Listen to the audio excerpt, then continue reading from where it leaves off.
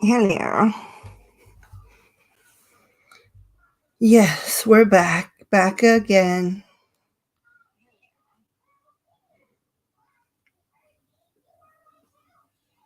The party goers. Well, I'm excited for her. I hope she's doing well. And please tell her I send my smiles her direction, because I do.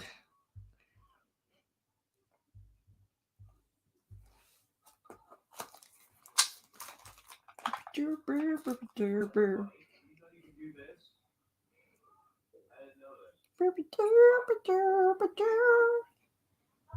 need to text Mr. Joe. Joe Black. International Man of Mystery, Joe Black.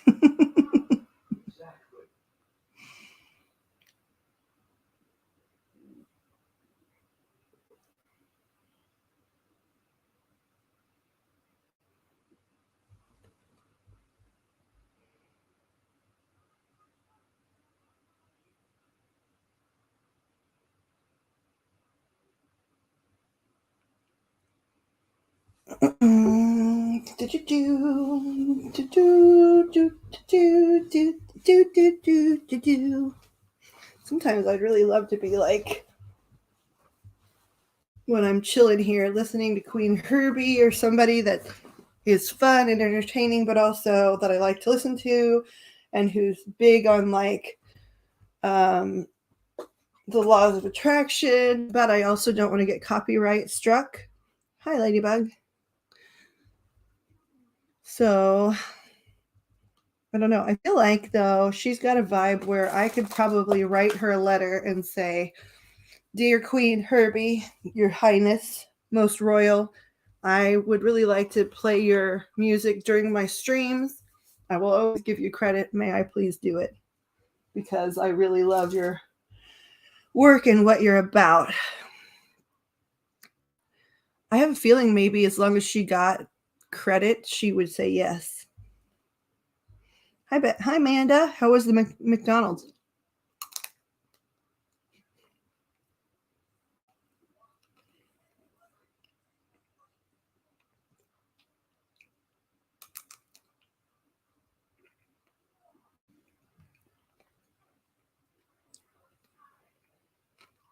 Mm. And is additional grandma still around for fun too?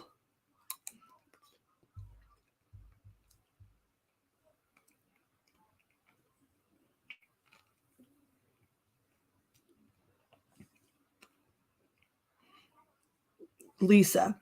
It took my brain too long.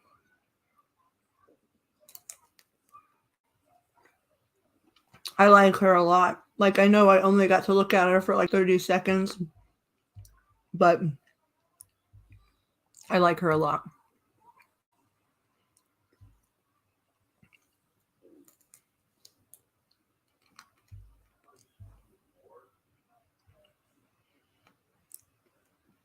Yeah, I'm going to have to write her a letter. I knew you were here listening, JoJo.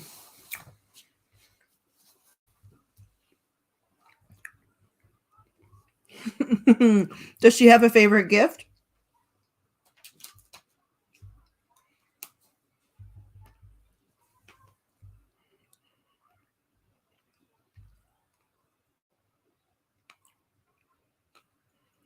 Also, she did pretty well. Like, that's 10 hours or so for somebody 5 years old. Uh-oh. Well, I'm sorry to her if this upset her in any way, because I like her very much. She can still think they're evil, and I'll still think she's awesome because I just liked her energy a lot. Hello, Joseph. Joseph is washing a truck. That's like those updates we used to do on MySpace.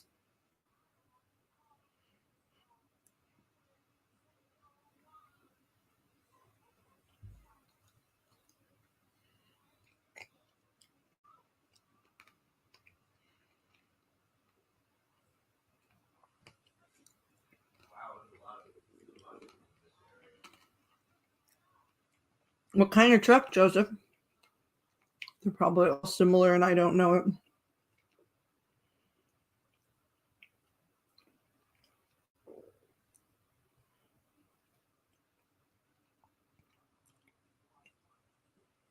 Oh, she'll do so much with that lemonade stand.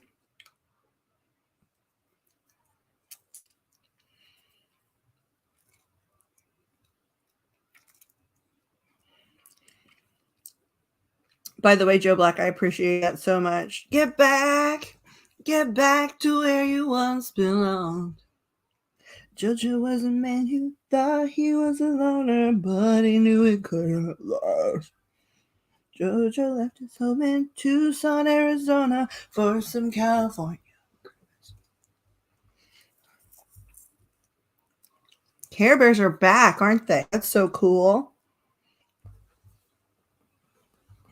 When Kiddo was younger, I was super psyched that My Little Ponies were back and better, like way better. Their storylines that they wrote and all of the lore and stuff, I was really impressed. I changed on my little break and I put a shirt that I hadn't seen for a while on. It's my Mummy Pig from Peppa Pig shirt. We went to see Peppa Pig live when Kiddo was really little. And we got Mummy Pig, Daddy Pig, and George Pig shirts. And of course, I don't like normal t-shirts, so I chopped mine all to crap, but I love this thing. And I put it on and he was like, ugh, because, he doesn't think what he used to like was cool. And I was like, yeah, but I have a memory with this that has nothing to do with Peppa Pig, and I stinking love this shirt.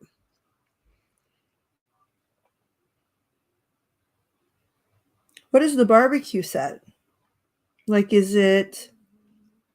Oh, what are those called? Melissa and somebody that do like the wooden play sets of food and stuff.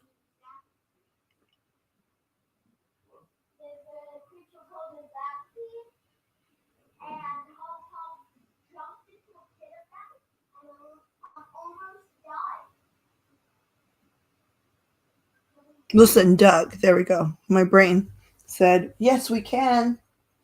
Yes, we can. Remember? There it is. Oh, jinx. It popped up. Right. That's crazy.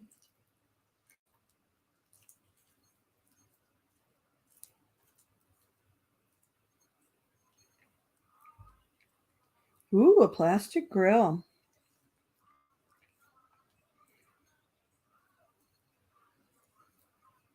One of my favorite Melissa and Doug's that the kiddo had was there was a wooden fruit set, but they were held together with Velcro, and it had a wooden knife, and you could cut the fruits and veggies up. I loved that thing. I don't know how he felt about it, but I loved it. Yeah, I want to see him. See her do a cookout.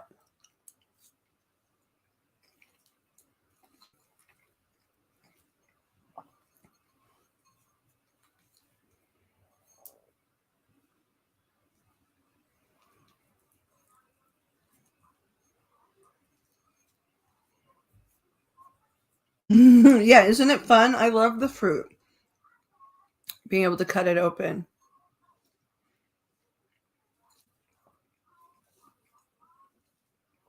And those toys last pretty well, those Melissa and Doug toys.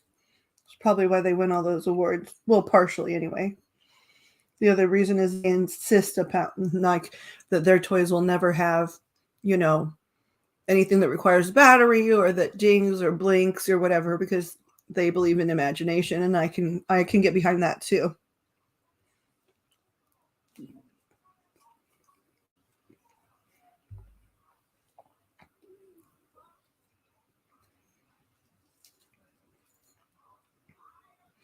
The one we lost the quickest of the Melissa and Doug was this. She probably has it.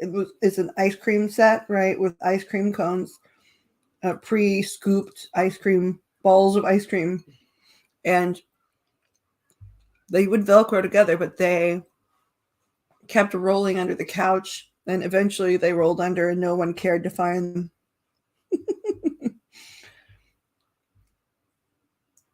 It's like in Toy Story, all the toys, are they under the bed or on the back of the shelf or something?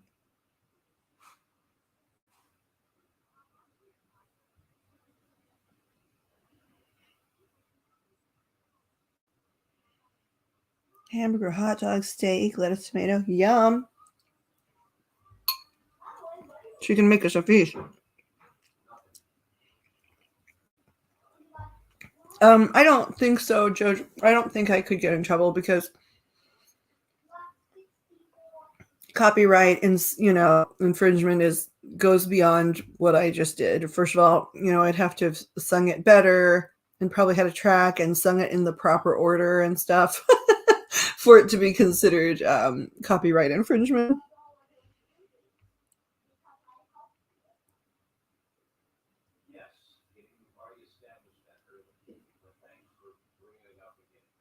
She can have such a cool cookout, man.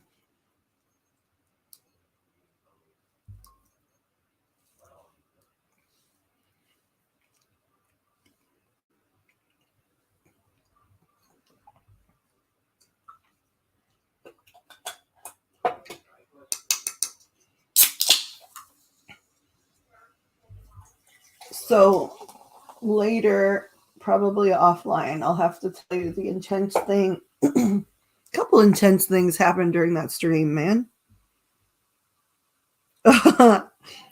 Joe Black, you're just the sweetest.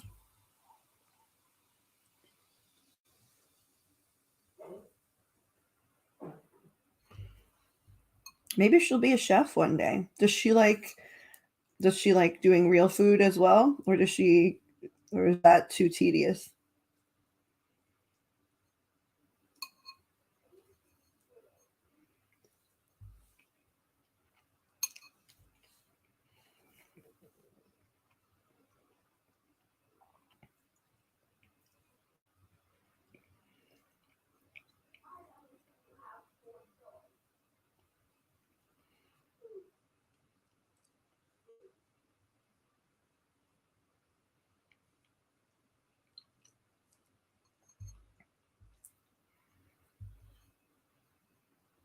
Well, that's good. I think you told me one time she eats pretty healthy and stuff too, right?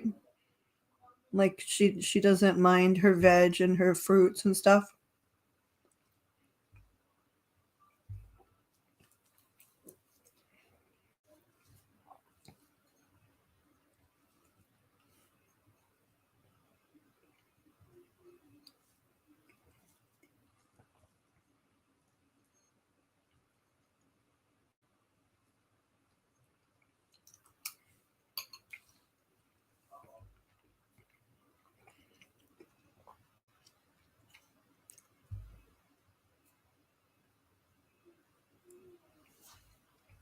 On a tangential note, well, I don't even know if it's tangential because I don't know where the tangent was.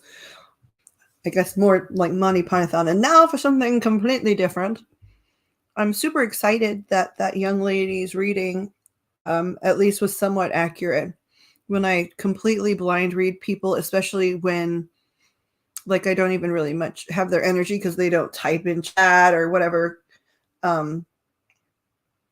I get nervous about it, which for the most part, I shouldn't because I'm going to get some stuff wrong because I'm a human being interpreting signs from, wiser beings. However, I know that my guides are trustworthy, so I don't know why I get so nervous, but anyway, I do.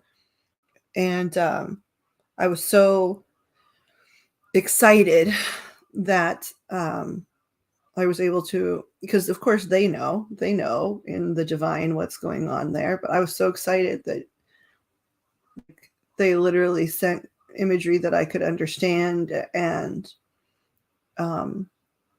that kind of stuff. That was exciting for me. Oh, that's so nice. Thank you.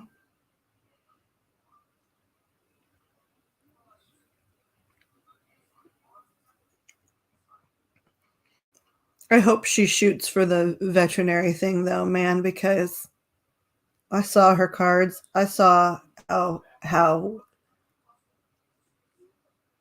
focused she can be and how she already has a really good BS monitor. As a young person or even just a person in general, that doesn't mean she's going to completely avoid all that stuff, but she still knows. She knows the difference between all the nutsy stuff and the very important things already. And that's a really important trait that not all of us are gifted. So she'll be fantastic at whatever she chooses to do, but I hope she, I hope she bets on herself, because she's a good bet.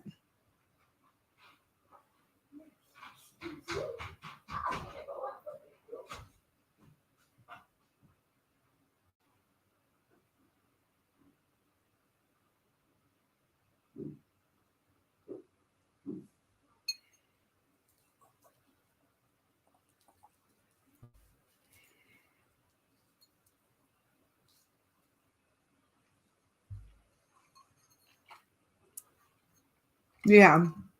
It is awesome, isn't it? Like, I know at 16, I might have been really smart, like book smart, intelligent wise, and maybe even a little street smart, but none of that mattered because I didn't have any damn sense. You know what I mean? Like, you can know a lot of things and not have any sense. And you get in just as much trouble, if not maybe even a little bit more.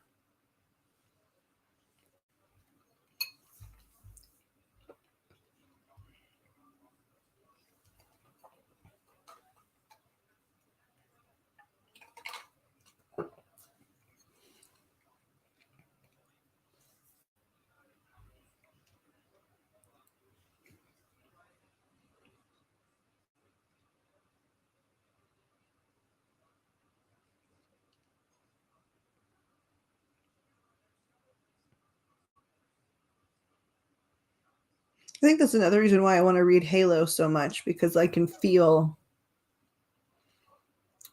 I mean, look, all humans have potential, right? Like, we can be optimistic about something for everyone. That's just true. But I can feel immense potential coming from Halo.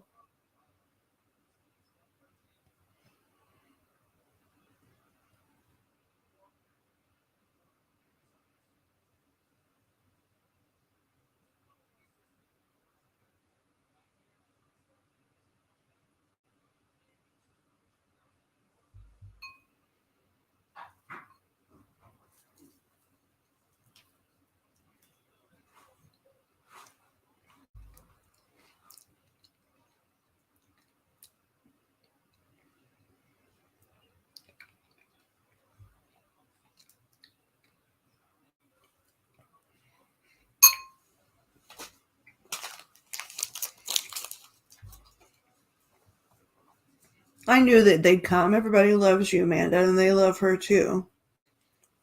You know, we have a blood family, and they're very important. Even if things go terribly wrong, they're very important, because usually we go, to non-physical and realize that a lot of like the horrible things we did to each other were things that actually we really didn't want to do. Like, that we volunteered so people could learn certain lessons, or we could learn certain lessons.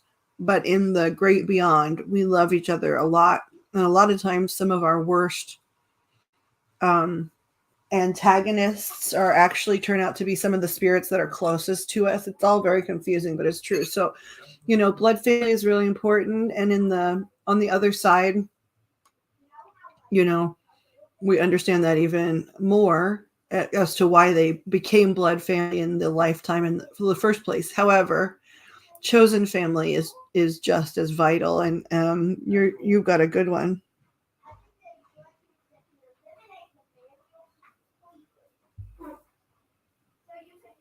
But honestly, I don't know, if I were in your shoes, if I would send it to like literally everybody in the family, but I think I definitely would to the two girls, especially considering last week you heard about them and some of their ups and downs, one of them in particular. I would just send a picture, like maybe even a screenshot from this live or something, right? Because that's unusual and it's information, and just be like, this is a screenshot from part of Bethany's birthday celebration or whatever. just because, you know, don't give up on sharing information. I understand why there are some other family members you wouldn't do that, and I don't think you should. But the girls, most of their negative opinions are not really their own.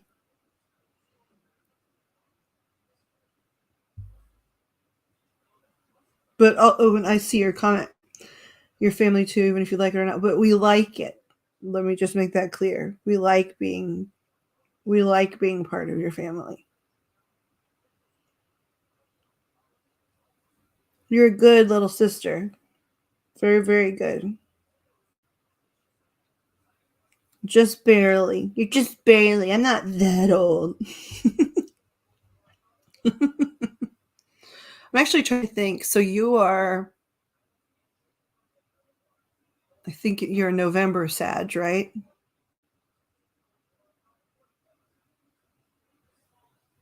In 79. So let's see. I was born July of 78. So 78, July 78, 79. 1 year.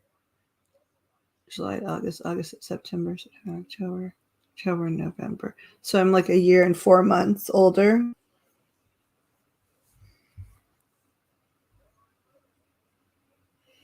Oh, I got a pic of the barbecue. Can I send that to everybody? Is that okay? I mean, I think I say everybody, but I mean the Joes that are here.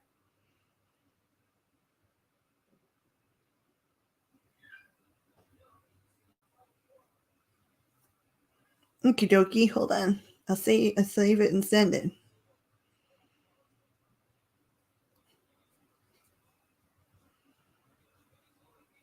Another thing that I like about this picture is the basically Christmas nutcracker standing behind her, because that's sort of like our house to a certain degree, where not all of the holidays ever make it all the way back in the closet, you know? Okay, I sent that one to a Joe Black. Then I'm sending it to the group.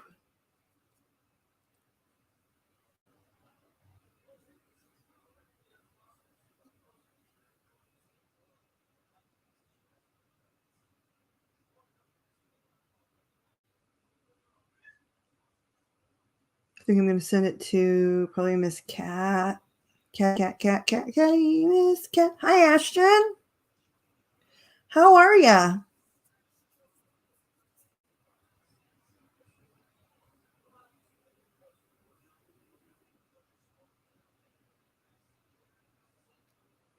I am your elder. I'm a year and 4 month elder. Say for me, Joe says. Say for me, say for you.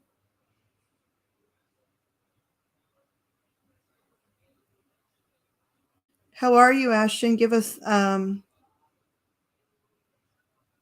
Please give us updates, dear Ashton.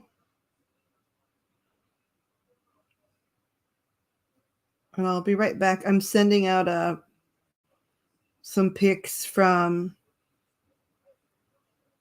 Amanda's kiddo turned 5 today.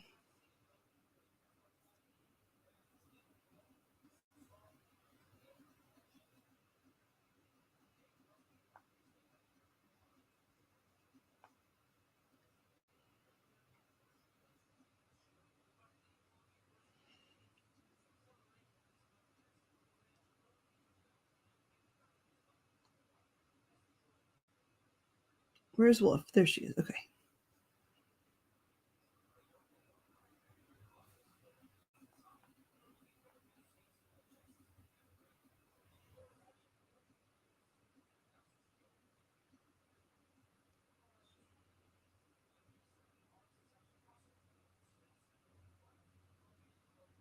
Why did I do that?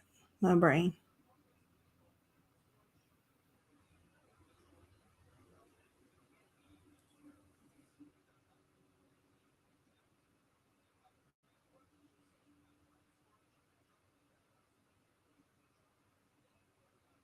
What am I doing? Here we go.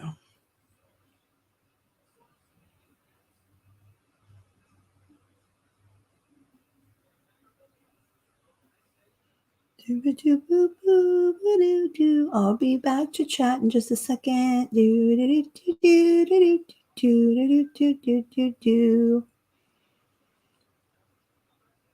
Chat man pajama.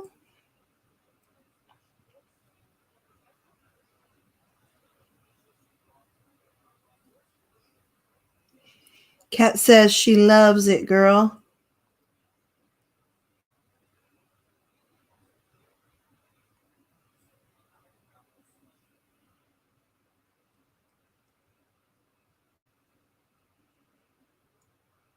Ms. Wolf says, wow, very nice. Hopefully she will become a budding chef.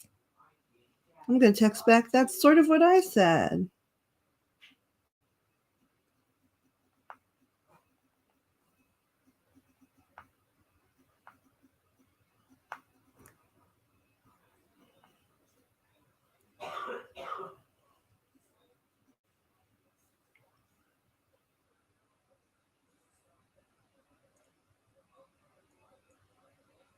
Okay, hold on now.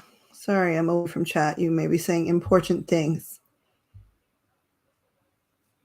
Let's see here.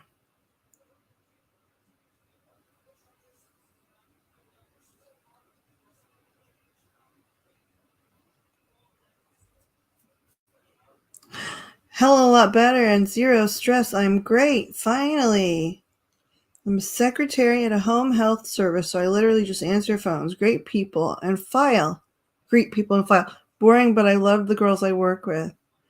Oh my goodness. Hold on, I've got more questions, but I got I think another. Did I get another pick?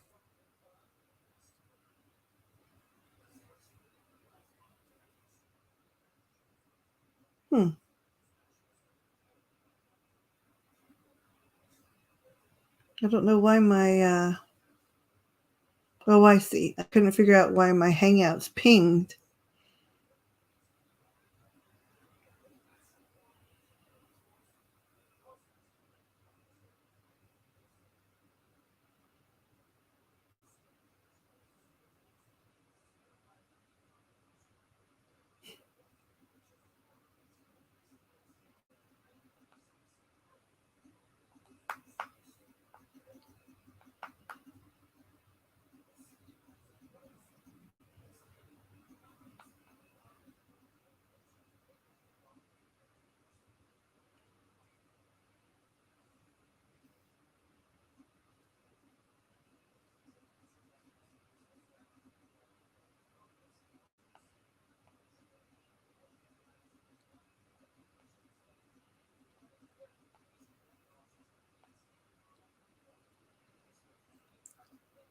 Sorry for the silence. I am coming back soon. Do.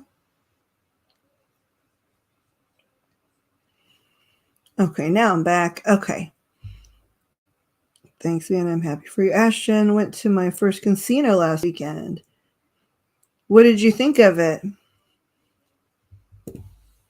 And what kind of casino?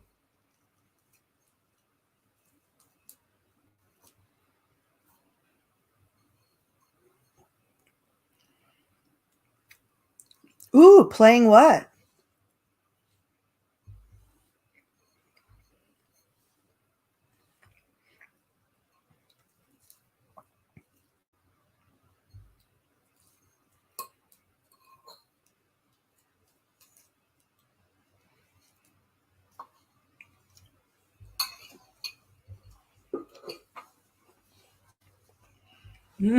See, I was just about to say I love penny slots. At some of the, I think they still call them Indian casinos, even though that's politically incorrect. They do like, you can buy these coins instead of chips or a card. You can pay in and get these coins that are worth like a tenth of a penny. I don't remember what they call them, but I used to really love to play like tiny penny pieces.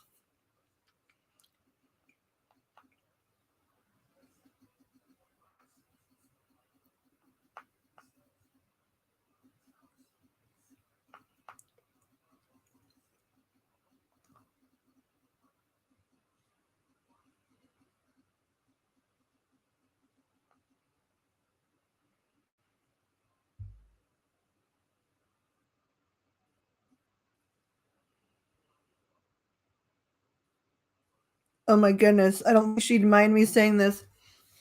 Wolf was texting in response to the beautiful girl and her barbecue grill, but um, she was also talking about taking her dog Summer for a walk and how she snaps on a bee even if they sting, and that made me think of Amber Heard.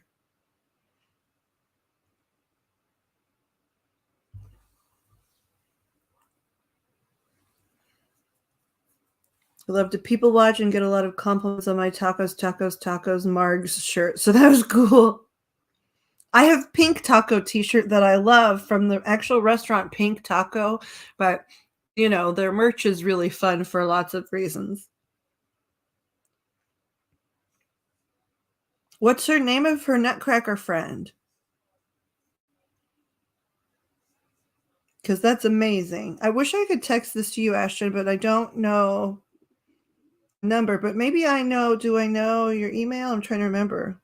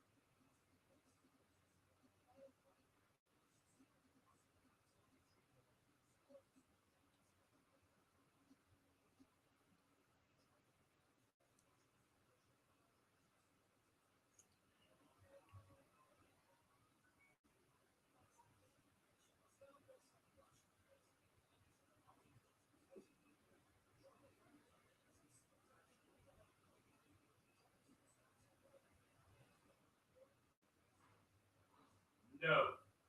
Al?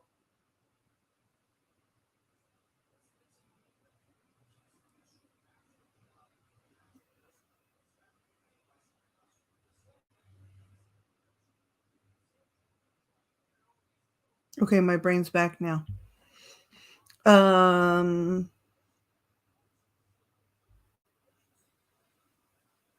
Okay. Okay. What I said was, do you have an email address where I could share these photos that Amanda has sent of her kiddo's birthday? Because when we're here, we usually send each other what we're talking about so that everybody can be included, right? You don't have to, but if you wanted to, because I know you're a mama too.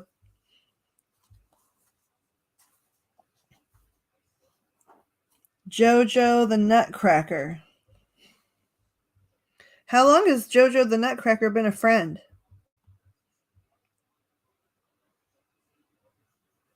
Like way before this most recent Christmas?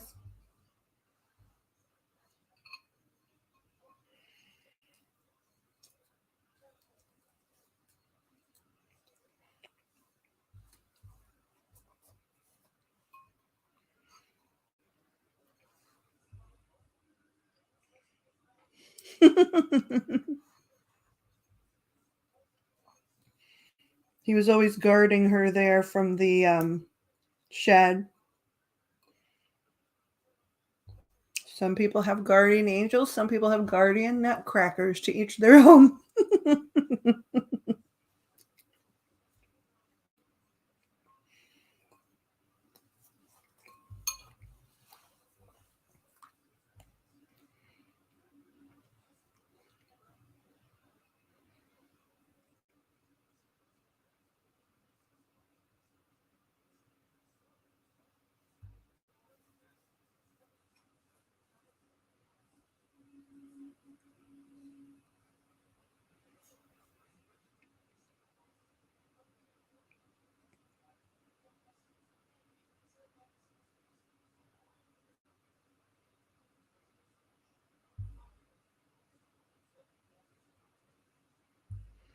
Almost 3 years.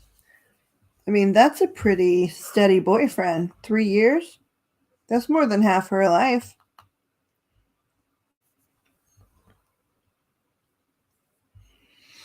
Oh, I was telling you the other day about that thing that, how I was talking about how abilities like psychic and metaphysical abilities advance. But first, wait, hold on. No, it's not weird. I mean, it's quirky and awesome.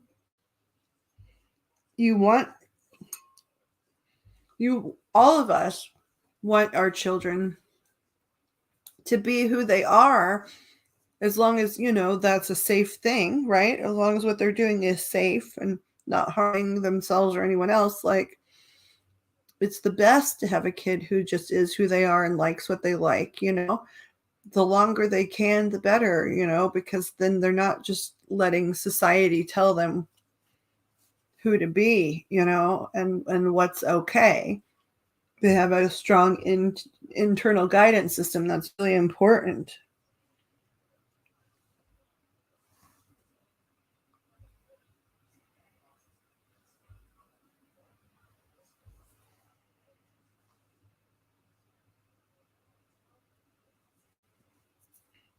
Hey, Ashton, I'm trying to remember. Help me out here. I know that. Did you have a degree? Do you have a degree in science of some kind? Or were we talking about high school science teams at one point? That's you, right?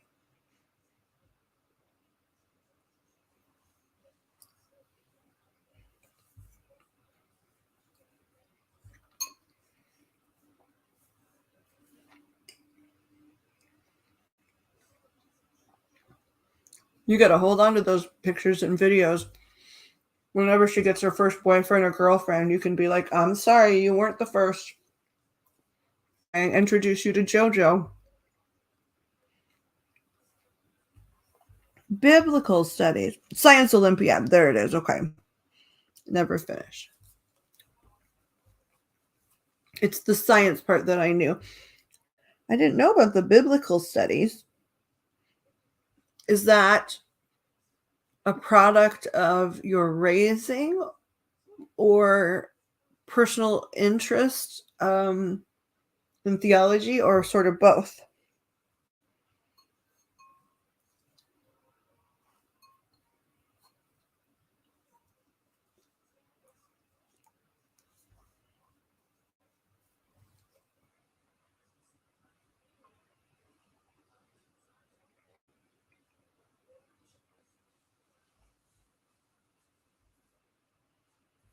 Good question. That was going to be one of my questions, Joe.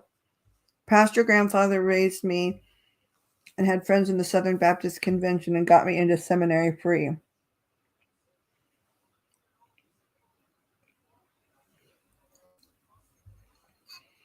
That's still awesome, though. I don't really think I know any Hebrew. I know a tiny bit of Yiddish.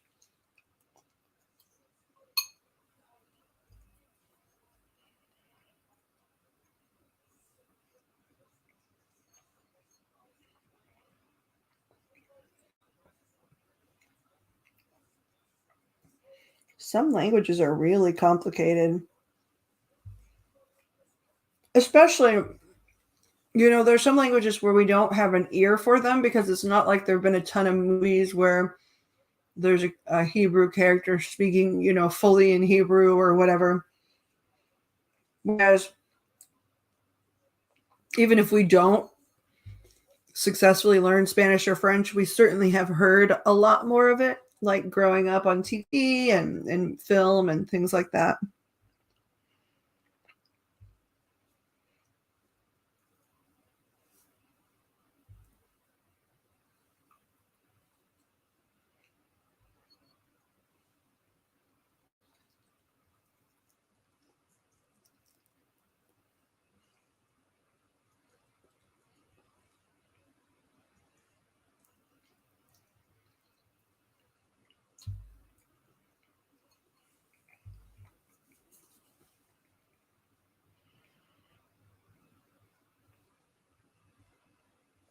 What'd you call him? How's your goblin?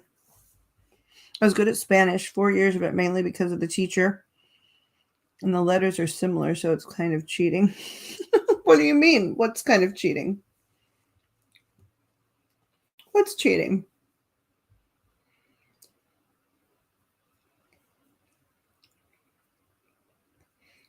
Y'all, Bethany got new shoes with flamingos on them. That's super cutie.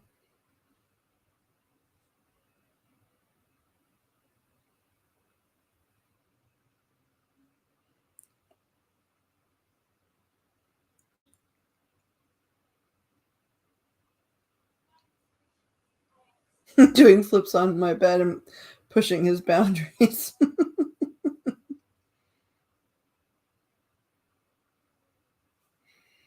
I see.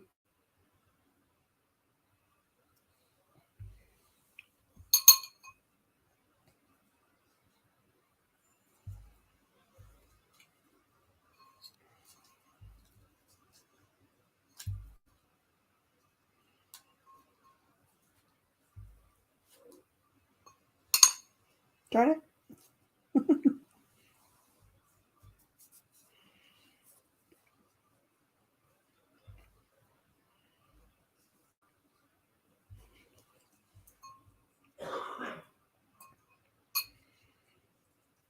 I don't know. I bet it's not as weird as you think, but I bet it's very smart. So, in some aspects, you're right. I wouldn't understand some of it.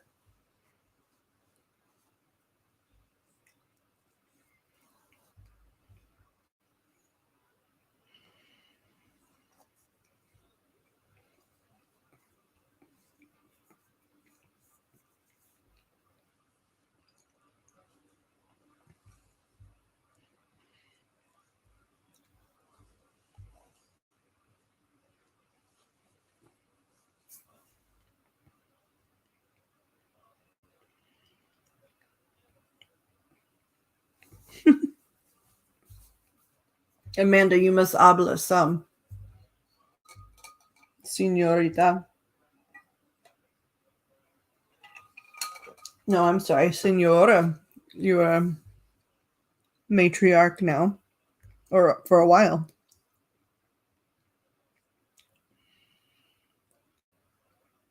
Do they ever stop getting bruises? I mean,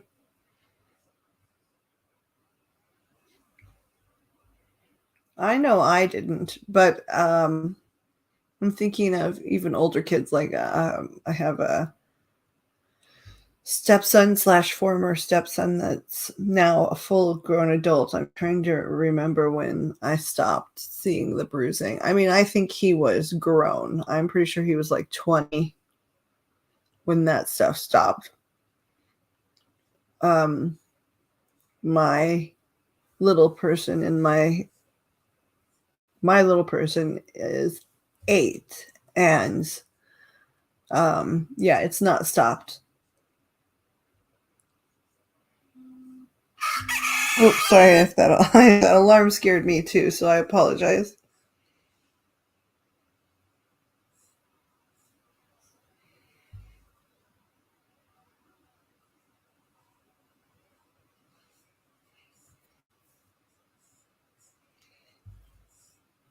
Oh my goodness, that ice cream cart lemonade stand thing is so stinking cute, Bethany.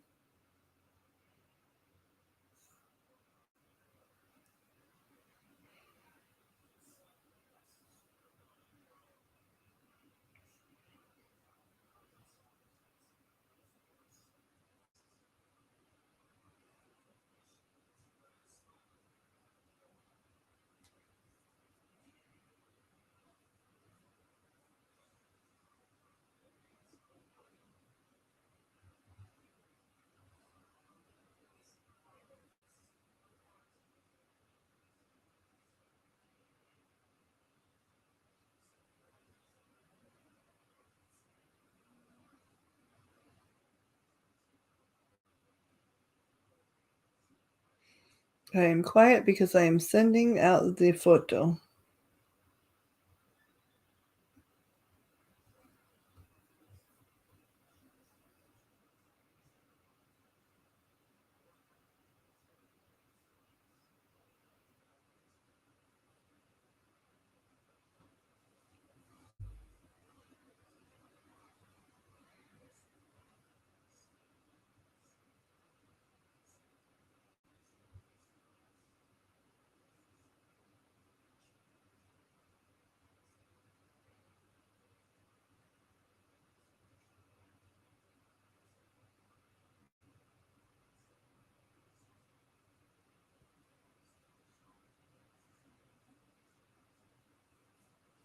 Okay, now I can come back to viewing the chat.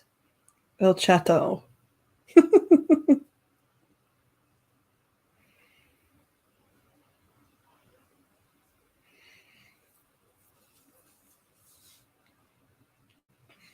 German is popular in Texas? That surprises me.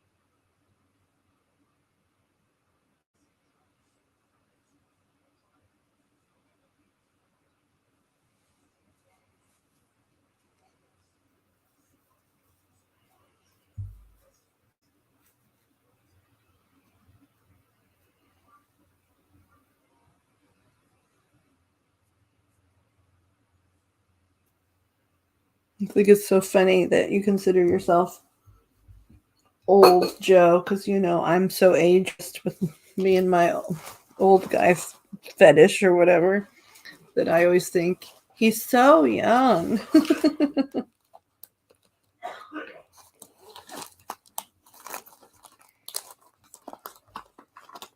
his best friend literally had to tell him how old he was.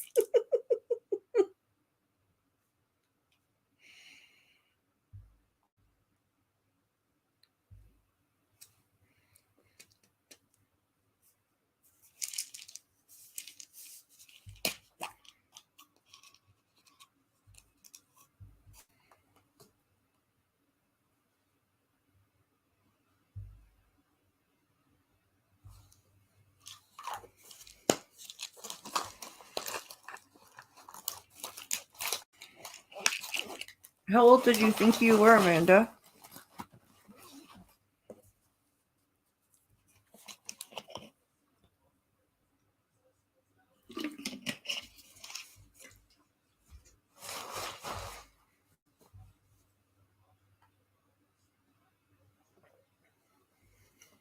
Also, where are his bruises, Ashton? Like mostly all along his shins, because that's been my experience.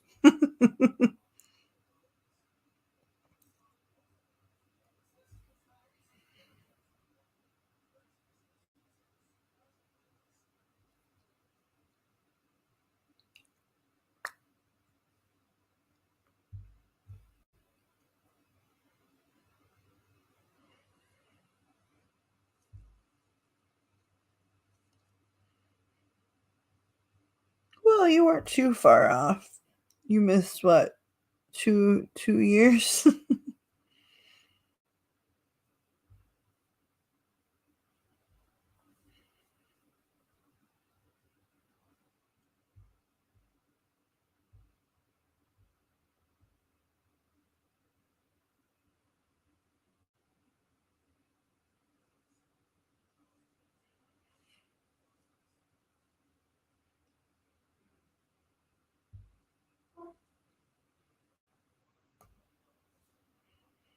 What does he eat? I'm always, when people say they eat healthy, I'm always curious what that means to different people.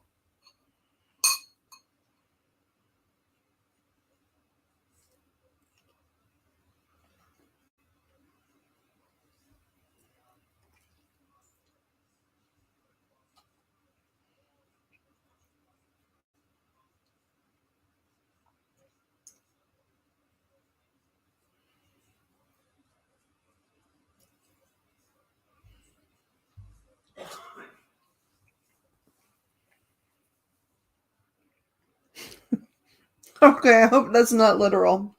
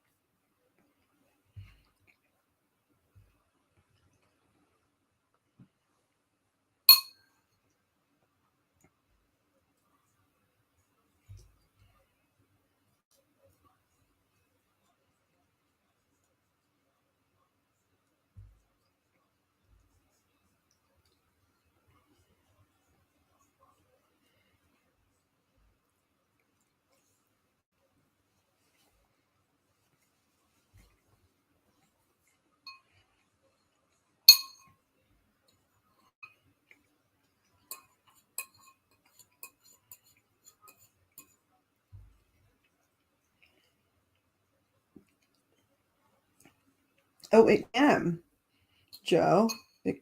I believe it cures almost every mood disorder, at least temporarily.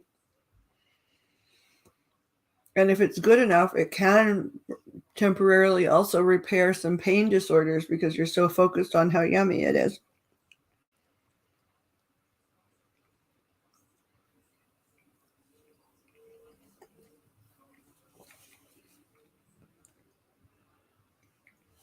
What do you guys think of gelato? I was telling Joe just last night or yesterday about gelato because it's not common where he is. What is your opinion of it?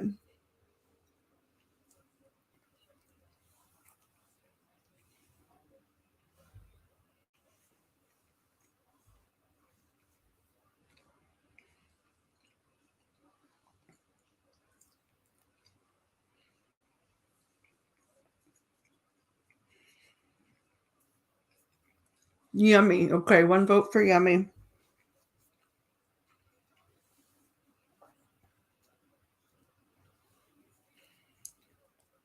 I learned a lot about the science of gelato that I did not know in trying to figure out how to describe it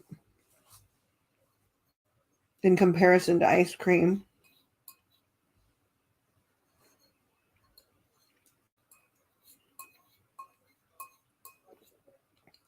Oops.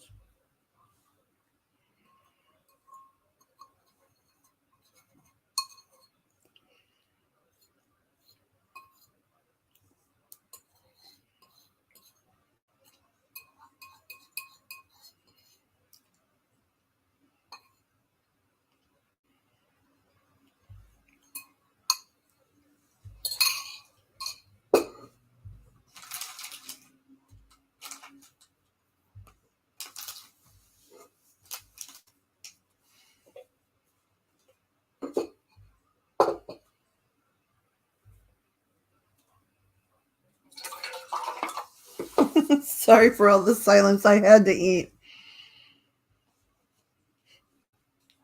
Yep, the Aztecs invented a lot of things I like. I think I might have, pardon me, not hated being an Aztec, at least until I was sacrificed or something. Although I don't think in any of my lives I've been very virginal, so I probably would have been useless, sacrificially speaking.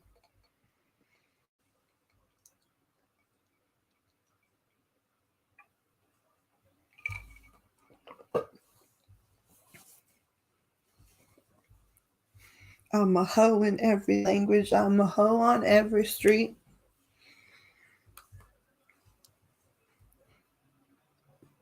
I'm a hoe in every country. Biggest hoe that you will meet.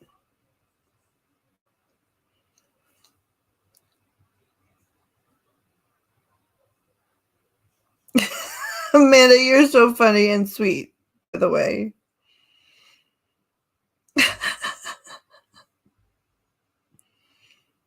And we are no longer telling the universe we're poor, even when we are not money rich at the moment.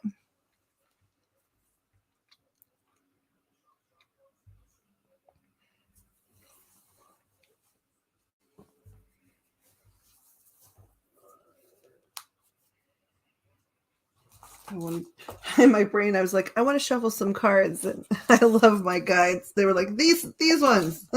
It's like, thank you. You knew I wasn't going to be able to pick. You went to the Virgin Islands and got recycles.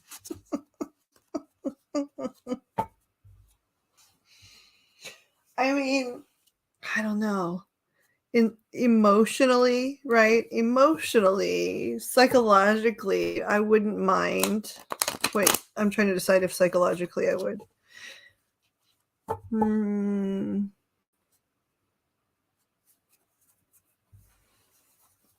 Yeah, emotionally and psychologically, I wouldn't mind being a virgin. But physically, I'm disinterested in that, in the sense of it takes bodies a while to learn certain things, and it certainly takes sometimes, a while for partners to learn you, or you're to learn partners or whatever.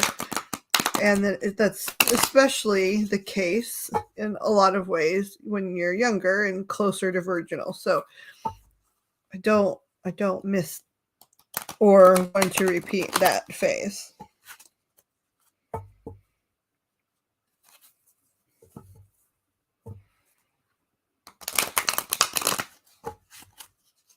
Thank you, Amanda, for the donation, by the way.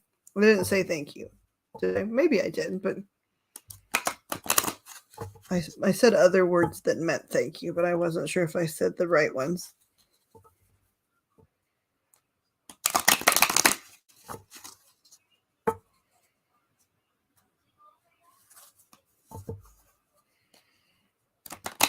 I don't know if that sounds fun. Every day you have to re-lose your virginity.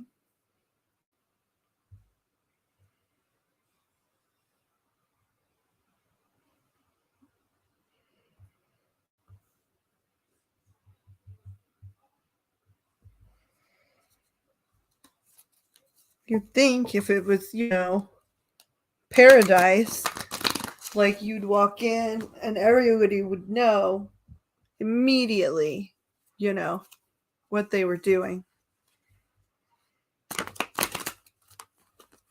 And it would feel like the first time in the sense of like intensity or affection, but not in terms of form and function.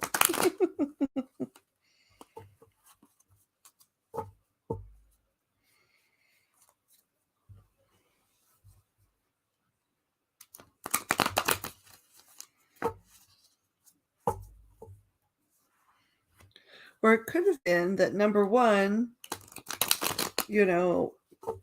purity was, certainly valued even more, but also maybe because there were less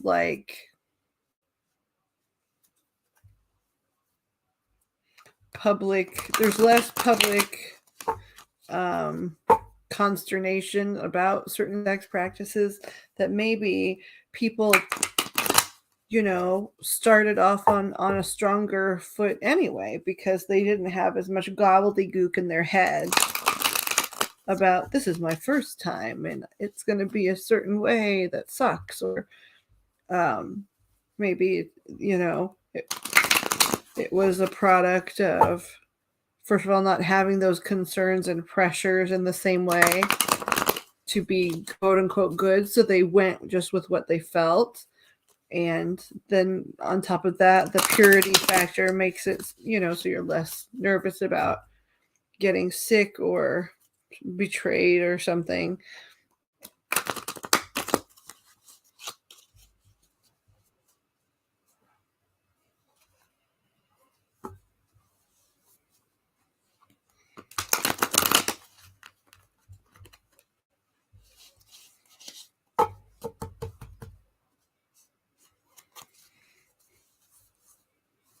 Hey, Miss Amanda, I just wanted to say that I'm hanging here because I'm going to leave my shingle out, right? And hopefully get a client or two, because that's important in this house right now. However, I do know someone else is streaming.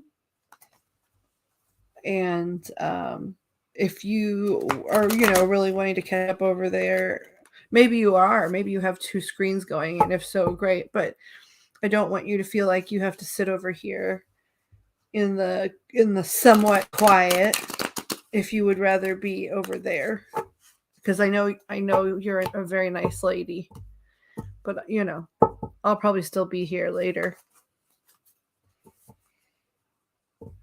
In Greece, a virgin meant a woman with an independent income. I remember we just learned that the other day, or on a video or something. And I thought, haha.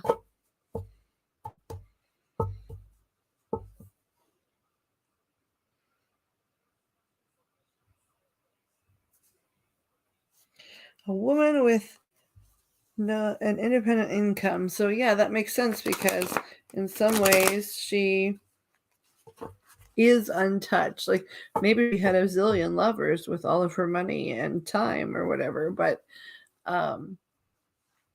she's untouched by a man's control after, a certain point.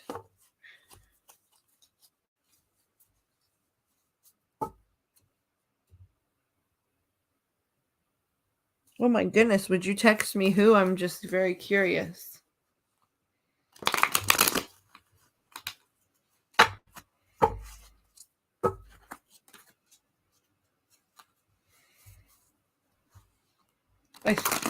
I also feel relieved that you are having a certain type of reaction to situation, because I am too, and I'm uncomfortable with, to a certain degree, my feelings on some topics.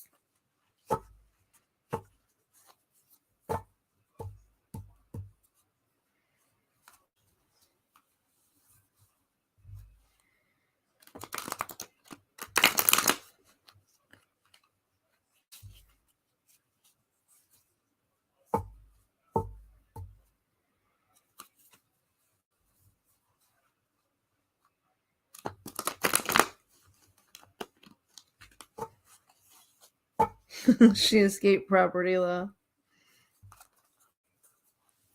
Interesting.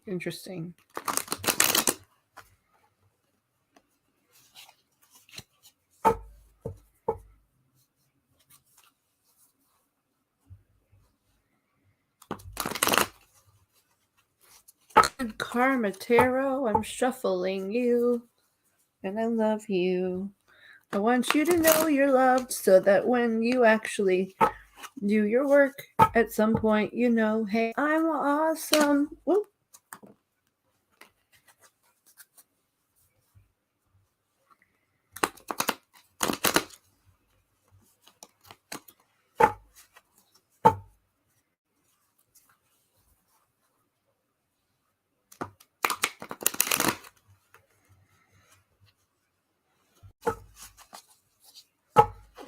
I did, yes. That's why I said interesting.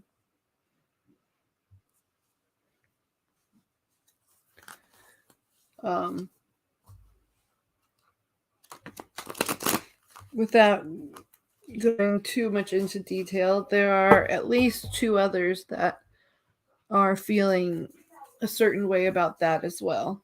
That same thing, which is interesting. I don't know for sure why you are, but I'm sure I will be able to be told that sometime soon.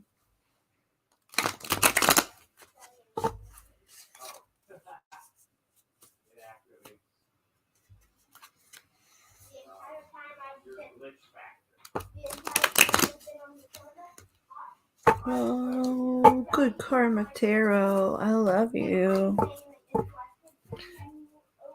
There was a Roman noblewoman. She was famously had many affairs, but all of her kids were legitimate.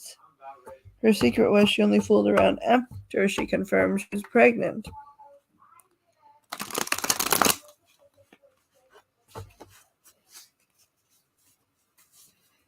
That makes sense to me, just based on how intensely I want to have sex in the first trimester of my pregnancies and about 2/3 of the way through the second trimester.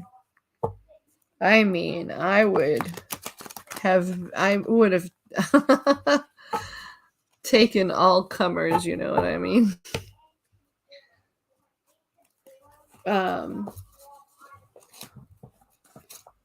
And in some situations sort of did.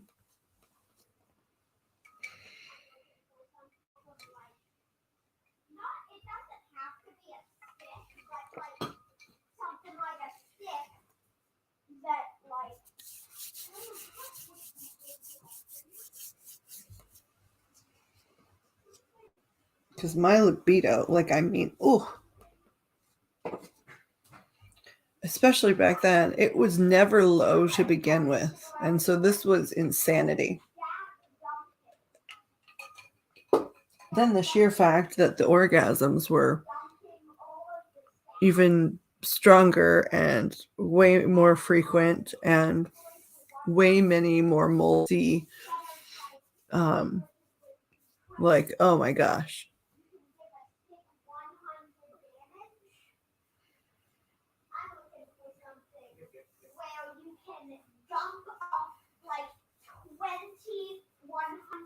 Yes, you should fill me in sometime.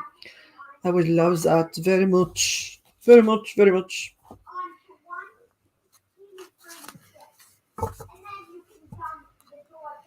Oh, you know what? Since it's a small group, I can finally say this. And I don't, the story I've been trying to tell you, Amanda, about my friend's kid. I don't know, Joe, if I told you all the way or not, but it was, one of my fringe friends who, one of the two ladies I work with the most, and her little child, all of a sudden, I don't know, a month and a half ago, 2 months ago, started to refuse to sleep in her bed. Now, she was, as a baby, a little one that really liked night time. She wanted to be in her crib. She'd ask to go there when she got tired. She didn't have too much fear of the dark. They just had a little nightlight really for them. And, she'd go night, they'd turn out the lights, they'd close the door. And then all of a sudden, she started having freakouts. And not like, hey, I had nightmare kind of stuff. It was every night. And she refused to sleep in her own bed. She would sleep in her room, but she had to sleep on the floor. And then sometimes she would go to her parents' room. But if she fell asleep on her floor and they fell asleep next to her, and then they went to her room, when she woke up, she would be screaming bloody murder. But whereas in the past, if she had some kind of strange dream, she would, go running to their room. In this case, she would stand about 2 feet back from her door, her closed door, and scream until somebody came. What do you get to do, Joseph?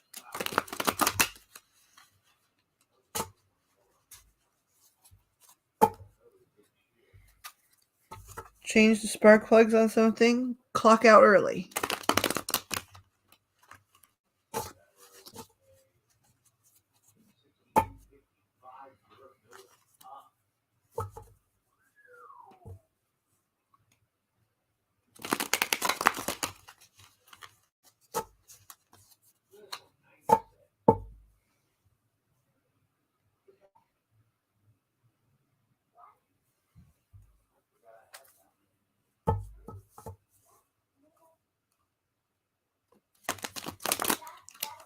Hang up a drivetrain. First of all, I'm so sorry that your pain is still bad. And I know that must mean some kind of lifting, but do you have the patience at the moment to tell us what that means, or would you just rather us look it up later?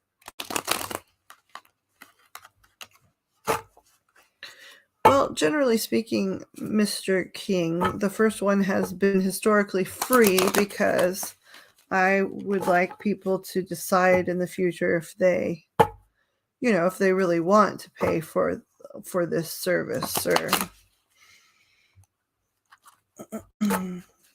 now, if what you're saying is you'd like to book, time away from stream, or just even book a stream at a time, when you're more available, that might be just slightly different. But actually, no, let me rephrase that. If you're trying to book 30 minutes or an hour or something, my guides would insist that I charge for that. However, if you would like to have a stream time that's easier for you to access, that the rule would still stand for first time's a freebie.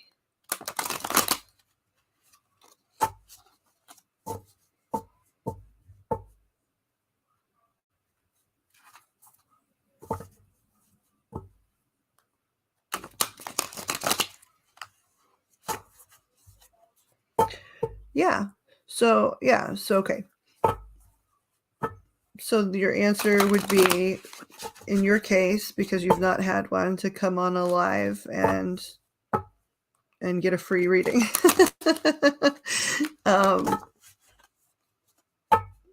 For all thems that are into paying territory, it's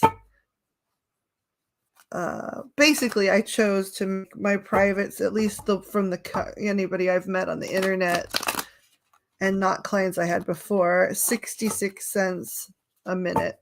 So 30-minute readings are like $19.80, I think, something like that, and hour readings are like 39 something. And then here, I can't remember what's streaming on my thing. Oh, I don't have my streamer up. That's part of it, because it has the numbers usually. It's like $4.44 and then $7 and put my banner on, actually. There we go. I forgot to do it. Yeah, so yeah, $4.44. I think that's like 5 cards and an oracle, and I always do more. And then $7.77 for 8 cards and an oracle.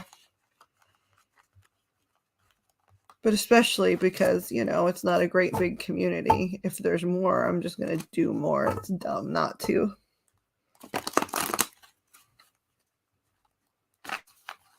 Send a pic of what you're getting done. Are you talking about a tattoo now?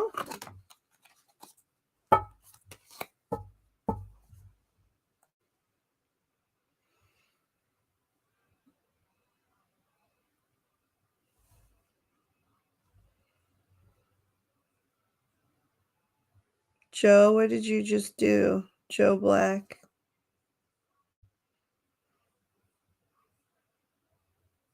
Let's see. Oh my goodness. I'm going to share this cool car informative photograph with Joe Black as well.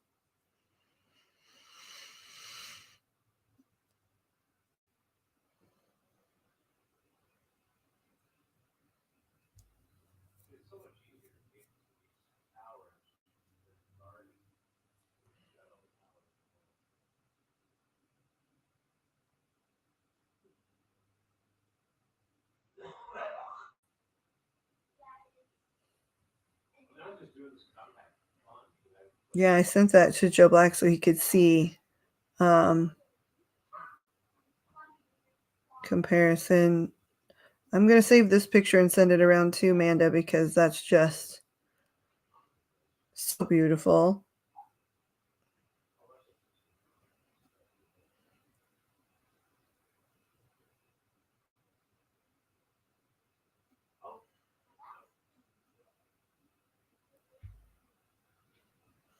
So that is the, let's see,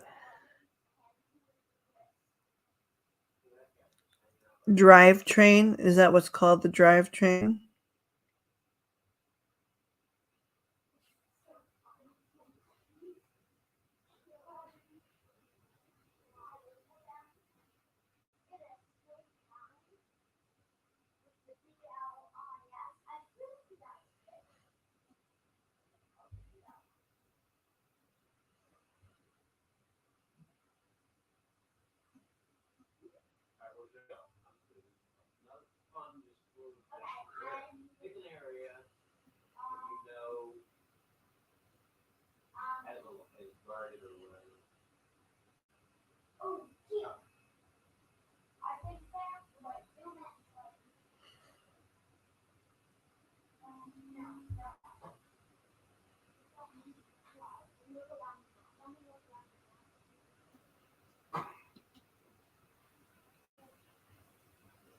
Okay, I think I got that sufficiently sent out, which is great.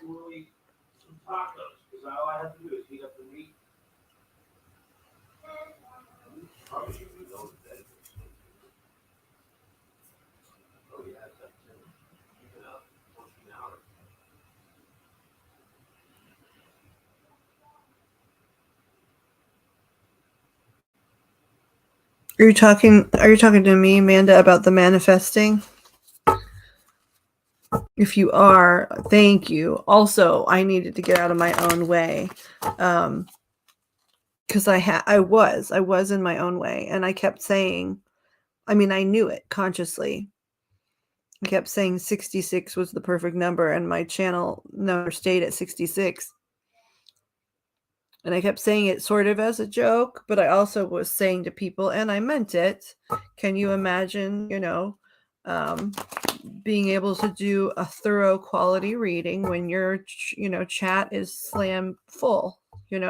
You can do a quality reading, but it can't ever be encompassing a lot because of time constraints. That's just fact.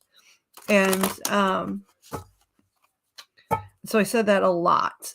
And then I was like, yes, I know I don't want a growth rate that's really big, even though monetarily that'd be great. Emotionally, spiritually, not so much, right? And so I've been working on saying, yes, I want growth. I don't want it to stop here. But, and I've got to trust, just like I trust my guides more and more.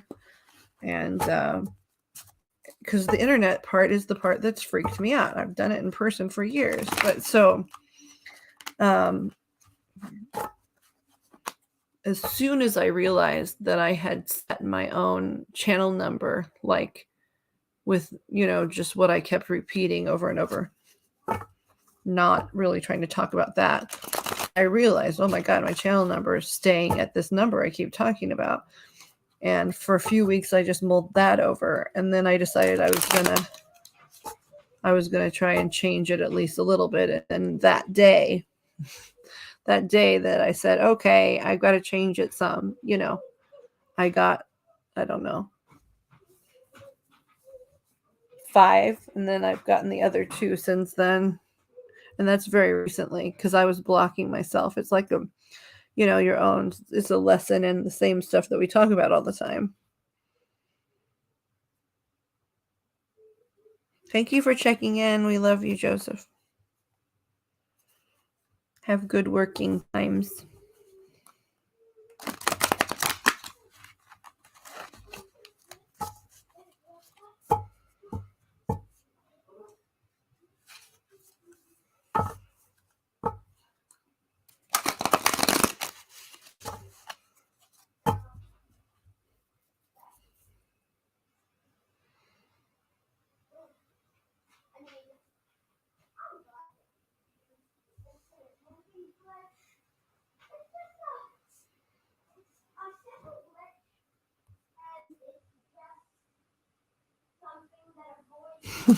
Thank you.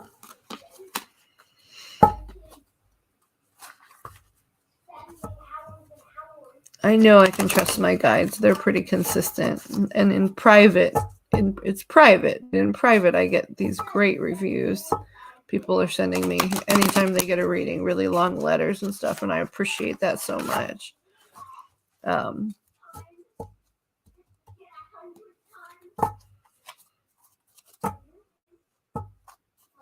But I need to try and remember that in the rest of the world, using the phrase time is money doesn't bother anyone, right? And it does tend to sometimes in this field, but that's not fair. So I need to remind myself of that.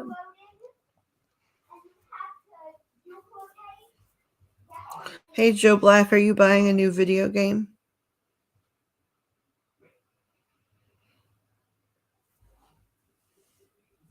Yay! Thank you for the compliment, but also I'm glad. The whole point is, it's not fair if only one person is getting something out of the deal. You know what I mean?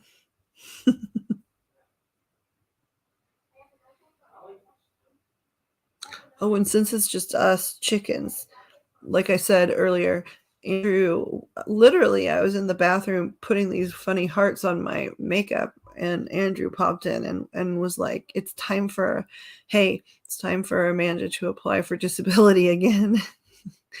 And I was like, okay. And he was like, tell her about the fibromyalgia thing you learned the other day too. And I was like, okay, I'll tell her. And then, I looked down to like grab some kind of thing for the makeup, and then he was gone.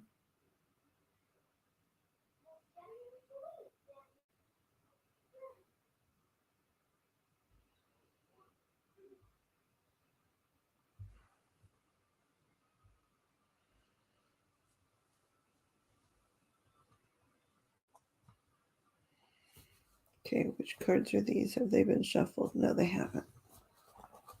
Come here. Come here, little cards. You did such a good job reading Cooper the other day. He's strong, by the way.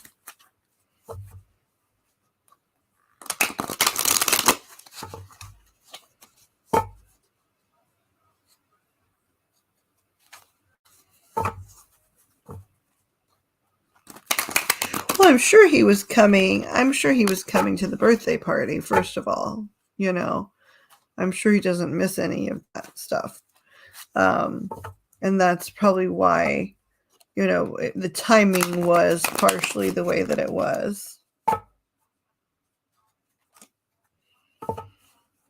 And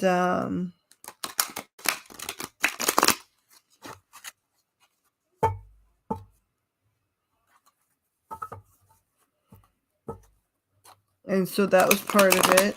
And also yesterday, my doctor told me, so I guess for a long, long, long time, fibromyalgia, right, has been considered, they haven't known how to classify it, basically. So even though they knew it had some commonalities with certain things, there were things you couldn't technically diagnostically say about fibromyalgia.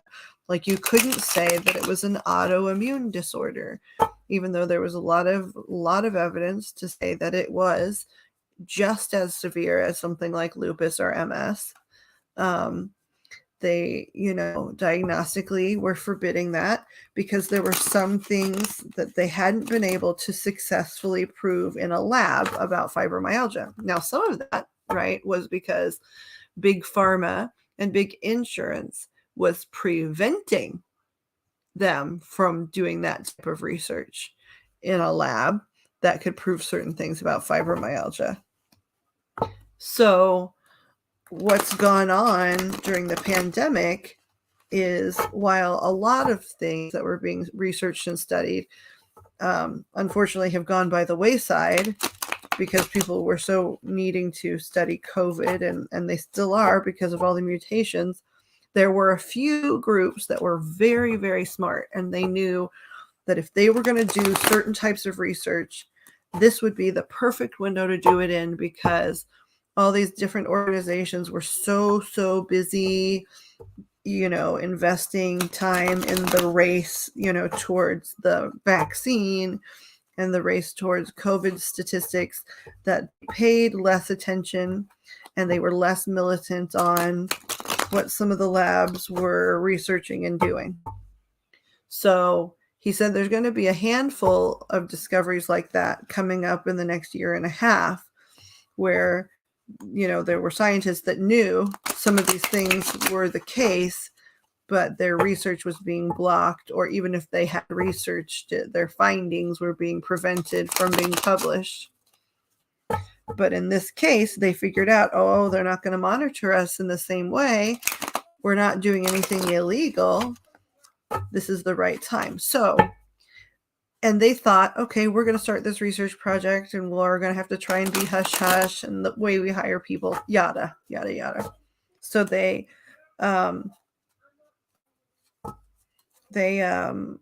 thought that, like, okay, we're going to have this big research project.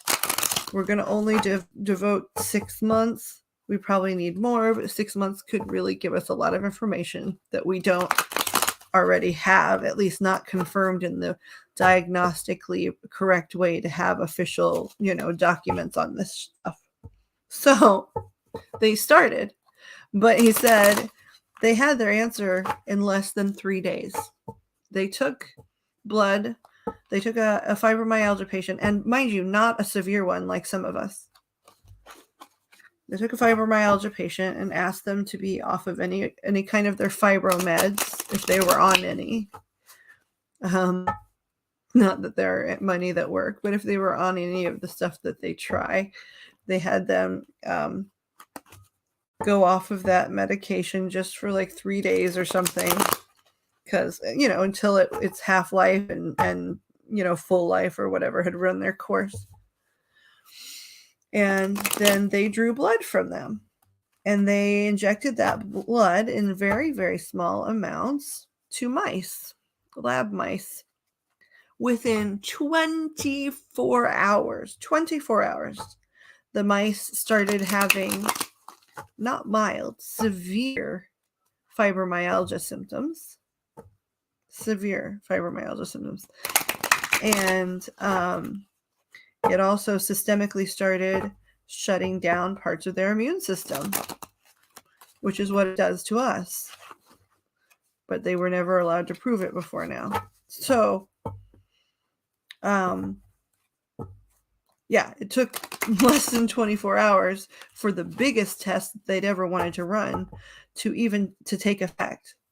They thought that it might take several weeks, and several injections. Nope, all of the mice that they did this to, not one, every single one immediately developed fibromyalgia, and parts of their immune system started shutting down. They also discovered that another thing fibromyalgia does is it communicates with very specific nerve cells along the spinal column, very specific nerve cells, and it tells them to start shutting down. It sends messages to start shutting down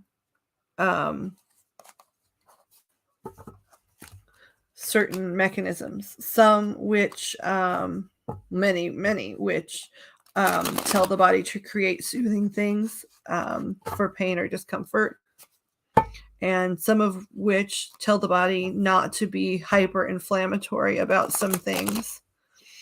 And that also happens within 24 hours. Within 24 hours, under a microscope, they could see this happening to the cells in the mice. So then they moved on to voluntary humans, to see what could happen. So the reason that this is a big ass deal is that for years now, fibromyalgia patients who have been destroyed by this, and lost so much function in their life, they go to apply for something like disability, and they say, well, fibromyalgia is here, if you have it like as a secondary illness to something quote unquote bigger, but we do not accept it as its own disability. Like if we were going to say diagnose you with 5 different things based on the big things you have, fibromyalgia can only be in the liner notes. It can't be a reason to claim disability. But in reality, people that have even moderate fibromyalgia were struggling to maintain a normal schedule for any type of reliable work, but they couldn't qualify for any type of assistance, even if it wasn't full disability, because of the way they insisted fibromyalgia be listed. Now, part of that's because it's so common that big pharma doesn't want it to be something that disability and Medicare, become heavily responsible for, because the numbers are huge. And anyway, the point is, now if you go in and apply for disability here, I don't know if it's taken place immediately, but he said it's going to be really fast.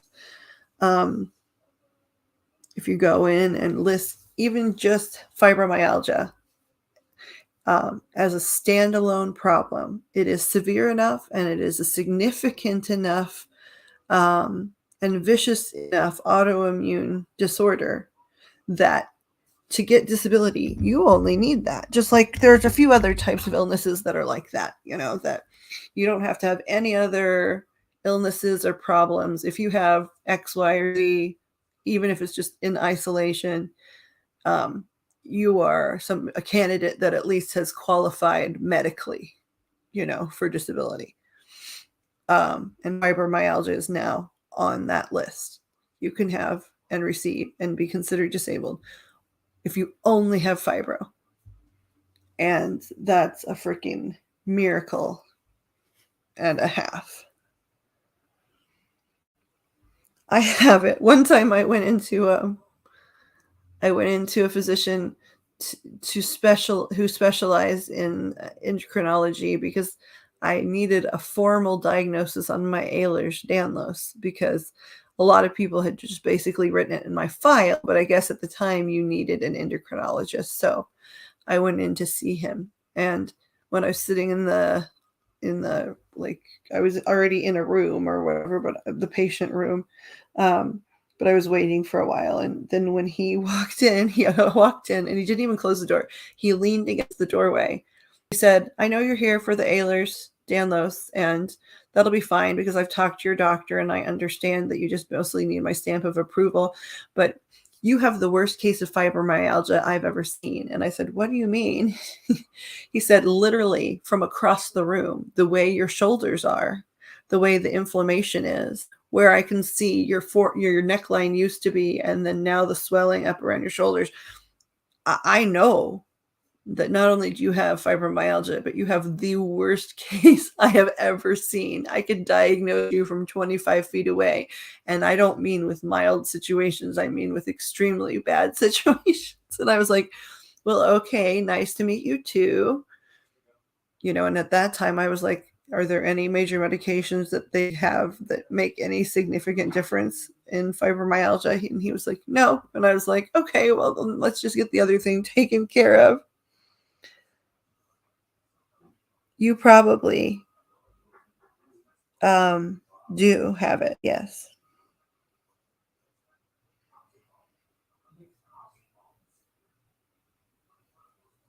Yeah, you probably do have it. And you should do the hot points test, the hot spots, because I'm sure that that'd be really nice and easy and fast for you to do. And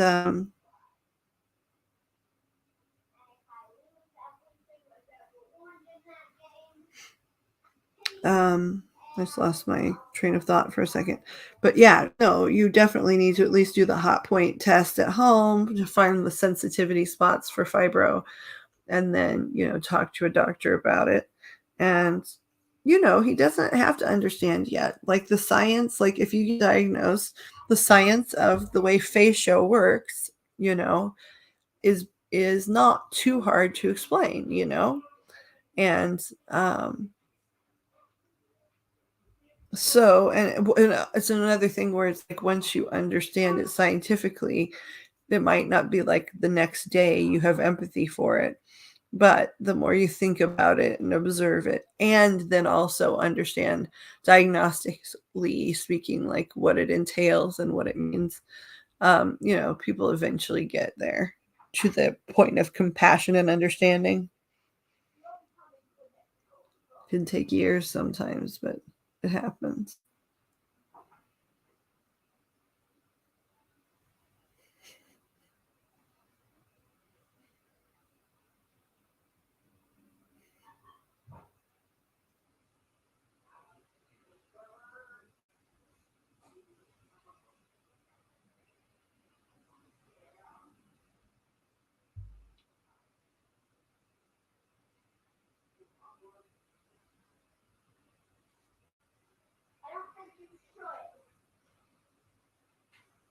Yeah, me too, girl. But, the one upside for me is when I have this stuff going on, I know 90% of the reasons behind it. And while knowing is not something that like is a narcotic pain reliever or something, it still significantly improves your life to have, first of all, an exact vocabulary to use to speak about what it is you're enduring, which a diagnosis of something specific can give you the ability, right? And talking it out and talking it through can help so much. And then second off, the crazy part, is this imagined? Oh, hell no, it's not. um, and so your body still hurts like hell, but my gosh, your mood and your attitude about things improves extremely significantly. And then even though you're hurting and that sucks, you don't fall apart nearly so often emotionally.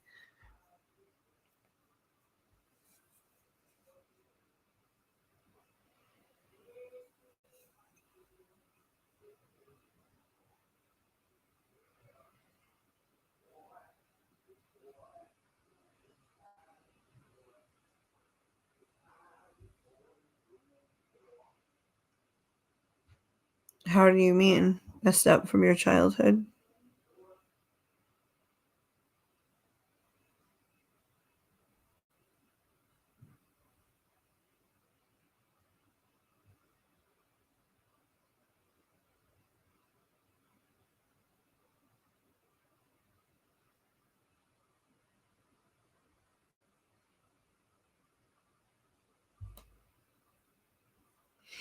Yeah. Well, I was. You and I are in the same boat for that. And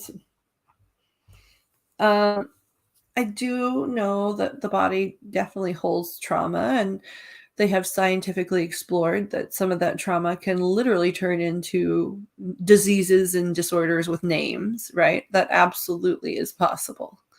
Um, Absolutely is a possibility.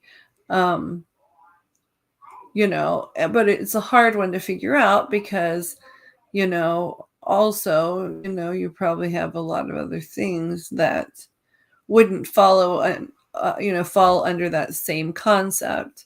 And so rather more you would look at your genetic relations to see what they had going on, whether it was diagnosed or not, because medicine wasn't as advanced. You can still remember people talking about, older people in the family and their various things that they um, did in order to assist themselves through ailments that didn't have names and things like that. So, yeah, it's absolutely proved that you could develop some literally actually diagnosable physical illnesses after enduring, many different types of abuse. But also, uh,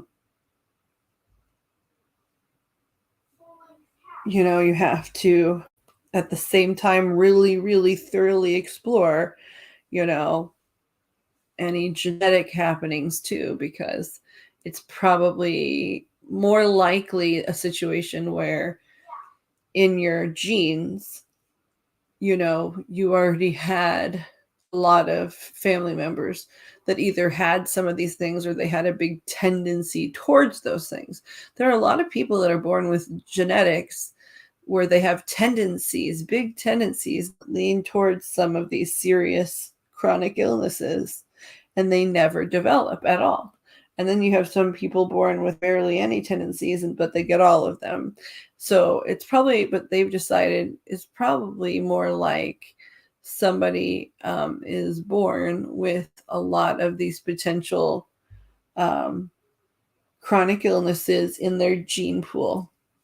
And the trauma can wake some of those things up. It maybe doesn't create them, right? And maybe without trauma, they wouldn't have woken up those genes that caused some of that issue. Um, so it's one of those things where at the very end of the line, does it matter? Doesn't matter which place it came from, because um,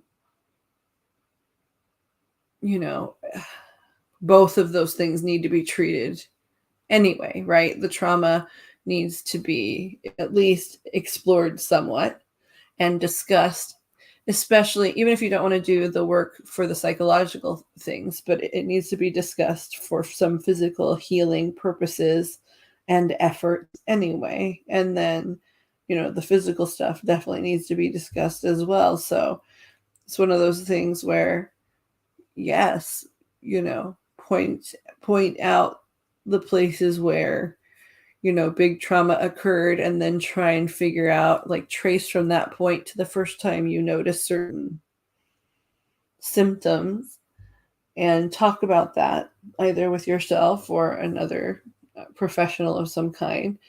And then, of course, trace your family line and see if there's anything like that. And of course, blood tests are amazing today, so they can tell you how likely it is that other family members already had it, or had it and didn't know it, or whatever. And so both need to be treated in some capacity regardless. That was a lot of words. Sorry.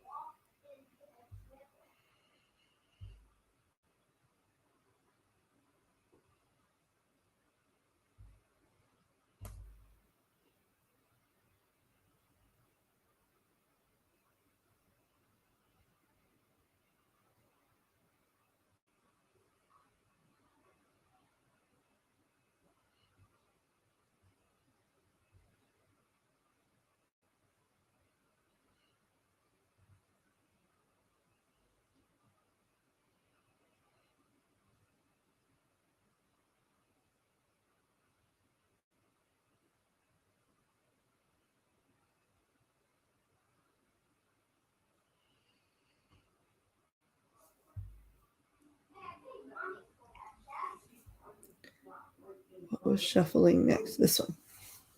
Right, guys? Yes. Yes, they said yes. These ones, or these. Probably these ones. It's not exactly proper English. Julio Iglesias. I mean, he might be dozing, but he also is just very good at listening, or he might be simultaneously researching what we're discussing or researching video games. I don't know.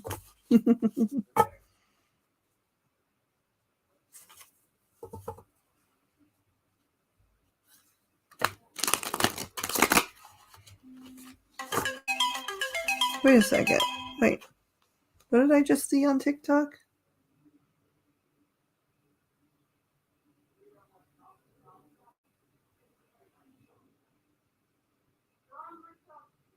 Joe, if you are awake, would you text me Rudy's full first name? It's not Ramesh, is it?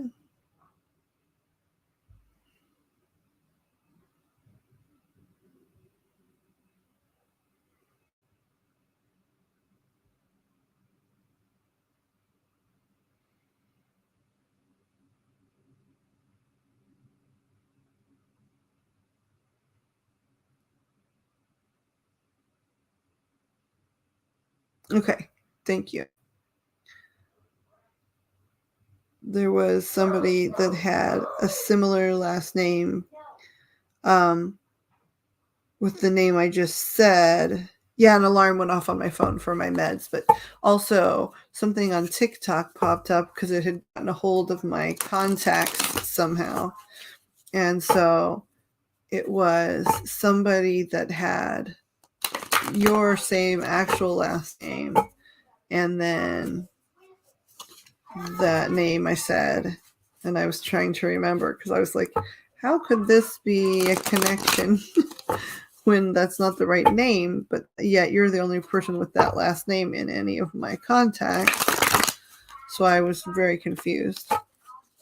But yes, it's a med alarm. I'm very excited by that though too, because my pain levels have been climbing and climbing and climbing. Did you? I have barely gotten it completed, but I'm glad you found me. I got the beginnings started, but nothing else. But I'm glad you found me. Really? I mean, I believe you, but I've looked it up in my area and there weren't very many.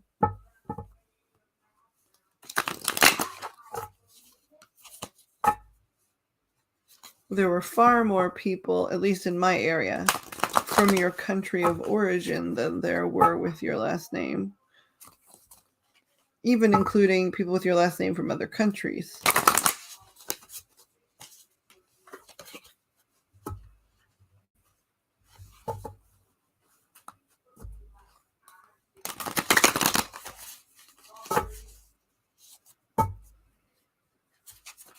Well, Canada, are you sure the one of the, not your dad? Joe's dad is pretty infatuated with Canada and would really, he has two favorite places outside of where they live, right? And one is Texas, I think it's Houston. And then the other is, oh gosh, is it Toronto, Canada? I feel like it's Toronto.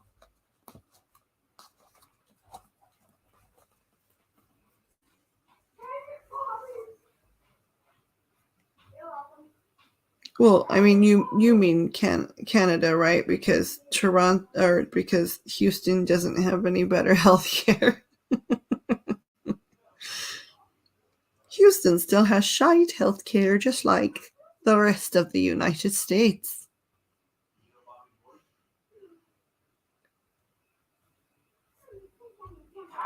It got shite healthcare, idly, idle. The healthcare can be quite shite. For different reasons. You didn't get the best treatment when you had your hand surgery, but it was different reasons. And at least at the end of the day, you didn't get treated like that and then have to pay. Because that would double suck, I assure you. And not like the fun pornography kind of double suck.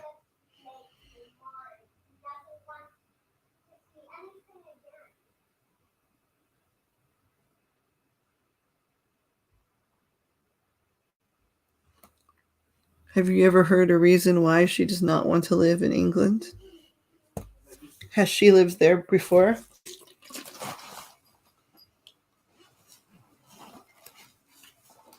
Was he really? I did not know that, Amanda. Like born and raised there? Because at some point he joined the military here, yes? So I'm trying to figure that out. He must have been here at least a little bit or have dual citizenship or something in order to be in the military here, right?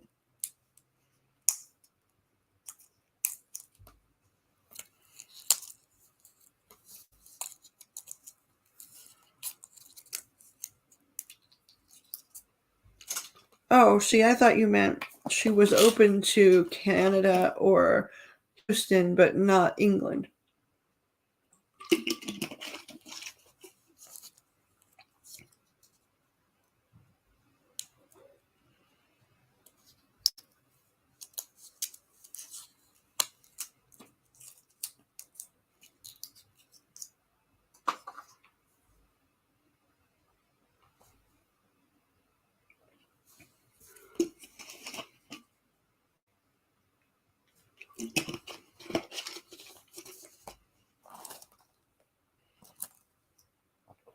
The India thing makes sense to me because I feel like she has worked her way up or has schmoozed her way up or whatever where you guys are now. But in terms of caste system, she's not where she would prefer to be. And so she wouldn't like India because of that. She's not in the caste system that she believes she deserves or whatever. Or she's not at the level of the caste system, I should say.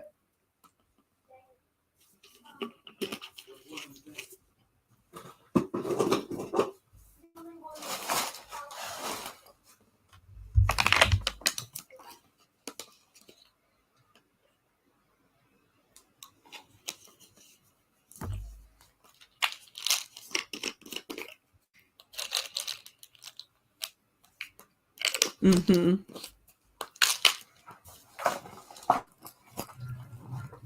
I didn't know that, but that's what the vibes felt like, is whatever she thinks she's supposed to be she wouldn't be really when she got there, which she knows.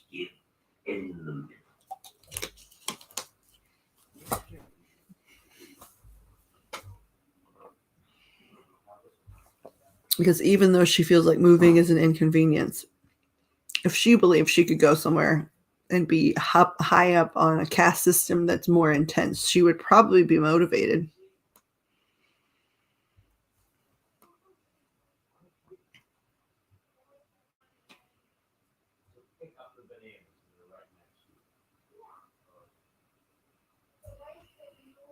Air Force, Army brat. No, Air Force brat, not Army brat. Look at this little guy here. Hold on.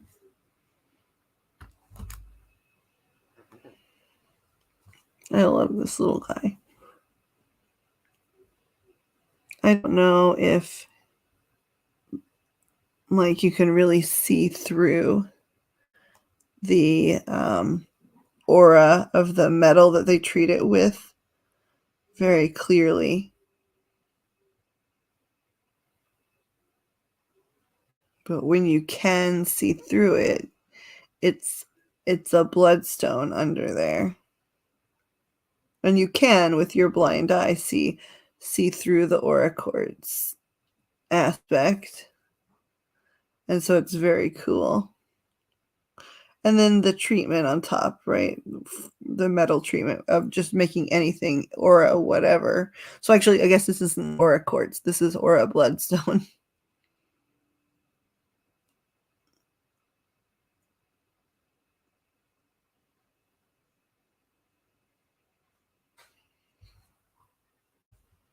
So that's that aura quartz bloodstone. This is the Mukite. The Mukite. It's been here before. This is the one that's so good for skin and beauty, they say. And then all health that relates directly to beauty, like sleep, nutrient absorption, that kind of thing.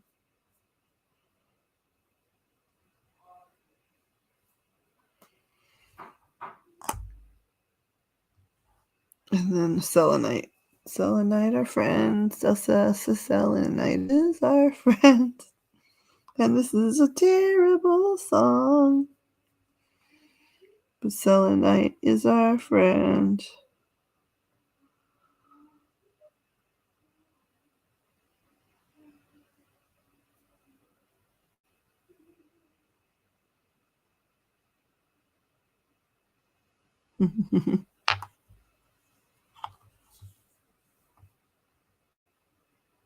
Which one looks like it came from a tree?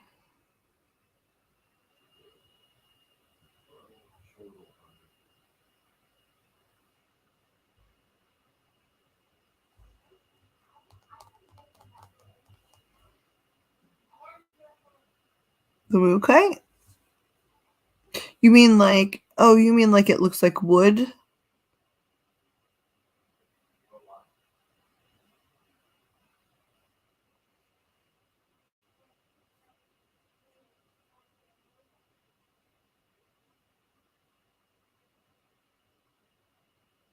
I see. That didn't even occur to me, but yes, it does look like wood. That's never clicked for me before.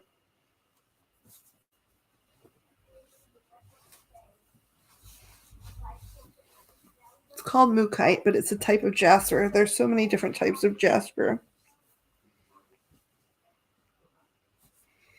Mukite jasper.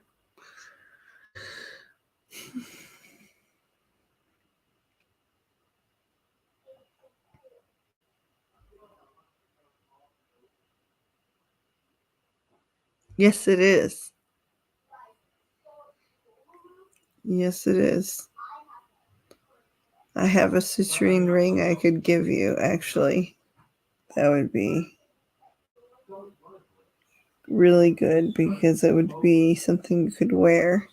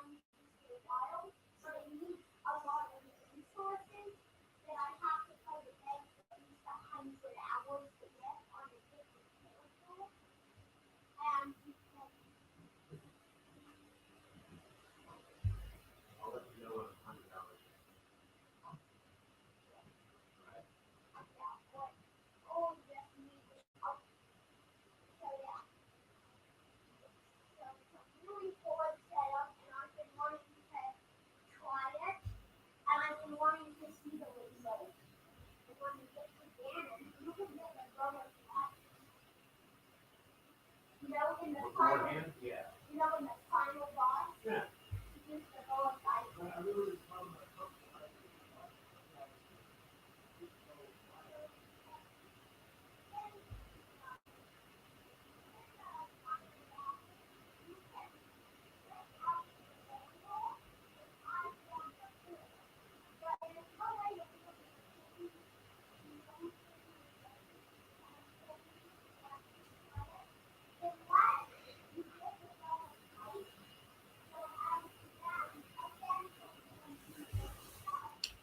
What am I supposed to show? Oh, yeah. I missed a big one. They were like, you're almost done, but you didn't do them all. Not all of the decks got to breathe today yet.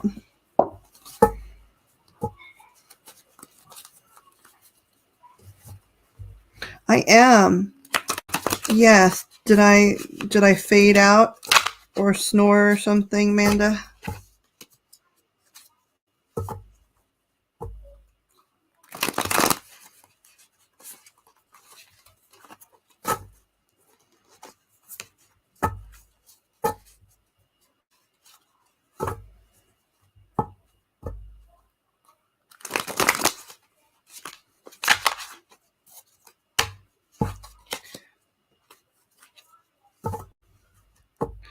It's been getting weirder. I mean, Joe knows, and I'm sure, Amanda, you've heard it occasionally. You know, when I get really tired, I sort of do this. If I'm already speaking, I sort of do this thing where I fall asleep a little bit and I keep talking. So, like, the first half of my sentence will be rooted in reality. The second half will be based on something that I'm dreaming.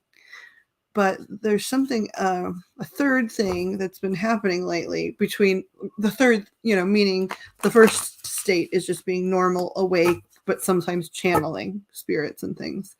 The second is being only half awake and sort of falling asleep mid-sentence, and then the gobbledygook that comes out is dreaming. But something that's been happening lately more and more when I get tired, but I'm not to the point of sleep, is like the channeling. It's like the volume gets turned up on the channeling. And whereas normally, like if I've got guides around and they're having conversation with me, or sometimes they actually talk to themselves, not themselves, to each other, I should say. Sometimes they communicate with each other and I can hear that, and it's not directly to me. But I can also, even if they're talking directly to me, if I'm somewhere in public where I can't figure out how to acknowledge them, or it's a bad time or whatever, I can just sort of, let them know that and, move on from there, not being too bothered. But lately, when I'm getting tired, closer to sleep, but not actually falling asleep yet, man, I can't do the thing where it's like, yeah, I need to put this on hold for a second, because I'm in the middle of something in physical life here. It doesn't matter if they're talking to me, even if I'm like, not now, they just keep going, because I think it's not them. It's because two things. One is, I think because I'm in a more relaxed state, I'm hearing more than I normally do, probably. And two, I'm probably not sending the right signal, like, hey, I need to turn this off for a minute. So things have gotten confusing, isn't the wrong word, but information. Some parts of the nighttime lately in the last couple of weeks can be information overload a little bit. No, you don't need to be apologetic. I'm glad you asked, because look, we all have health stuff. It's very smart to ask. It is very, very smart to ask if someone is okay. I would ask you if you fell silent or started talking gobbledygook or something. Poor Pixie last night, we were talking about her stuff for a long time because she needed to. And then, we switched to some of the stuff that's been going on the internet because she would like to have an update, and anything that I felt like was public knowledge or that I directly participated in, I told at least some of it, but towards the end there, I'd been up such a long time that I was actually doing the falling asleep gobbledygook part. But it was weird because for about 20 minutes before even that, I was like talking to her and then channeling a little. So I'd be talking to her and then I'd say something to a guide, and then I would sort of describe something and she'd be like, "Are you channeling? Is that for me?" And I'd be like, "I don't know." I'm sorry, but I was awake enough to know that, right? And then towards the end there, I started the gobbledygook, I'm falling asleep stuff. And she kept going, "You're hilarious. You need to get some rest, girl, because you're out loud dreaming." And I was like, "Yep, I'm sorry. I have not, like, this particular out loud dreaming thing ain't new."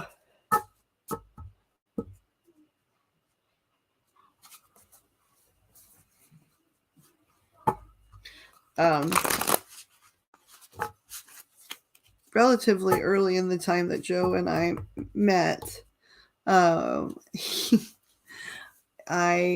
was, it had been just Kiddo and I for the most part for a long time. There were times we lived with family, but still, like, all meals, all bedtimes, all of that stuff was me. And and with my chronic illness and stuff, and for the majority of the first 6 years having no help, I was at a pretty relatively high burnout level. So he watched me fall asleep all kinds of places. Like, I'd have the laptop set up in the kitchen and I'd be doing something in there. He watched me fall asleep on the actual stovetop once.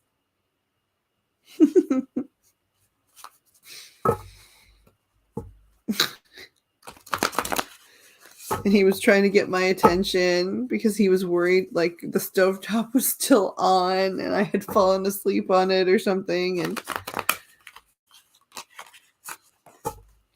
Or I would just be like talking to my mother or something in person, and I would be fully standing up and I'd fall asleep standing up.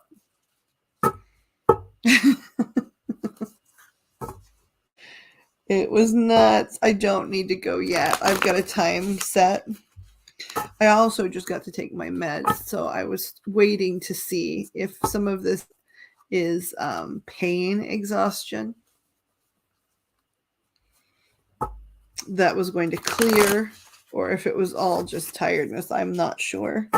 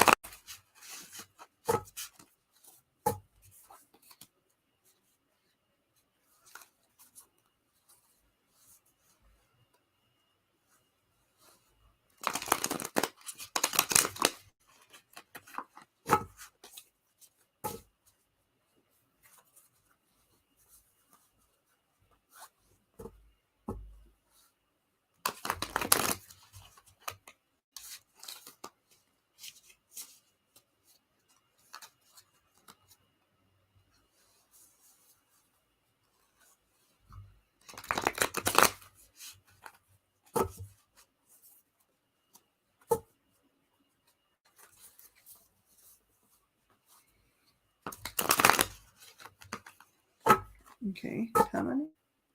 5. Okay, just to get them shuffled more. Well, and honestly, honey buns, if you are getting tired or you would like to go elsewhere or whatever, I am not going to be insulted, but I'm going to sit here and just see, if there's anybody that peeks in. If I don't wind up doing a reading on this, I'll probably just delete it. But anytime I do a reading, even if it's free, or unusual, I'm posting it because I feel like, it's content for people to view and decide if they want to, come around and watch more.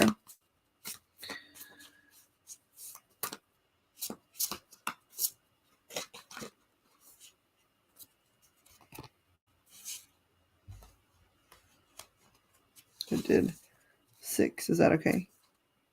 No, I need 7.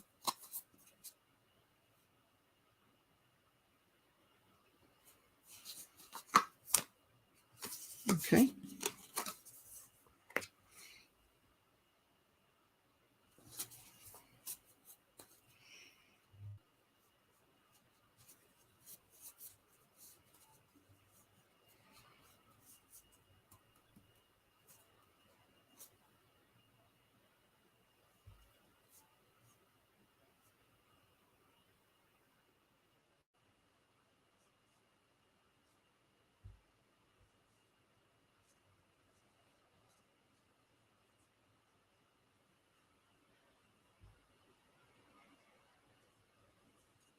Okay.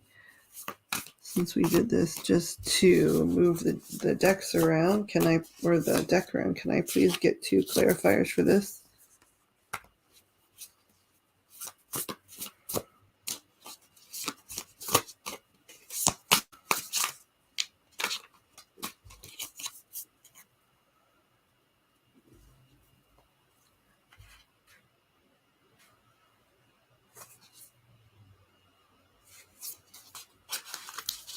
Thank you. Yes, hello to whomever is here. Welcome. If you're not a robot, we would love to say hello. And if you are a robot, I would love to say hello, but I don't speak in binary.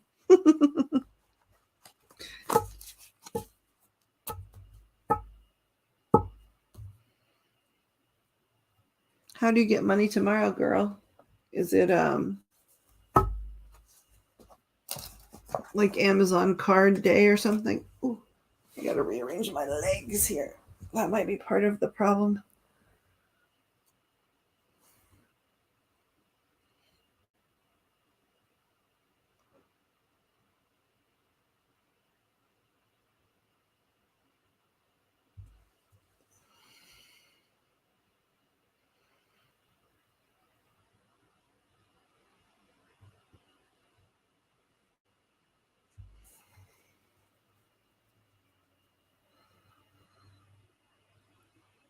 Well, do you have a question you could ask? Because you technically did send me money, honey.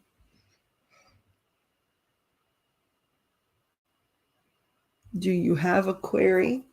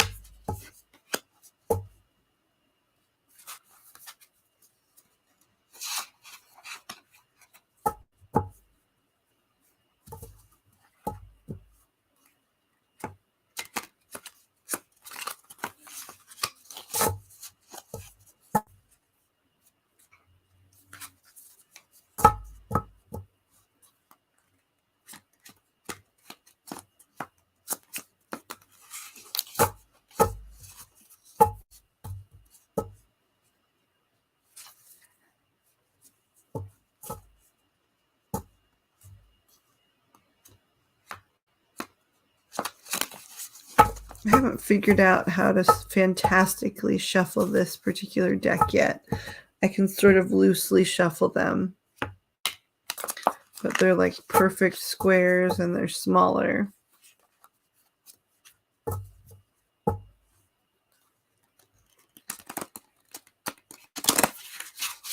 So it's less easy to like riffle shuffle or some of the other stuff.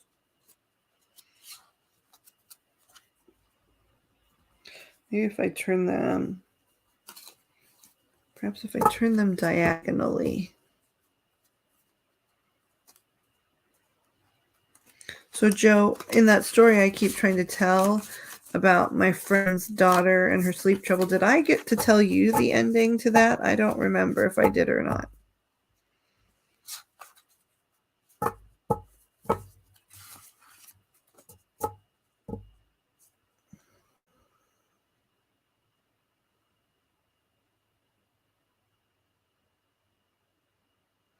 Hi Flo, I'm so sorry that my my chat was slow. How are you this evening?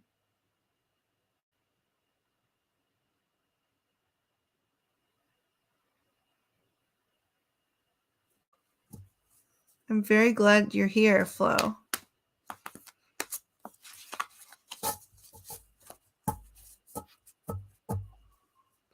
I think pretty okay. We've had a fun evening. Earlier this evening, we had a sort of birthday stream for the daughter of one of our regulars, which was really fun.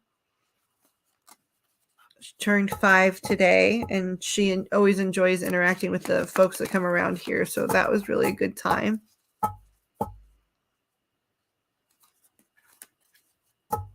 And enjoyable. I'm very glad you're here, but are you in the metaphysical sort of arts yourself? Arts might be the wrong word for it. Some would say science, some would say study. How about that? Are you a study of metaphysical type things as well?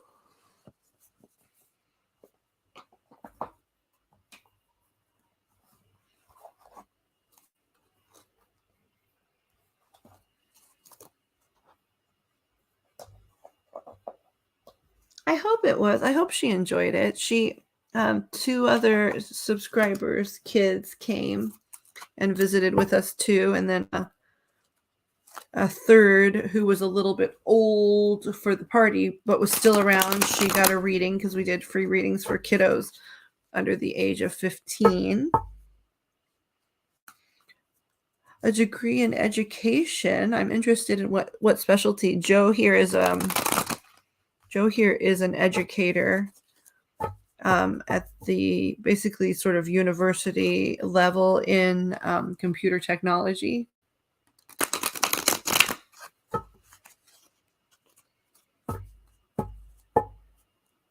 You are very creative. That's awesome.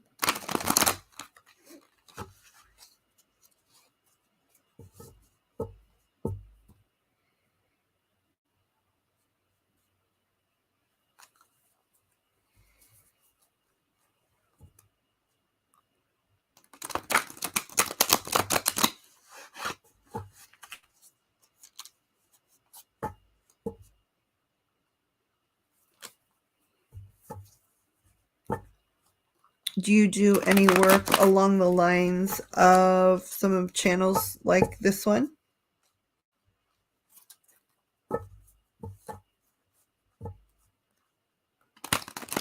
I'm just asking because we've been finding both here and in other channels similar to this one that some of us frequent.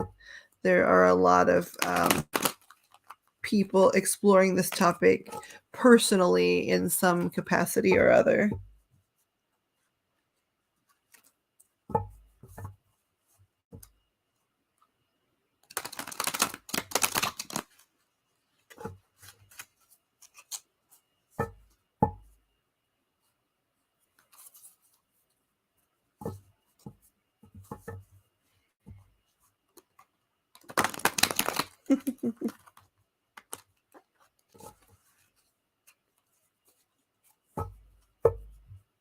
Spiritual is the greatest, no matter what tools or concepts you use. If it makes you feel more connected to yourself and the space around you, that's fantastic.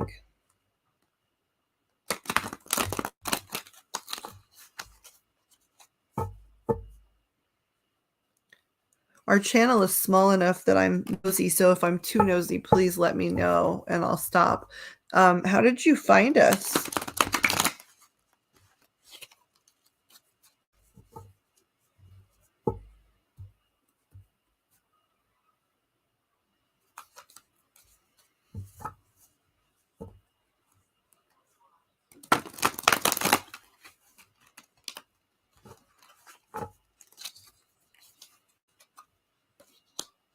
I'm starting to wonder if you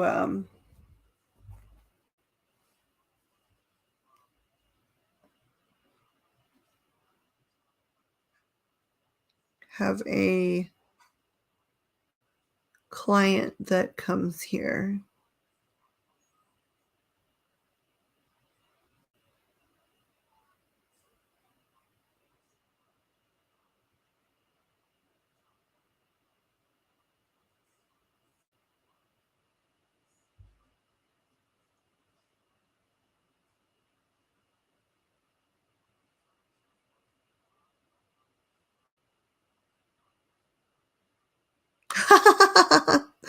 That's awesome.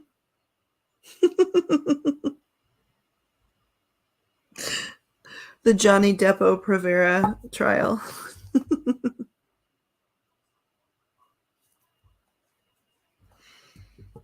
Well, the two regulars around here that are present at this moment, at this night owl moment, is Amanda, who you've met, and Joe Black. Oh, you've said hello. Sorry, my chat is a little behind. And then one of the policies here that I have is that if you're a first-time viewer, you are very welcome to a free reading of some sort, either your first visit, or if you would rather hold it and as sort of a voucher and do it another time, that's also great. But everybody gets the first one on the house. It's unfair to not let somebody sample the product first, in my opinion. Sort of like when you go to those ice cream places and they don't have those little taster spoons. That makes me so sad. I'm curious what you think of the Johnny Depp trial. I have been another person that can that's it's I'm having a hard time looking away.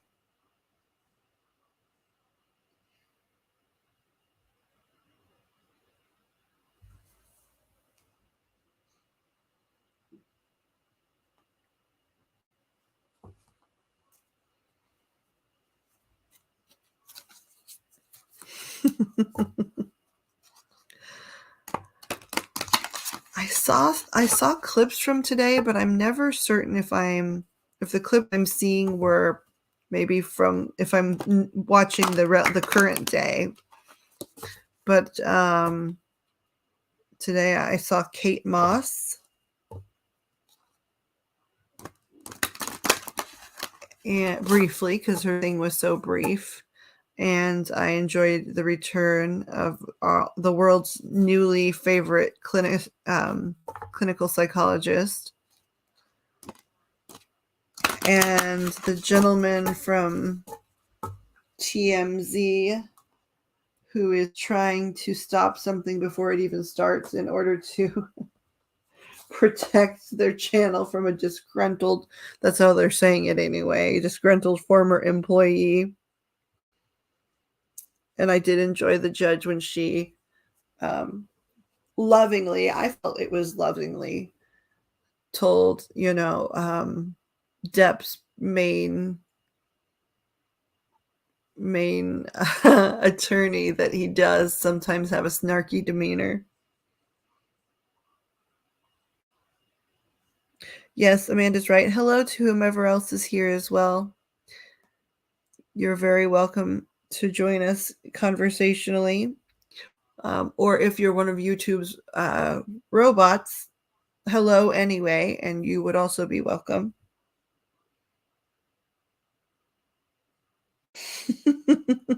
I don't think I saw the part. I saw a headline that said she edited the photos, but I didn't see the takedown of that, and I will look forward to observing that later on.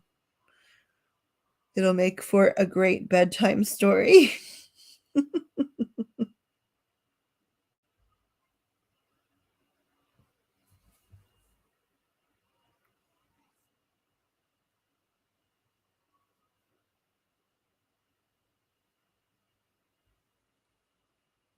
I also liked, I saw him today, but maybe he wasn't today, but the gentleman from the trailer park resort, I really liked him just as a human being.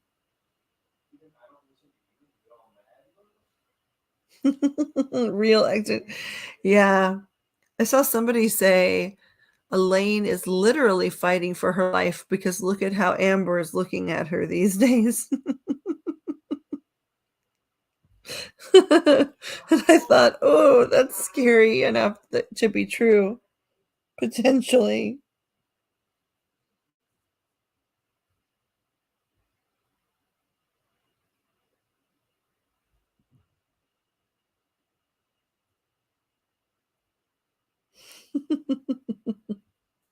But yes, no, I will be watching.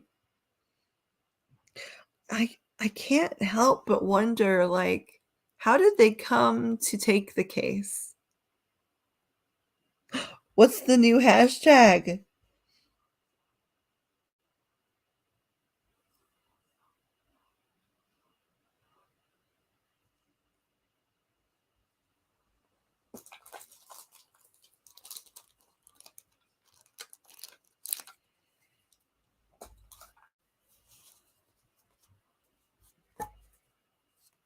Amanda, you're watching all this too, aren't you?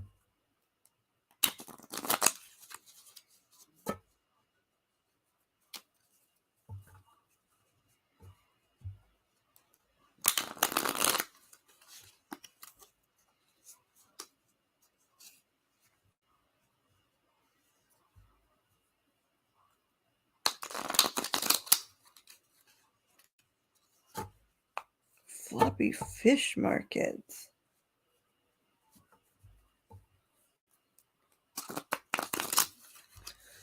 I don't get it yet.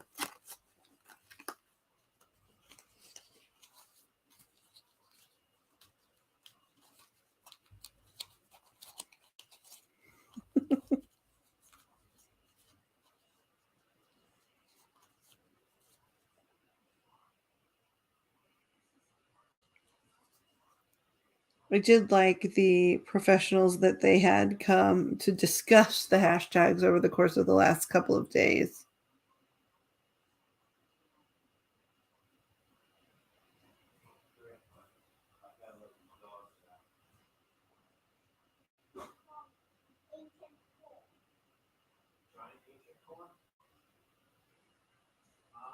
Oh, Johnny Depp brands Amber Heard a 50-cent stripper in shocking texts. What I once thought was love for this gold-digging, low-level, dime-a-dozen, mushy, pointless, dangling, overused, flappy. It's flappy, at least in what he typed. Flappy fish market. Oh, that's harsh. Oh my goodness, yeah, I can't wait to watch, but I found the quote. It's from one of his texts to someone else about Amber.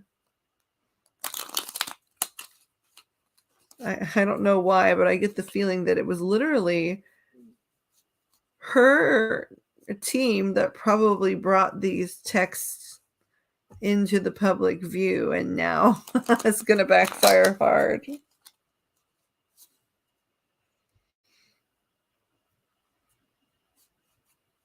Denied the text messages that her lawyers typed it. Very possibly. Flappy fish market. Yeah, some of it does not sound like him at all. When he admits to having talked poorly of her in the past, those texts are maybe artistically phrased, but much more direct, even so.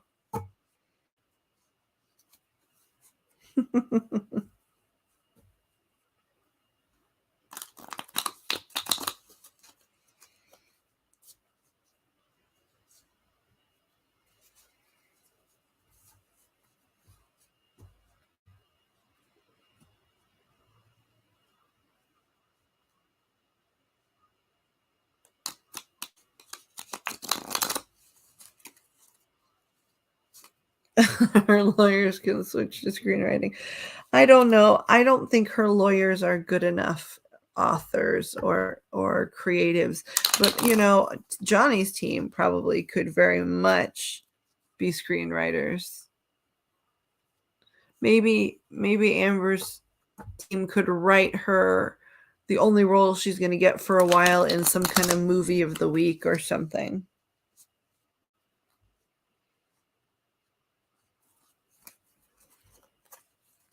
I'm reminded of two people with your screen name Flo. I'm reminded of Flo the waitress from television. And I'm reminded of Flojo, the amazing Olympian.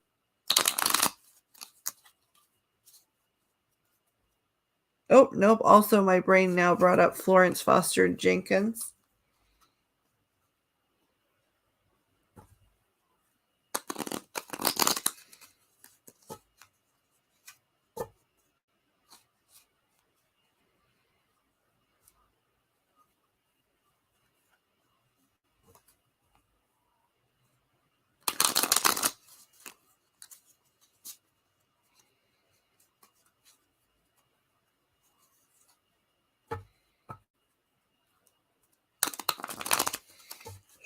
edited.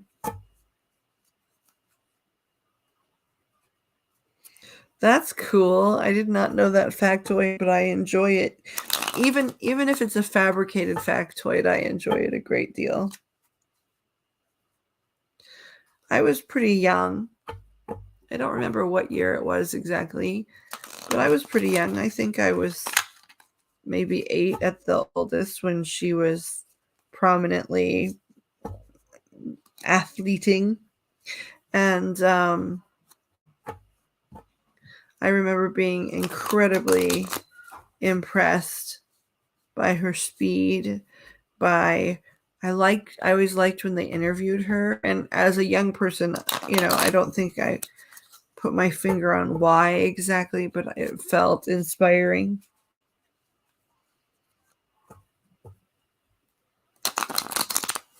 Welcome back, Miss Flo. Mr. Flo. Mix Flo. Flo. I should just say Flo. But I think that's such a cool thing.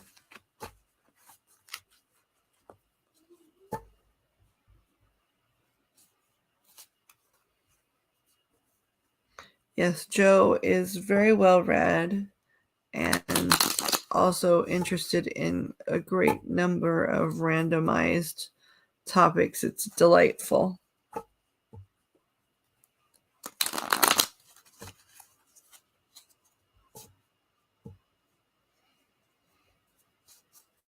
Always has been.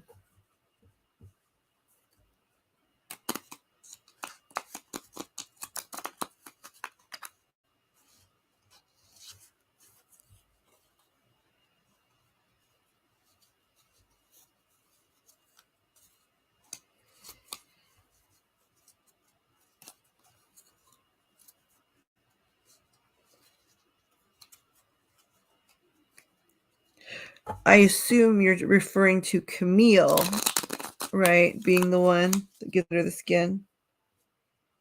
Would you? Yeah. Oh, Amanda, I'll give you a read. That's the question, right? Specifically. Can you remind me? I don't think I've ever asked because we haven't directly talked about your mama. I mean, in reading form anyway.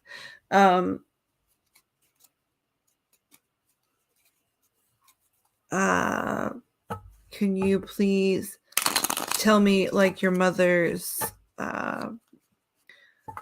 month of birth or sign, or I'm trying to figure out what other guides, what other identifiers would you use?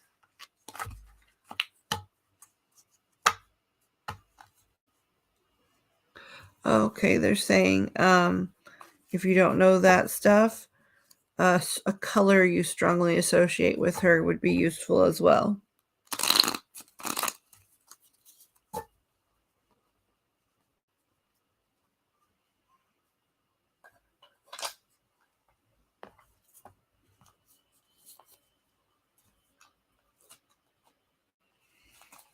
Okay, guys, which deck?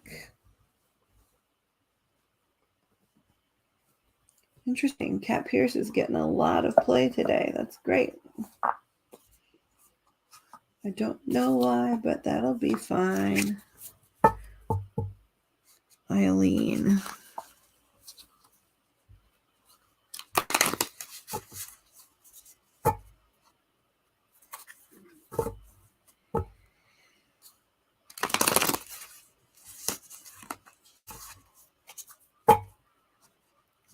I would like to restate that I only wish to work with archangels and angels, those that are of the light and from the light, of heaven and from heaven. My archangels and angels of Amanda, Eileen, and Bethany. We know that you see all through a broader lens of true love, and you can see the true people inside.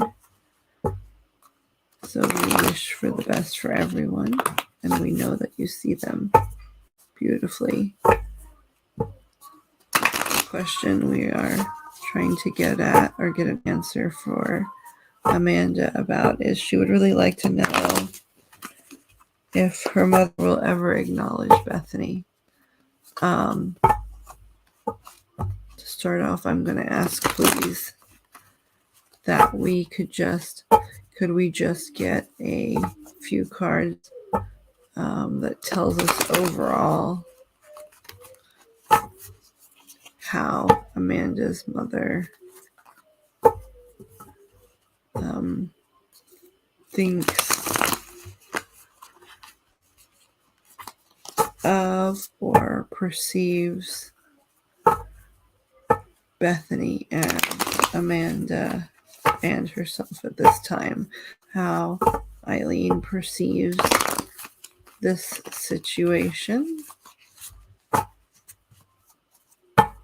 at this time. We understand very clearly how in the past she did. How does Eileen at this time perceive Amanda and her youngest Bethany?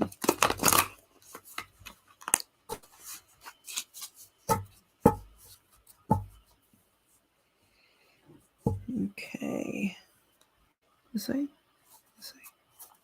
This way. Okay. 5 is our goal. Okay, thank you.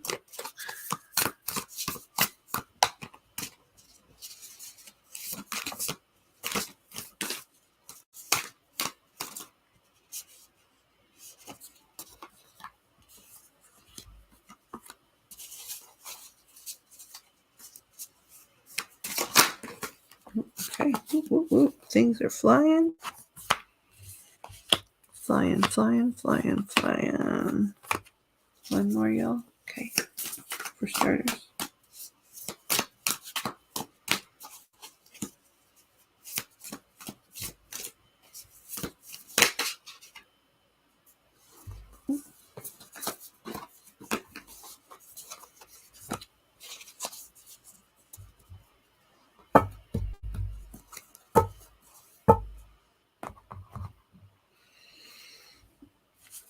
Okay, let's see here.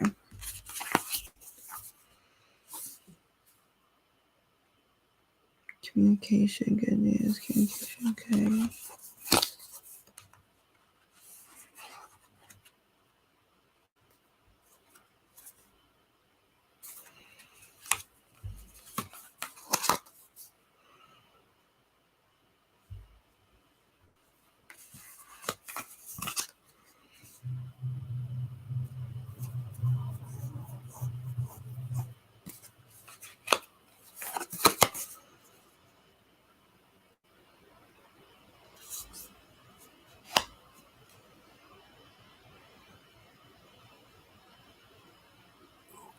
I'm sorry, Joseph, that about your breathing. Welcome back. And please meet Flo. Flo has joined the chat. We are getting to know Flo.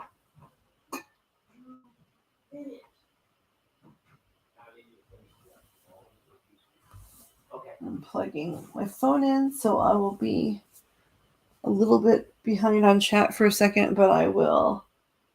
Hopefully it'll supercharge in just a second. Okay, so Amanda, the first question I asked was more of a general, and then I'll ask your question very specifically next, but I just wanted to get a feel for what was going on. So the first card, and I'll just tell you, instead of telling you what each card means, I'm just going to show you and then tell you the read for this particular situation here. The first card was the Page of Wands, but it was inverted.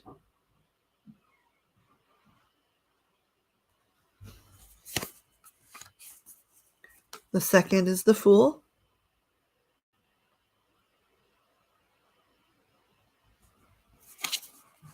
The third is a card that Kat Pierce has chosen to put in her deck that is an additional card. It's called the Mother Star. Also, in terms of, or when you are asking yes and no questions.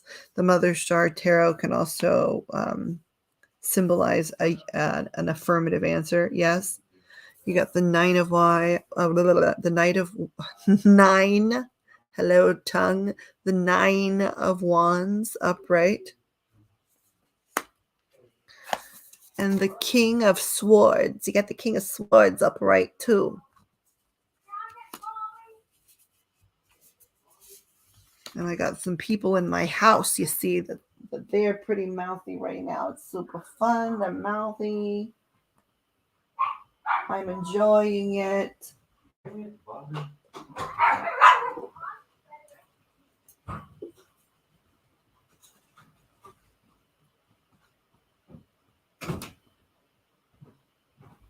Okay, I can pull this off the chart just for a little bit here.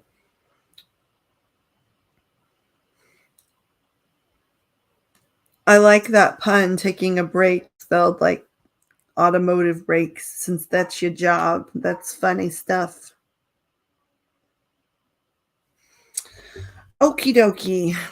So basically, this first little ring of cards, what it talked about was, I asked generally, what your mom thought about the situation, not what she thought about it initially, but what she thinks about it when she thinks about it now. First thing it talks about is like she really feels like there's no communication between the two of you whatsoever. Even when you are both attempting to communicate, it is not successful, and no information is ever really exchanged.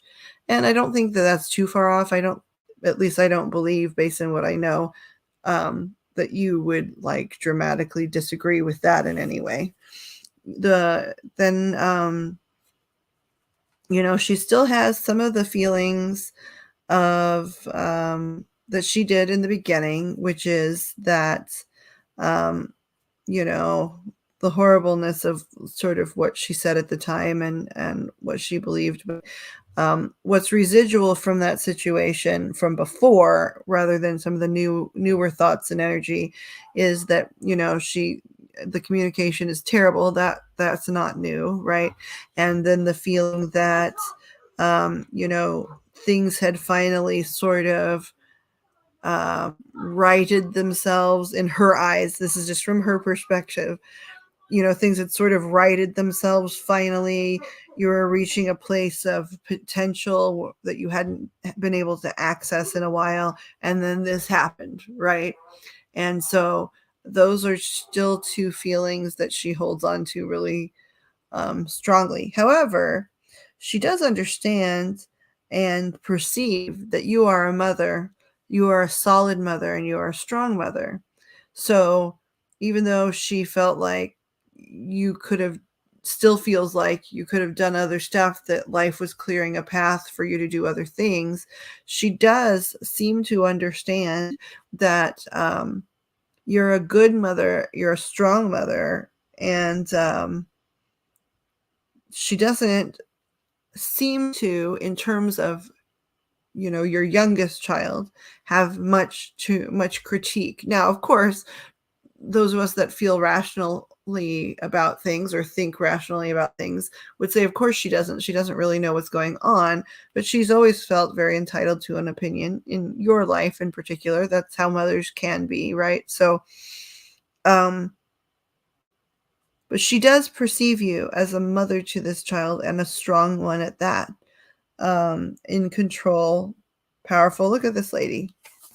She does perceive you like this when it comes to being a parent to your third daughter.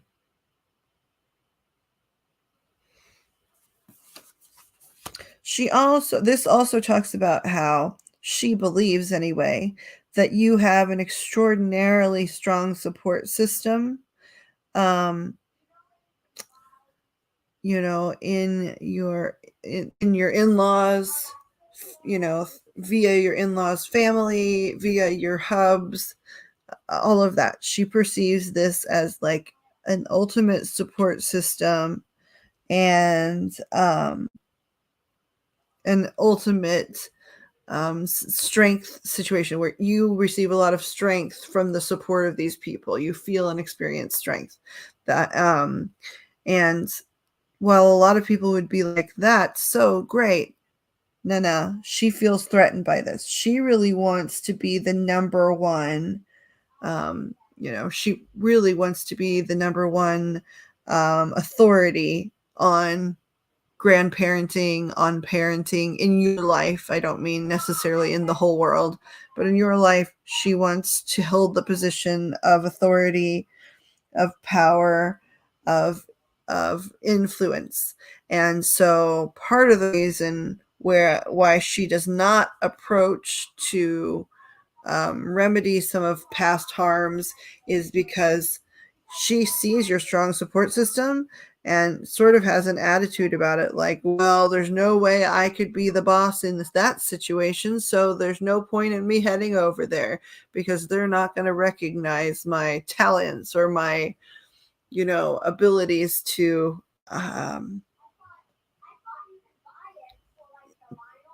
know what to do in every situation, especially because I know my daughter, right?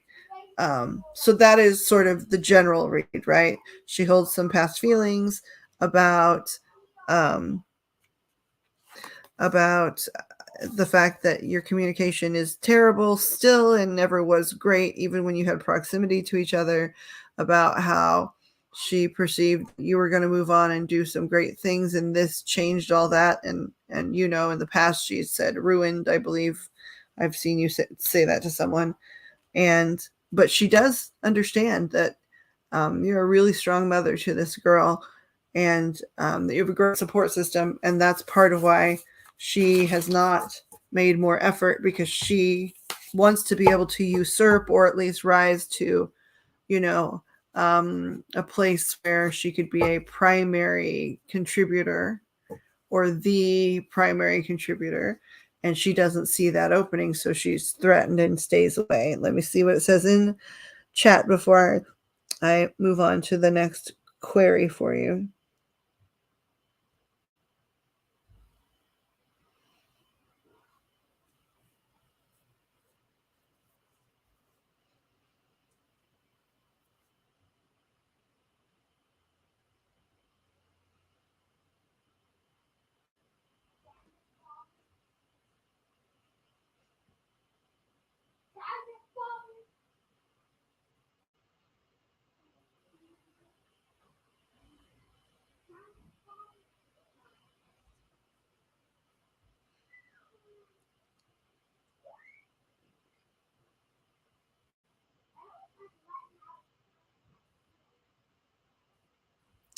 Oh, this is a lovely conversation.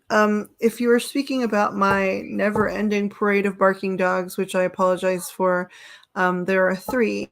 And amazingly, they're all rescues, which I don't even know how it's possible. But one is a miniature Chihuahua, not a toy, but not a full, a miniature. And one is a Maltipoo.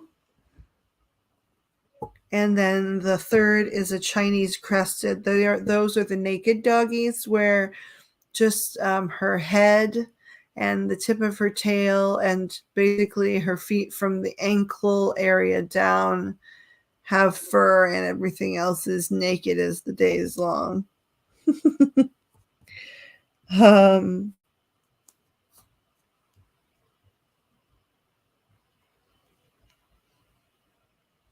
Let's see. Early childhood education, teach young children. That is amazing work.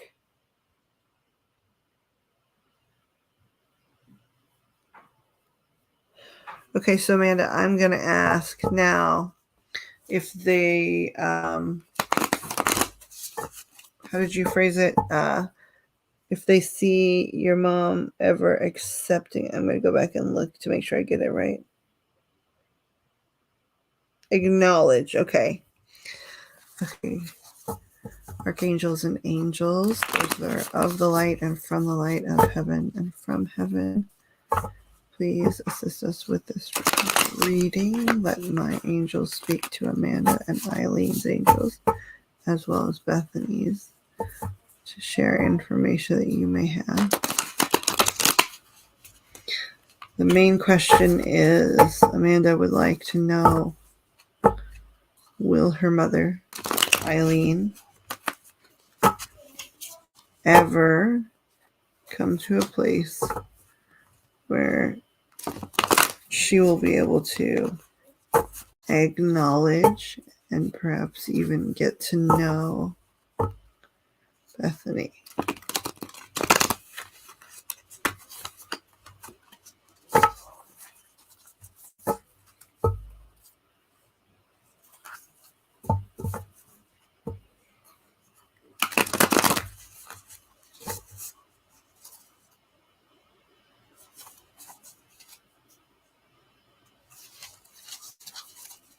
Okay.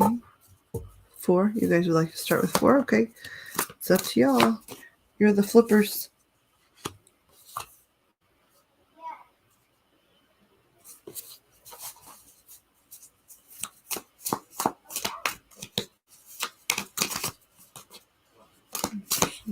Acknowledge, recognize, or engage with Bethany.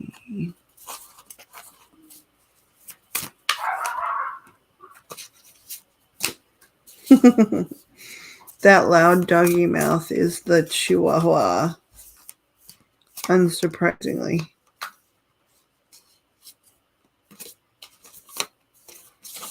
The Chihuahua.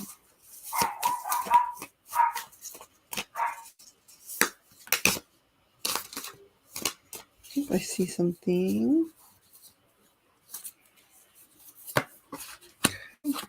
Is there anything else flipped over that I missed, you guys? Because that's my bad.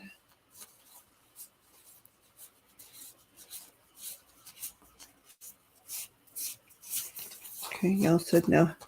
One more? 2? Okay.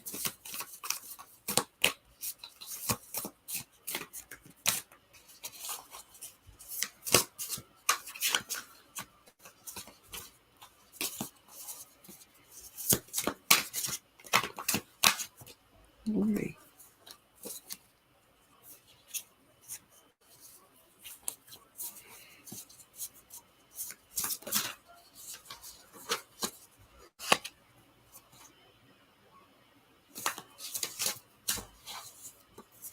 Okay, thank you guys.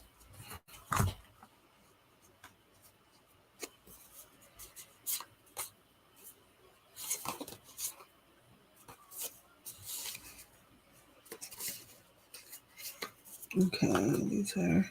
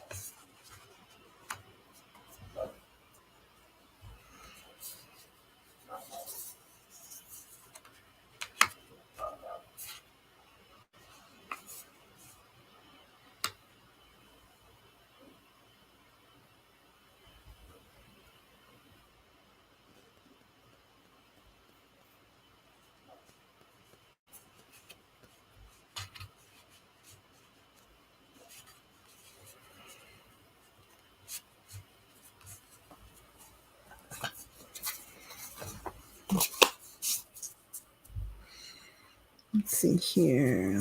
Can I please get some clarification for this first card?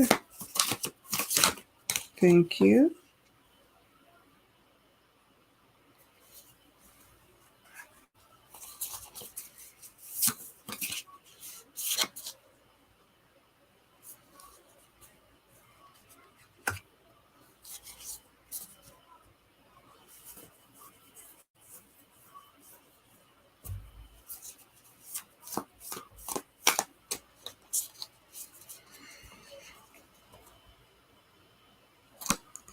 Can I get some support for these two just together?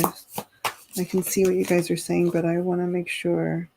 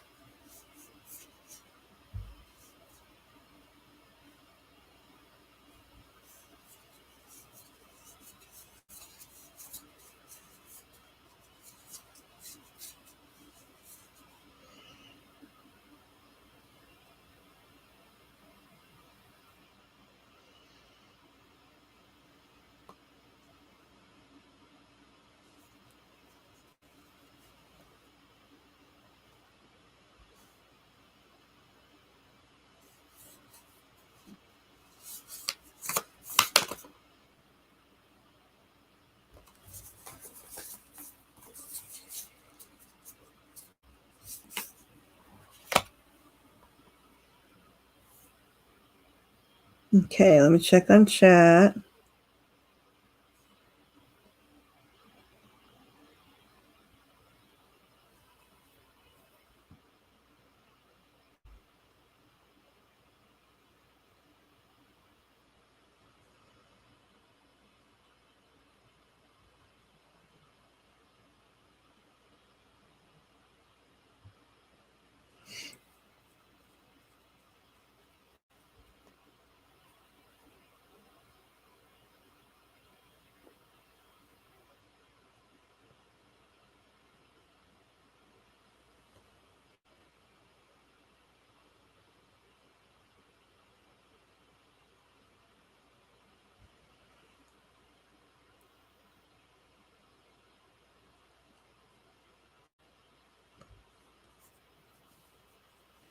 So, okay, Amanda, the sort of answer, the sort of shortest answer is, okay, at home in her day-to-day life and around the people that she is around, she does acknowledge Bethany. Okay. She does acknowledge her. And I don't know exactly in what way. I might ask that question. Can you show me a little bit, just please, real quickly, about in what way around the house she acknowledges around her life? She acknowledges Bethany.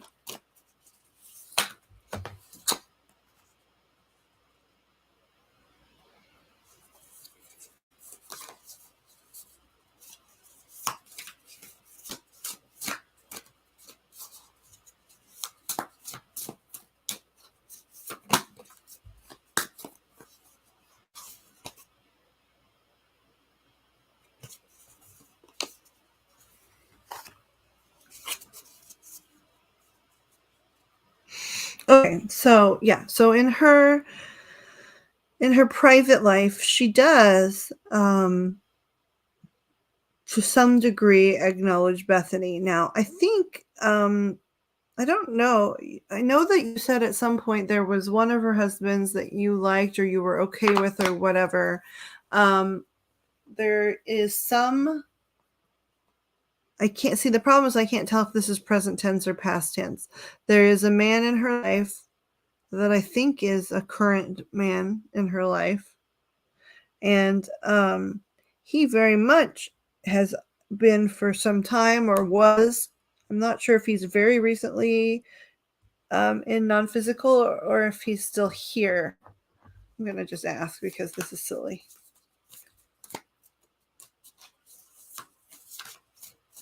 Yeah, she's got some guy in her life. I think that you like. So anyway, this person encourages her to come on, be fair. It's been a long time, and they have a constant back and forth about it where he says you're just too competitive for your own darn good, and you need to be fair to this, especially as often as I see you sort of wondering about the girl. And it seems to me like she does try to sort of watch some form of media where you might occasionally leave some information. Eddie, her husband now. Okay. So, yeah, he really pushes for this. And she does somehow, I mean, it's some form of basically grandma cyber stalking. Okay. So she does keep up with little bit as so much as she can. Okay.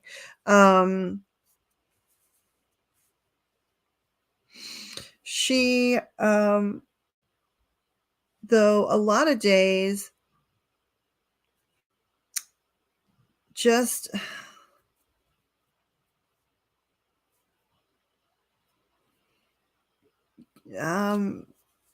cannot resist. She cannot resist the temptation to punish you, regardless of whether it's valid or not. And that's a big factor here. Okay. Also, she really perceives your marriage as being a true partnership and pretty harmonious from what she can tell, and very peaceful. Now, because of just how jaded she kind of is at this place, uh, she she believes that even though she perceives it to be that way, it's a delusion, right? Um,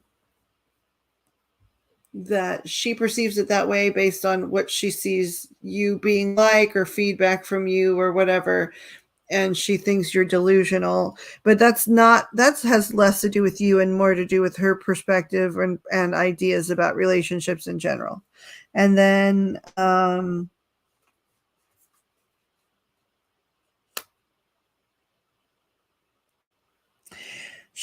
has a constant war just about everything in life, between being like content and settled into your family and just loving the little joys of, everyday life, and even sort of what some people would refer to as mediocrity, or you know um she really is torn all the time between settling in and enjoying the life she has created for herself, even, and traditions and structure and the ideas of generations before her about how things should be handled. So she really feels confused because she feels a pull, like her natural side, the natural part of her feels a really strong pull towards just being comfortable in her family and comfortable with all the things that are going on, whether they're hard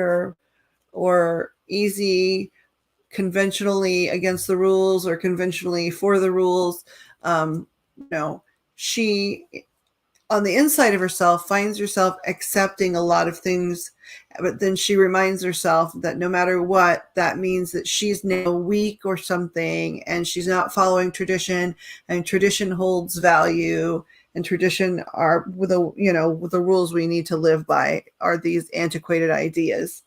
So this is a conversation she has with herself about everything, everything. And so um, she's also, it's really interesting, she's like waiting. Um, it's like she has enough courage to approach you now. It looks like for a while that was a problem, and but she's really torn and undecided again between maintaining her quote unquote authority, her matriarchal power in the family.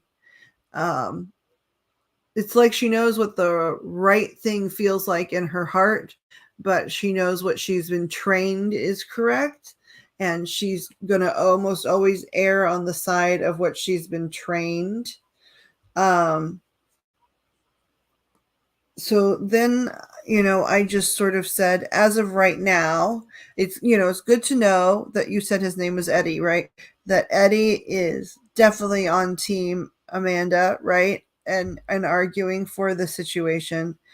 And it's good to understand some of what she perceives, and she is trying it as much as she is able. She pays attention to your life and stalks it, and gleans little different things about your partnership with your husband. And she does have, just so you know, this is not something that applies to just you. She applies it to literally everything, even things way outside of your family. This big struggle she has between convention and conventional expectations, and the inside of herself that really wants to settle into family life and just love people no matter what's going on. Unfortunately, though, like I asked, hey, what will we hear, right? Um, Based on what's going on right now, will Amanda ever hear directly from her mother about Bethany? If Amanda doesn't take any action, will Eileen? And this is the card that I got. This is in this deck, it's the creator card, but it also is the card that means no.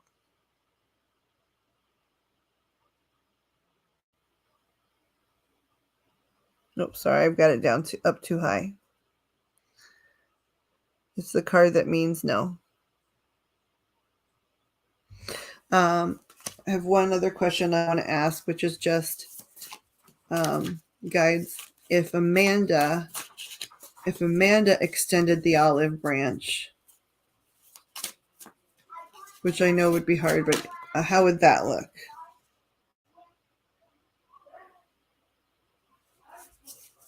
Three cards, you guys say? Okay. So if Amanda extended the olive branch to her mother, about Bethany specifically, what could anything happen?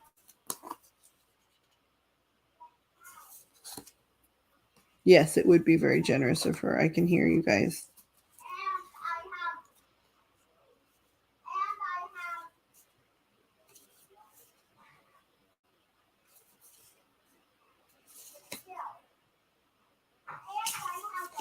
That's interesting too.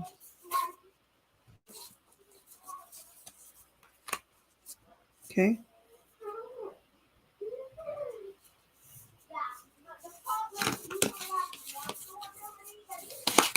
Okay, we need a third. I understand what you guys are saying. So one more, two more. Okay, things change, huh? Okay.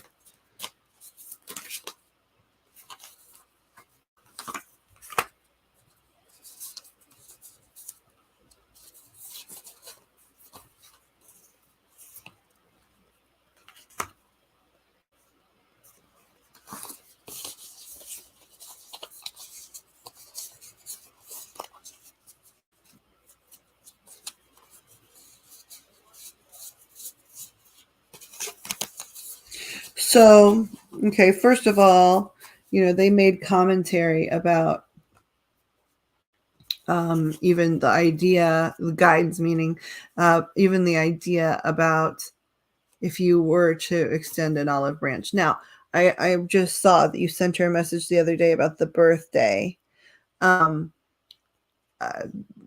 This would be more than that. This would be like, not terribly much more, but it would be like if you just wrote almost a letter and just said, these are some of the things she's been doing or accomplishing or, living or interested in, like just do a little Bethany questionnaire with a handful of photos, right? First of all, I'm hearing that if you were to do that, she would privately treasure the heck out of those photos. Privately. And so their comments were that if you were to take action like that, it would be extremely generous and it would bring you some, finality and an ending and some closure on the matter. Because no matter what her response is, you extending that branch in a very clear-cut way, just, here telling some of the story of her and sharing some pictures, right? Yeah, they're saying, I'm getting confirmation. They're saying then as an adult female, who has had a long term, tough situation with this person, it would be, the final, you would have then done literally all that you can do in the sense of, okay, I've done everything in regards to this part of my relationship with my mother. In terms of Bethany's relationship with my mother, this is a very strong move for me. This is a very kind and generous thing, and it would serve me well because I don't have to fret anymore. I've done the greatest and outreach that I can, and even given her a gift of information that she will at least privately cherish. And now I can walk away permanently if I have to, not wondering if I should have done or said anything else, at least on this particular topic. So, first of all, they are saying it's not a terrible idea because of the closure you could get from it, no matter what the outcome. Then when I asked, the question about like, how would she basically respond, right? What's interesting is what the cards basically say is when you sent that information, you would not just be sending it to her because she would share it with your siblings that she's more in communication with. And while I don't see a big reconciliation in these cards for you and your mother on the matter, I do see some of your siblings, at least one, maybe more, really perceiving that outreach for what it is because they know her pretty well and understanding more about you than they have in years if you chose to do that. And the fact that they learned some things about their niece is going to hold some importance to them. And so at least one of your siblings, I believe a female sibling, darker complected than you. I mean, that's not hard to be. You're like some of us, pale like the moon. But this is somebody slightly darker complected than you in nature, right? And I believe it's a sister. So that particular one, there would be potential for a pretty strong potential for a reconciliation. There'll be another sibling that, again, I think is a sister who will perceive it as a choice. She'll feel like if she chooses to have some sort of communication or relationship with you, for her, it'll be choosing between you and mom. It doesn't say what the answer would be. And then the third is one of your daughters, because I know this because I've read your daughters for you a couple different times, and this one always turns up. And again, I'm gonna get them confused. But you'll know when I show you which daughter this is. So here this is.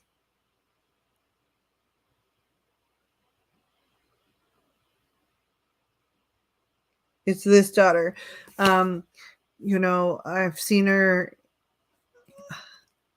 in the photographs, and I don't know which one she is. I'm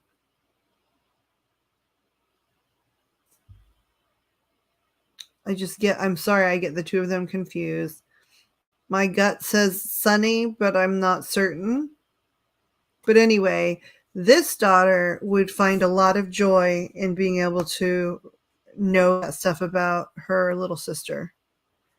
That would give her great bliss if you wrote a little story about who Bethany is and attached several different pictures from over the years, right? Now, they're also advising you send them to each individual. You don't just send it to mom, although it might be interesting. You just definitely send it to the daughters, right? Definitely send it to mom. They're saying it might be smart for your sake of your own heart to wait and see if you hear from any siblings before you send it, after you sent it to mom, to wait and hear if you see it from those siblings or hear from those siblings. And, if for some reason you don't, then you can send them that and just say, hey, oh my goodness, I just found your email and I sent this to mom and the kids the other day or something. Just wanted to share with you what's going on with her. And that will bring about some positive change with one of your siblings. Here you, the two of you are. Now, of course, this is not quite literal, but you can tell, by the contrast, you might be able to tell who that is.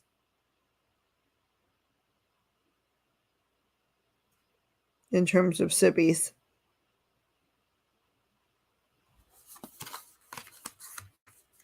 These are, of course, can't be literal in your life, and then this is the sister that would feel like she was choosing between you and mom.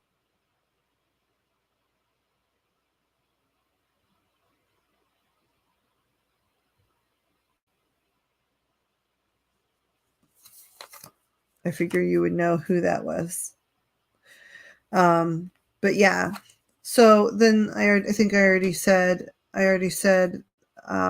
this probably, but the final outcome when I asked about the communication with mom based on the current trajectory, if if it would create a change in the relationship, and I got the creator, which said no. I think I've already said this, but there were just so many cards I wanted to make sure to double back and show you. But she truly still would value the heck out of that thing. And so in her heart of hearts, it would mean a lot to her. And it would really clear your path for forgiving yourself and maybe even forgiving her enough for you to move on and let go and just not have to carry the weight of that around. And it will positively change some of your sibling relationships. Even the one that doesn't know what to do, right? Part of that is, though, because she really feels a strong pull towards you. So that is positive change in and of itself. And then, yeah, you're right, Brianna. I mean, of course you're right. They're your children. But it would definitely positively change things there, too.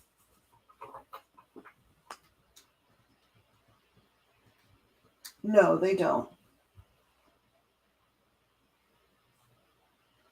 They don't. Jennifer makes sense to me just because of all the Andrew visits as well. So, did that thoroughly answer your question for the time being? I need to look in the chat here.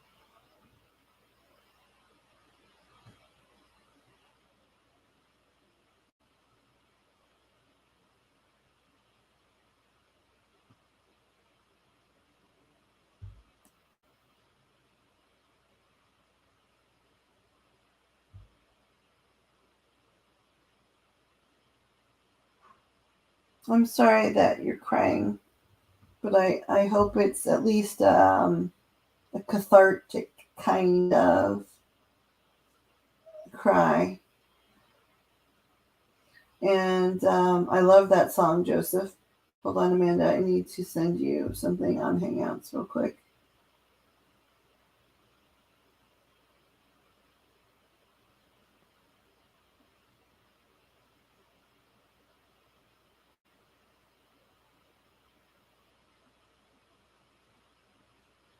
There we go.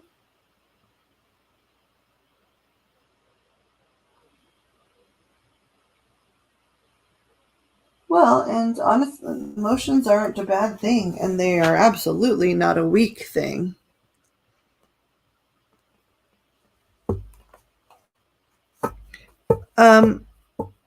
Miss Flo, I'm just curious. Do you chat on YouTube under any other names, my dear?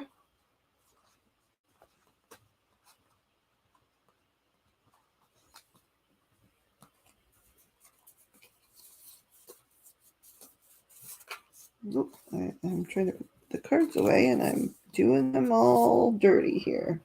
Need to straighten out.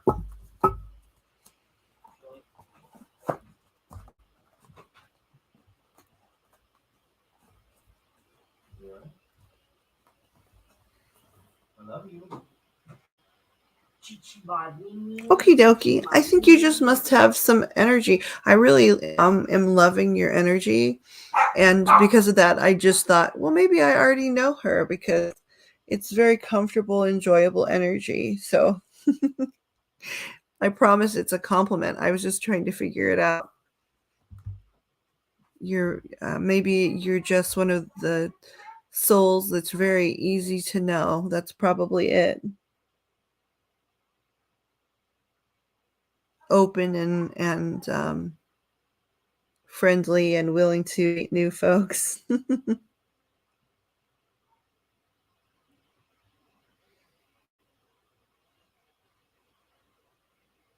I'm trying to remember who sang that song. I know it's a country song, Joseph, and I can hear it. I'm in a hurry to get things done. Oh, I rush and rush until life's no fun. All I really gotta do is live and die, but I'm in a hurry and don't know why. Is it Brooks and Dunn? Alabama. Okay, thank you.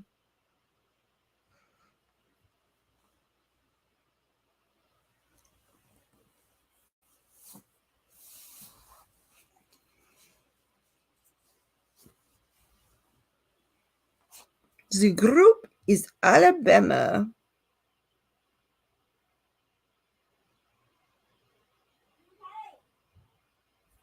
mean, this was a pretty successful day. Hey, Jojo King or Flo. I missed a little portion of the chat, but was it you, Joseph, that wanted to read, or Miss Flo? Did you want a free first one, or both? You know, it's not an either or. Yes, you absolutely may ask a question instead of getting a full. Please do. Matter of fact, asking the question, if it requires any type of answering tools, well, the question itself will help me figure out which tool. Hold on one second. I'm going to mute. I have a visitor, but I will be reading.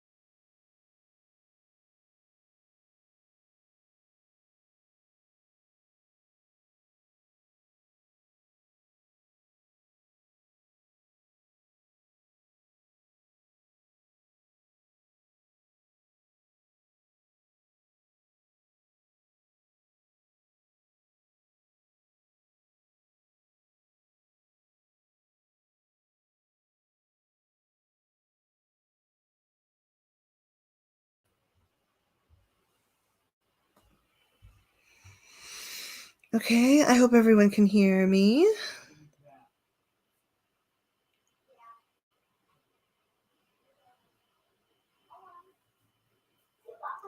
What is the question? You don't want much detail because you think you know what's going on. Okay.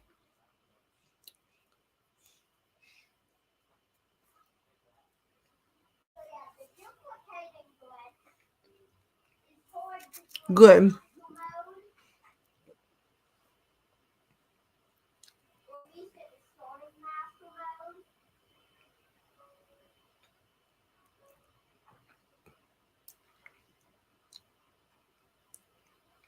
Right? Are you experiencing deja vu in general or right now?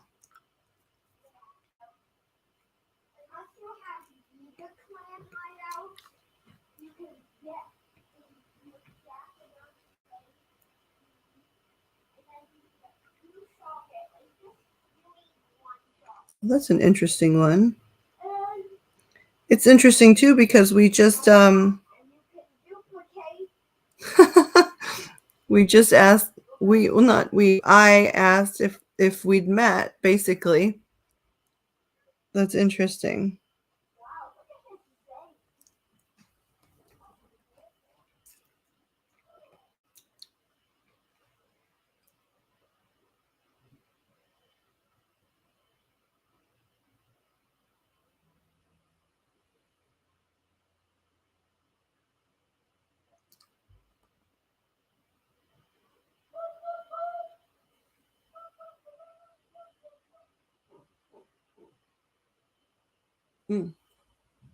Okay.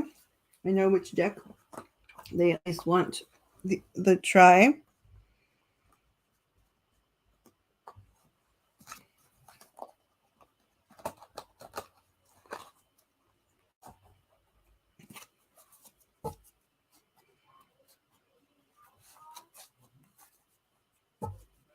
It comes out when you call a card. Okay. A lot has been happening that is new for me. I just want to know what comes out when you pull a card.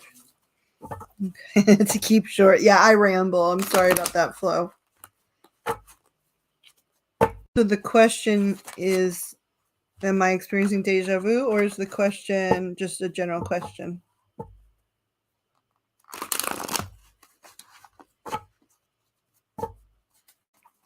Archangels and angels, those that are of the light and from the light, those that are from heaven and of heaven. This question is going to be for Flo.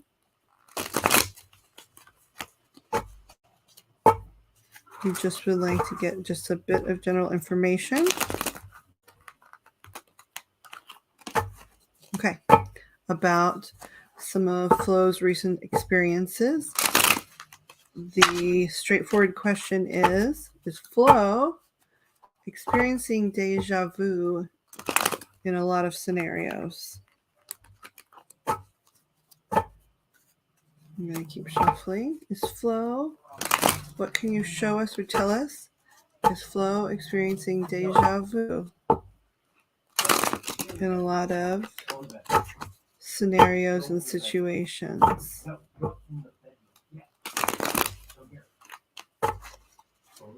So she would like to see what your answers are.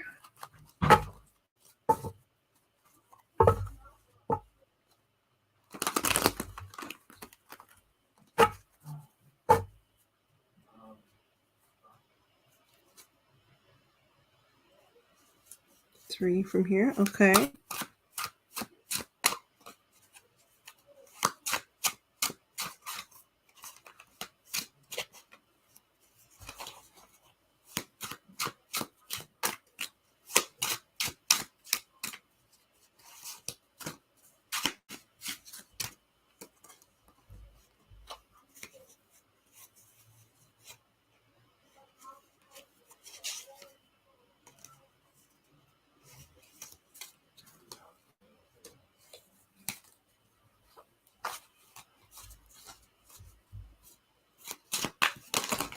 Okay, what was that?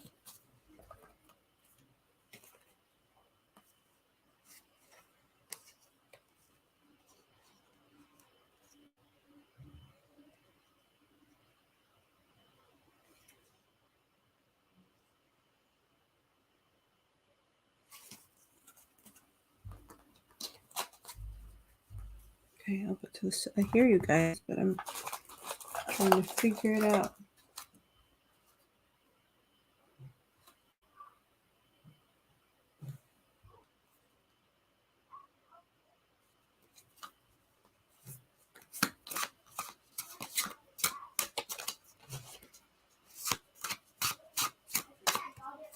I respect that, Flo. I saw your comment about being private. They told me to change decks, so I'm changing decks. I'm sorry for the delay.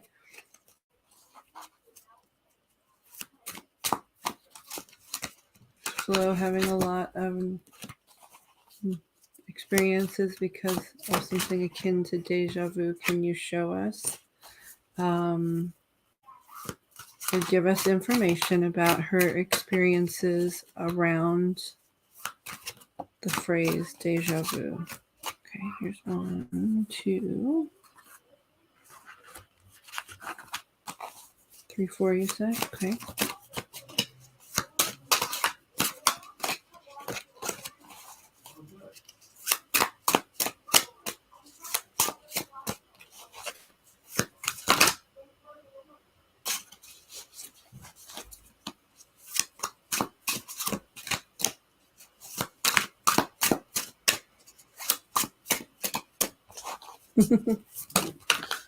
Okay.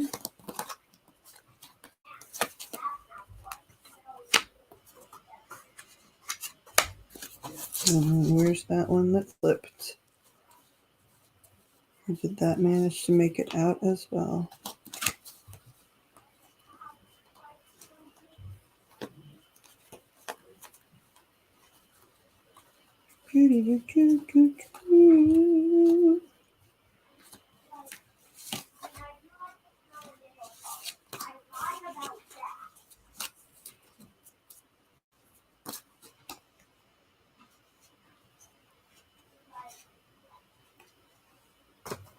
Okay, let's see what we have here. Justice, High Priestess, King of Cups,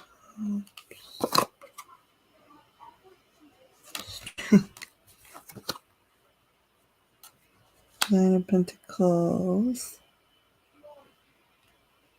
Well, so Flo, I think it's fair to say you know some about tarot, yes?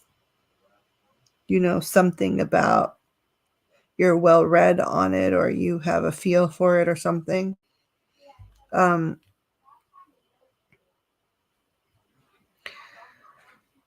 Okay, so you'll understand what this means right away. So I was listening to my guides, so I just was, letting them flip cards basically. And out of 8 cards that flipped, 1, 2, 3, 4, 5. So more than half. More than half of them are major arcana. I'm going to show you as we go, since you're looking for an answer that's less specific and more what you're looking for, sort of. The first one was Justice.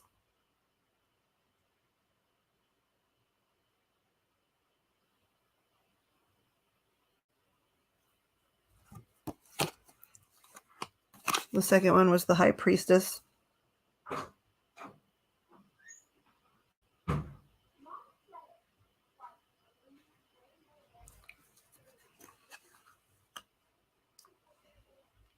We had the King of Cups, but inverted here. There he is on his head.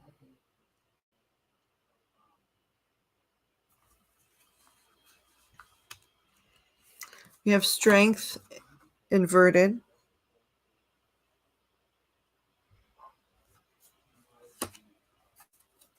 Nine of Pentacles, which this is one of my personal favorite cards in this deck. I've got a lot of angel activity here. So something's big goes on with Flo, y'all. Okay. And then they asked me to draw again. So you got the Nine of Cups.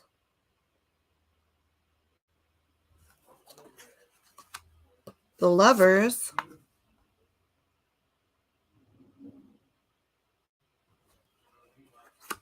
And the Sun.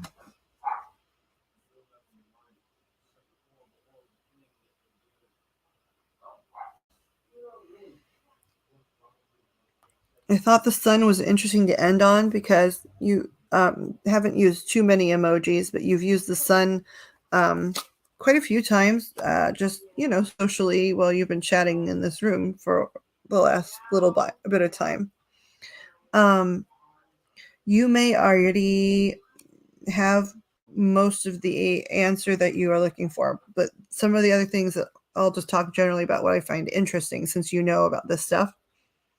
I find it interesting that the only two, hold on, I'm sorry, I have somebody knocking on my door. Give me just 1 second.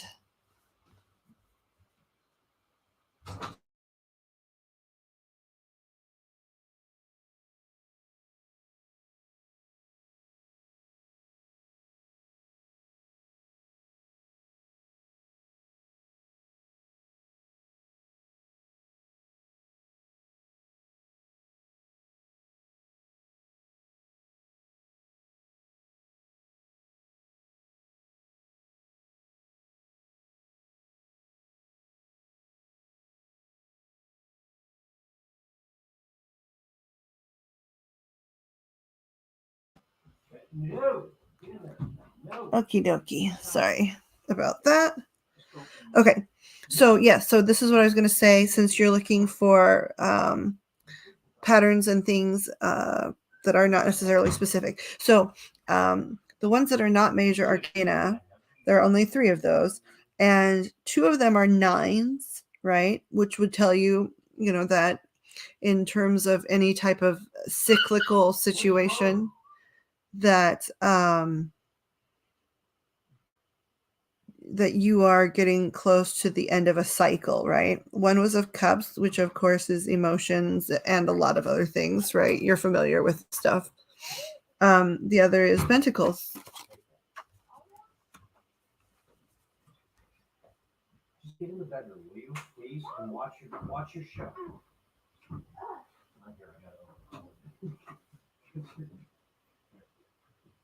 Now don't get my phone all greasy.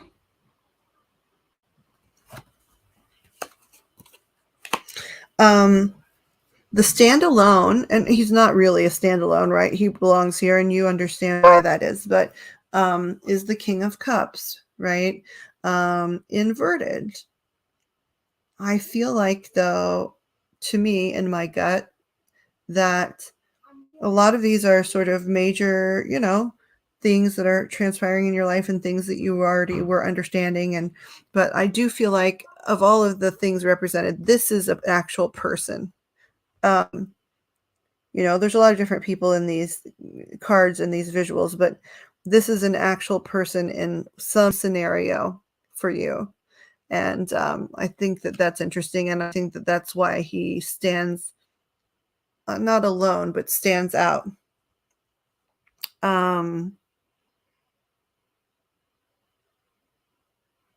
In terms of deja vu, I know you got your answer. I want to look now. I'm nosy. I'm not going to look for too much longer.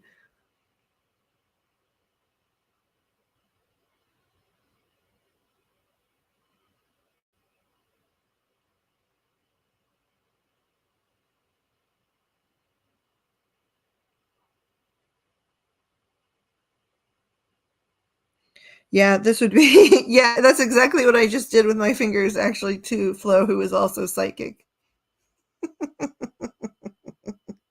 I think it's interesting because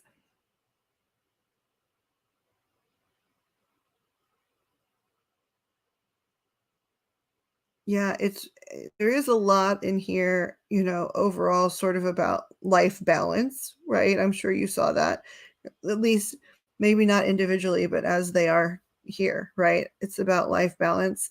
And I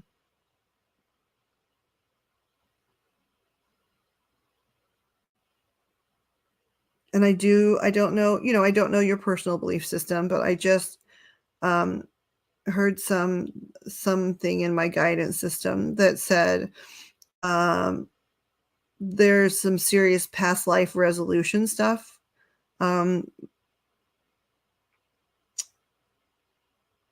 that may be in play here. So some of what you would I think traditionally a lot of us would use the term deja vu in a more meaning something more recent, right? Oh wow, something in the last handful of years I dreamed about or experienced, or but I think some of what maybe you were saying or what you are feeling, it might even be, from past life things or from other places, non-physical things, which is, I think, interesting. The Justice and the High Priestess, right? That's about making decisions, but also balance between beginnings and endings. And the High Priestess, well, you are the High Priestess, right? And strength being on its head for the purpose of learning lessons, right? Like that's distinct, right? The strength is inverted, not because you are not strong, but because you needed to have your strength a little less accessible in order to be able to sort of perceive, focus on, and learn some of these lessons. This is interesting.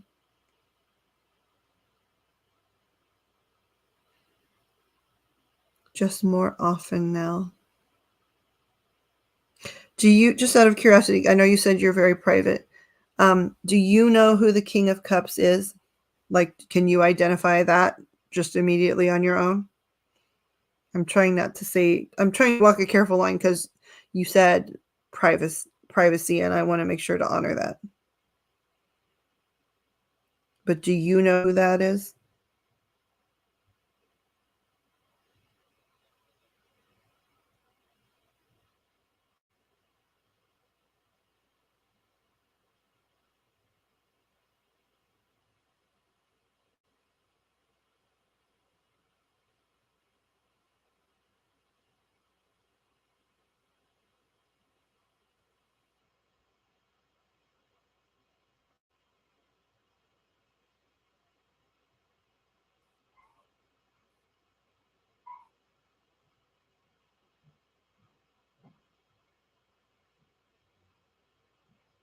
What's interesting, though, and you probably already know this, is I think that some of this is past life stuff or karmic, or people use different vocabulary, but is I do think these nines are talking about more than just like a short, brief cycle, right? Like,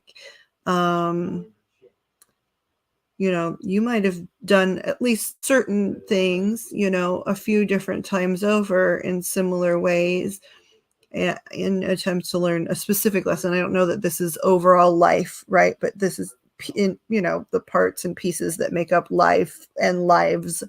And you do seem to be cycling out, and you must be, prepping for a new big lesson.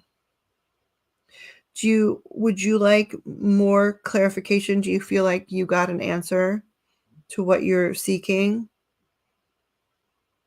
I'm sure there's more, but I also can go on too long.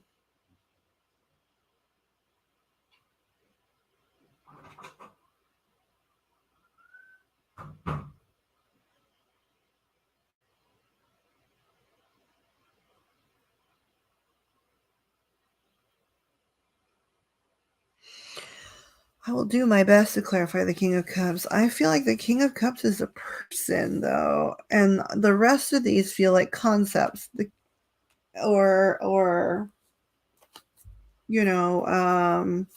collaborative energies between yourself and others, yourself and the divine, that kind of thing. Let's see here. Archangels and angels, those that are lighted from the light of heaven, in front of heaven. Can you please clarify our friend here, the King of Cups, and give us some of the information to clarify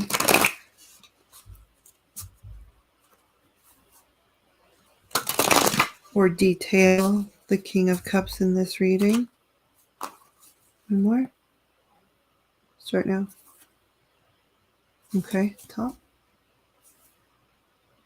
Yes, okay. How many? Okay, you'll just drop some. Okay, and you did. All right.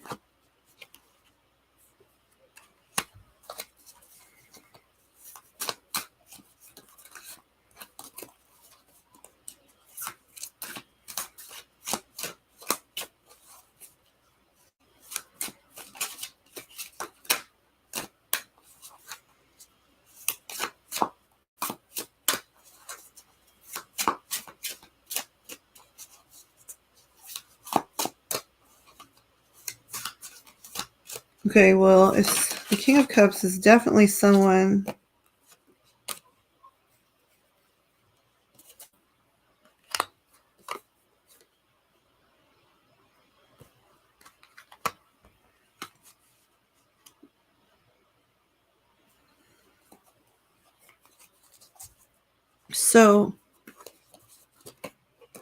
okay, this one is flipped over too. We'll just see what this is. Kings, all the kings. This is interesting. Is there anything else flipped over?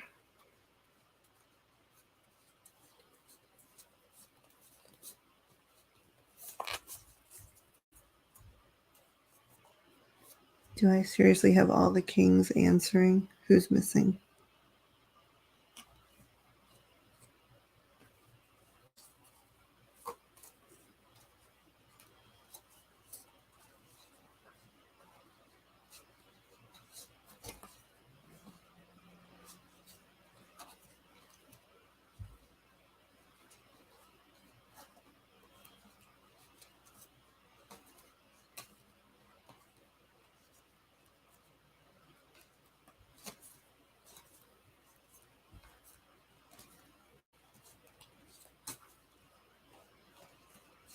I need to see where he is, y'all. I'm sorry. Where is he?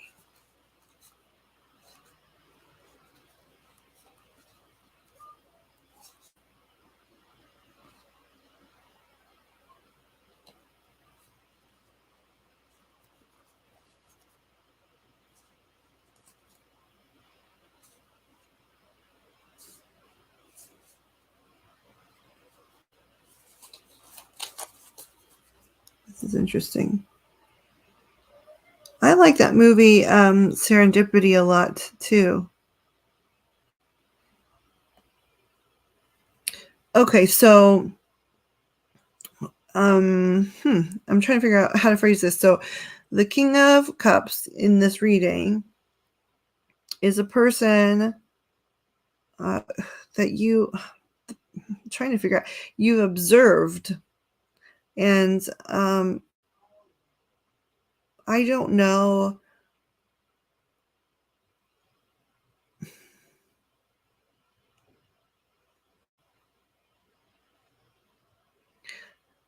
It feels like the way in which you have observed is as some type of protector more than like stalker or like spy, right? It's not like a spy situation. It's this is a person though that you have watched over for sure through many of his iterations. Now, I don't know. I'm having a hard time telling if that's like in one lifetime or over a period of lifetimes or something. But because all of the kings came out and two other cards to support this King of Cups on his head. So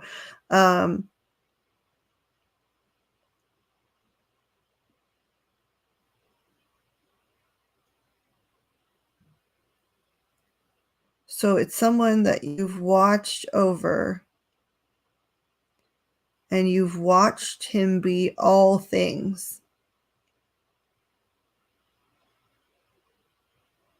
All of the different things to you. Now, whether that's a perception change on your part, where as you grew, you understood different aspects of this person, or if this is them being all things at different times for some reason, I'm not real sure.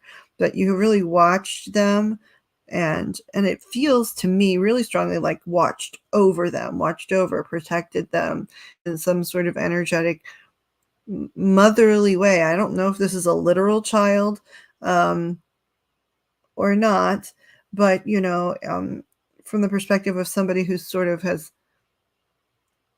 it's not mastered the family overall, but mastered the protection of family or families. That's you. And you have really old reminiscence about this person too, really, like from the youth of you, whether that's spiritually or literal. You've been with or observing this man for a lot of growth. I need to look at the chat and see what's going on. The Emperor, yes, in fact, I did see the Emperor. Yes, the Emperor was on the bottom of the deck.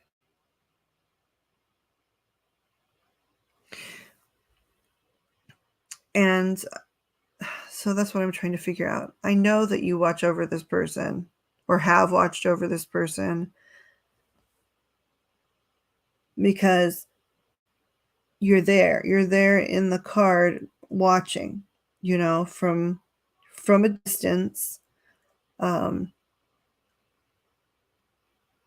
while this person succeeds, but it seems like you have a lot to do with their success.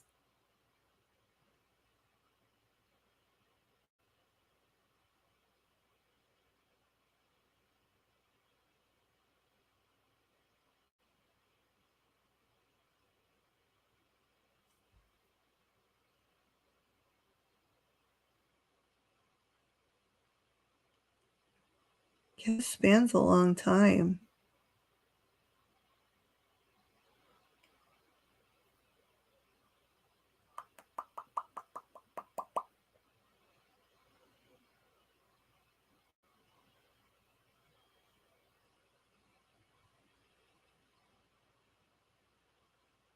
You have most contributed. I don't know if this will help you or not. You've most contributed to this person's experience when it comes to thoughts more than anything else, right? So, to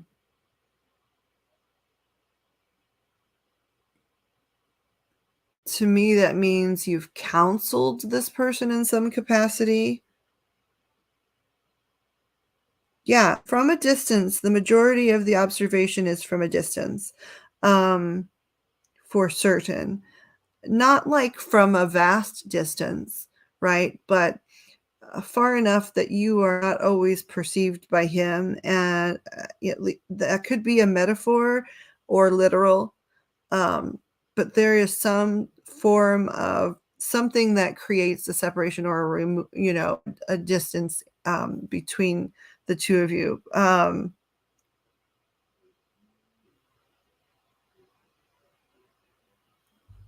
But the closest you are to this person is when it's it's in swords, right? And so that's air. That's like the school of thoughts and collaboratively but I just keep hearing the word counseling, right? Counseling, offering counsel to this person.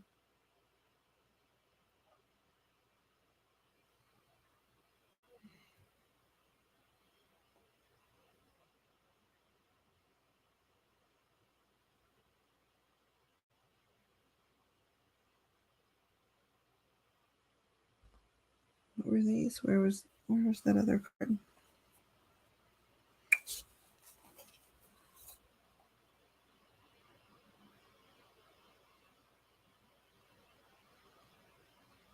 Okay, you're visual.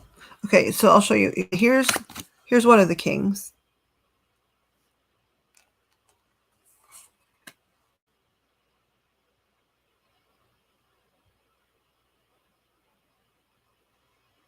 And there's somebody literally in this particular card with their eye on the king from a distance. They're watching. They're not posing any kind of threat, but they're really observing this person's behaviors. You might, in some interpretations, say, okay, this is like a spy, but the energy never has felt like a spy. The energy has felt more of a protective in nature.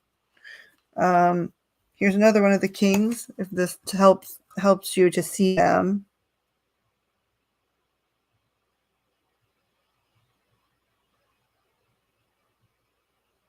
This king makes me laugh. He reminds me of Elvis. I think they did that on purpose, right? Because after all, he was the king or whatever.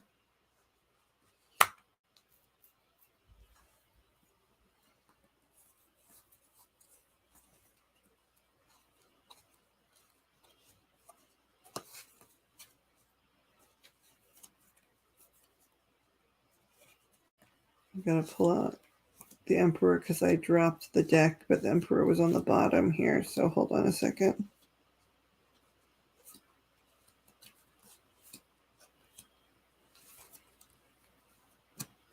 In the meantime, here's the King of Wands, but hold on. Emperor, where hath you gone?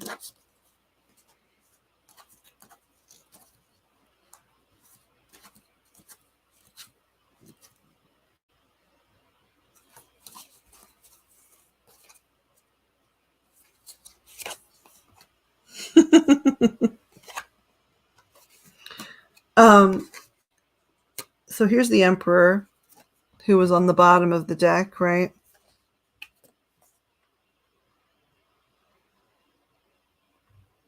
I know the Emperor can represent fatherhood, but I know this Emperor feels, I don't know, to me has always had more like son-like vibes than father-like vibes. So anyway, they all came out and I asked for support cards. They were very well shuffled.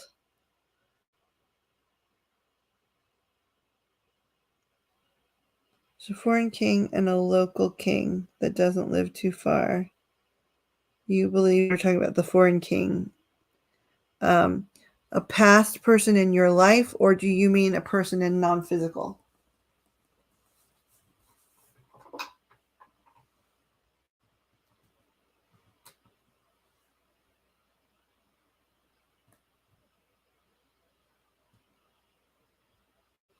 In your life, okay. That's what I thought you meant, but you never knew around these parts. There's a foreign king and a local king that doesn't live too far. I believe it's the foreign guy, a past person that's in this big story. Okay, that helps me. Thank you. That'll help me look at these with fresh eyes.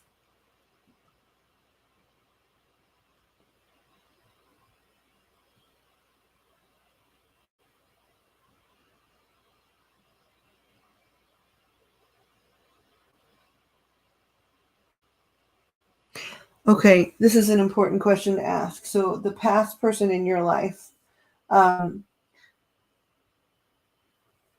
this would make sense then. Do you feel, would it be fair for me to say you feel like you've seen them over and over and over again in others?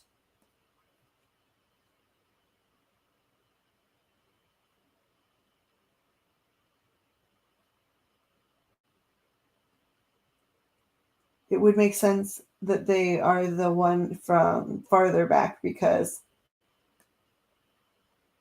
yes. Okay. So you've seen him over and over and over in others, both.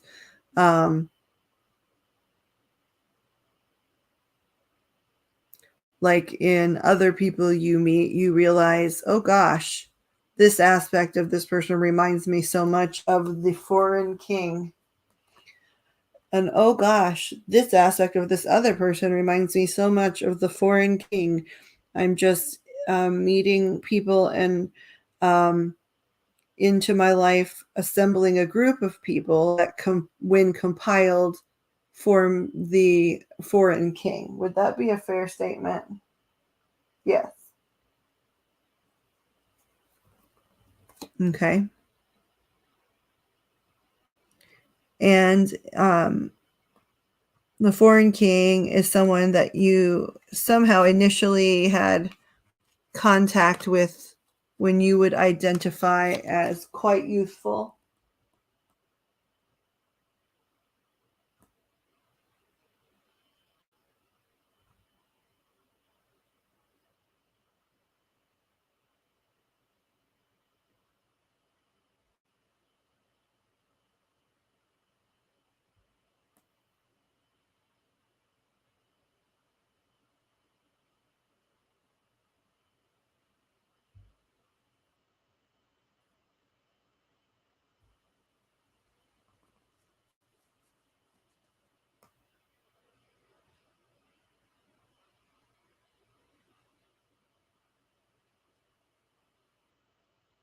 Interesting. Okay, so my phone charged. Okay, my phone charged enough for me to move it back over here to be having access to the chat. Okay. So one of the things that my guides just said, right? Like they've been relatively quiet, but one of the things that they just said was there is, and that's why this is probably why there's so many major arcana and a lot of other reasons, I'm sure, but they said there is some essential lesson, and they feel like you know what that lesson is, that the foreign king initially was brought in to help you start working on that concept, this lesson, this life lesson that you're supposed to understand. And you learned some portion of it, but they keep saying the time was truncated. And I'm not sure why they're saying truncated in quite the way they're saying, but they're saying it's not that you didn't learn at the rate it's not like you were being a slow learner or something. The time was set with the foreign king was somehow cut shorter than anticipated, and you didn't successfully complete whatever lesson this is. Lesson is such a tricky word just because it infers that that's what we have to do when we're here. Like there are assignments, but in this case, you wanted this person to come into your life, and that situation was designed to bring you closer to some part of yourself or teach you something. And again, they keep saying truncated. The time was truncated with that person. So they keep bringing in others that have enough similarities to keep working on this concept or lesson.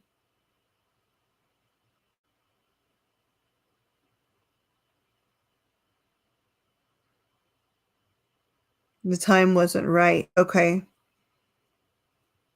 Truncated. They're saying, okay, someone just said from my pantheon, someone just said, while you have options, and they're referring to, all of the mini kings or however we want to call them, you can go back and observe with him. You can go back and observe with him. What does that mean? See, I'm trying not to pry too much.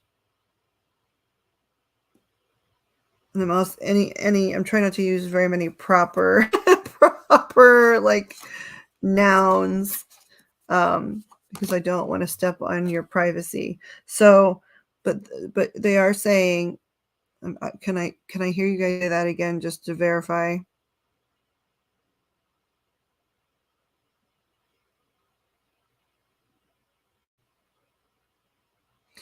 Though your time was truncated, you can go back and observe with him.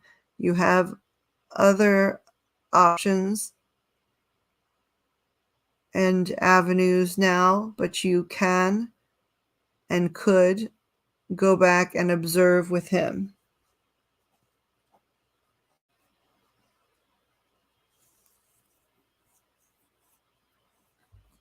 You feel strongly that foreign king wants to come towards you. Okay, well, then I'm just going to ask. Guides, can we see a little bit about the person we're referring to as foreign king? May we please see a little bit about foreign king in regards to flow, foreign king, and his interests in flow.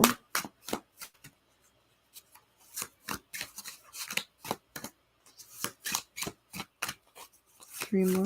Okay. Whoop, okay. Oh, okay, y'all.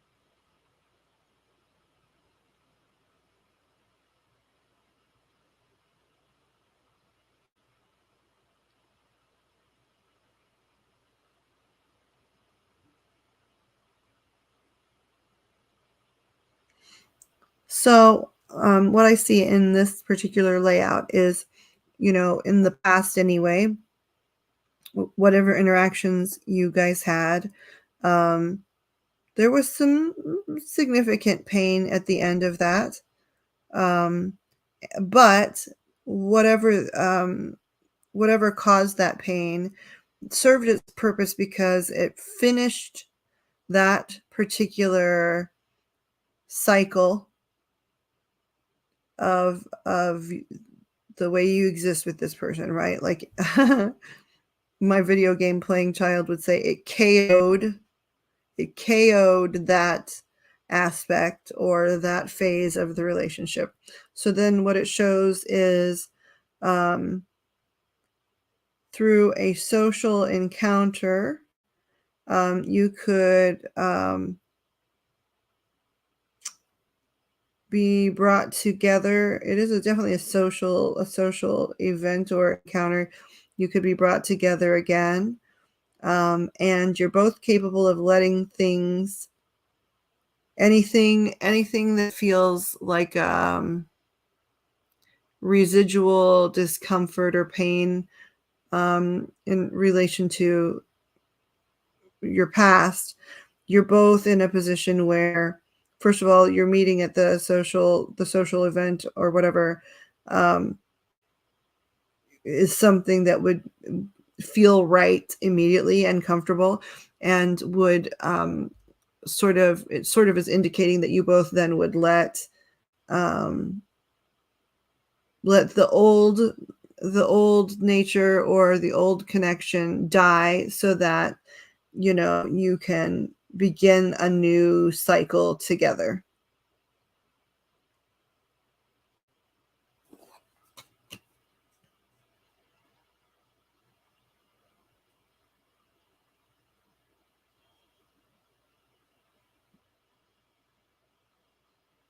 It's interesting though.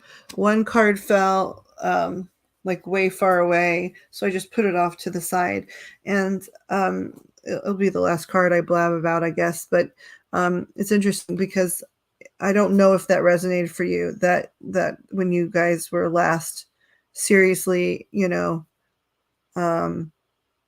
together, that like you guys, it was, the situation was pretty much murder so that it could, you burn the forest down so it could grow again, is the way it seems. And it seems like if you were having any type of proximity, they're saying even like digital, like internet or telephone or whatever, that you would feel, both of you, enough synchronicity to be able to like move on and start a new thing. The interesting last card though is this would be something you would be desperately trying to keep out of, I don't know if it's the whole public eye, or if it's the eyes of very specific gossipy type people, but it is something that you would be trying to keep terribly quiet. So I don't know, like, the nosy part of me goes, is this person well known? But I'm not literally ever going to ask that question specifically. But, that's what my brain said is are the nosy people the press and the world, or is it just something else societally? Please don't answer. But I hope the wow means that it resonated enough to be helpful to you. You okay, Flo? That's quite a smiley face.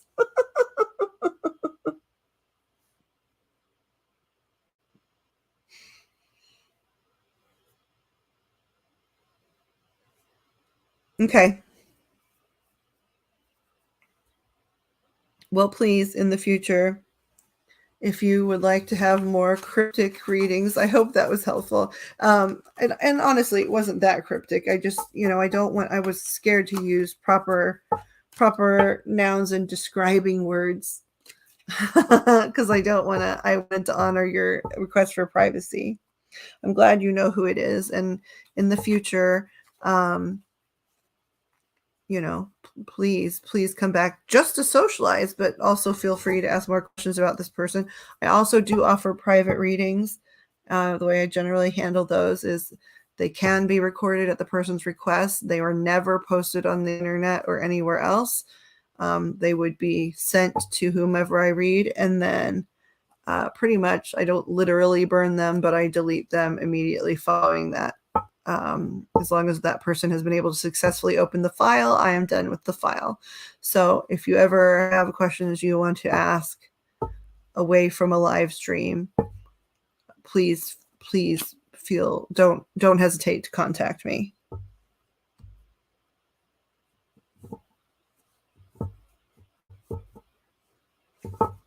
I'm very glad. That's the whole purpose, right? Is to bring people back to themselves or more fully unto themselves and help them feel like some of the things that they feel torn about, they can move, feel less frustrated. Yes, please do. And again, please just come around to hang. We have a nice little group going here so far, and they're wonderful people, and you've got excellent energy. Please return.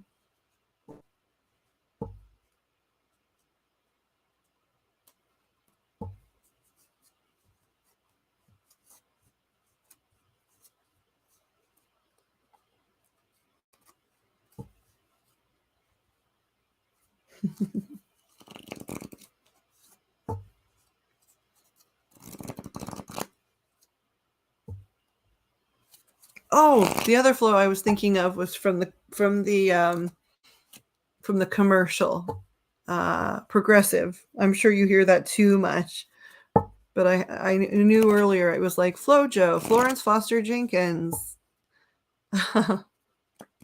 Flaubert, the artist, and then Flo. It's Flo from the progressive commercials.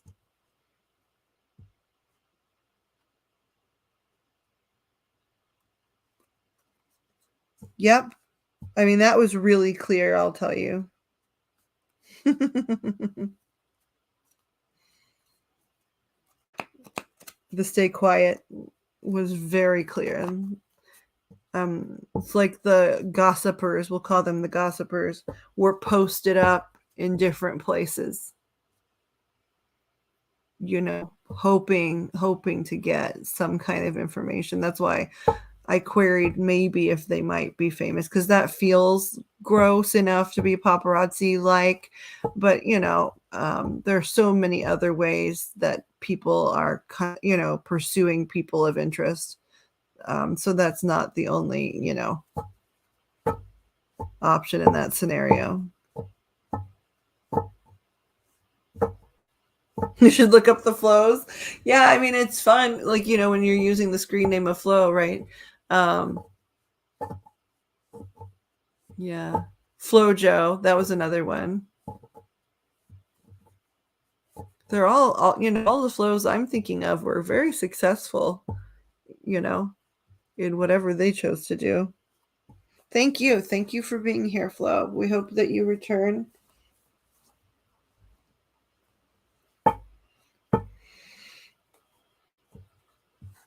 And hang out with the other amazing people around here. You, I think, would have a good time. Flo Rida. Oh, he did. Did he do Pony? Is that who he did? No, that's someone else. Never mind.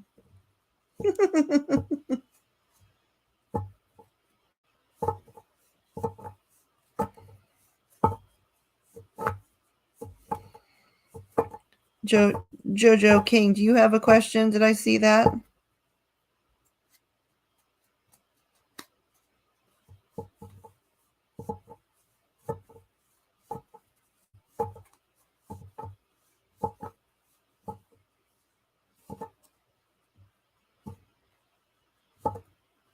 Blow my whistle. I mean, I remember hearing a lot of Flo Rida on the radio for a while there. My brain is later on, my brain, like when it's time to sleep, my brain will be like, here are the 3 songs we know about Flo Rida. We will now play them for you before you try to sleep. Is that the end of the beginning and the end? Are you right?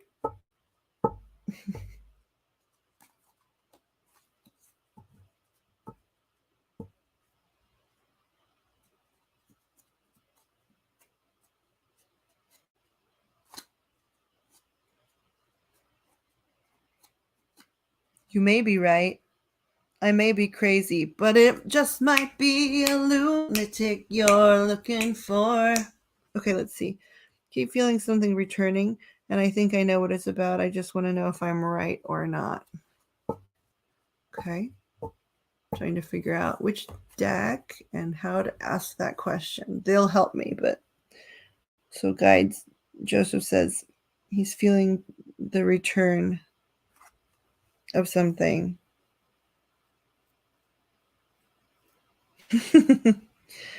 Keep feeling something returning, and I think I know what it's about. I just want to know if I'm right or not. This deck? Okay. Archangels. Angels. Those that are of the light and from the light. Those that are of heaven and from heaven. All the divine. Please come and help. My intention is only to ever work with the collaboration that you provide, and I thank you for it at all times. Please help us find important answers to the questions of these people. In this case, Joseph King's question about things returning. He keeps feeling something returning. He feels like he knows what it is. He wants to know more so than anything. Is he right in terms of what he feels like is going on or what he believes is going on? I know you love everyone no matter what state they are presently in, that everyone's equal and well loved, even people that might be represented poorly at this time. Please. Oh, I saw that. Hi. Ooh, came right in here. Okay, that's amazing. I appreciate that so much. This way? This way? Okay. How many? You're just going to drop some? Okay. Something is returning. Joseph, is he right? What can you show us about what's returning and Joseph's relationship to that? What can you show us about what's returning and Joseph's perception and relation to it?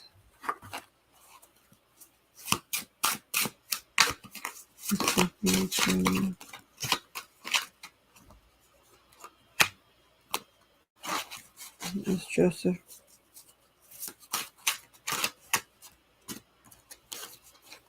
perceiving? Wow, everything just keeps falling. Okay. Stop for now. Okay.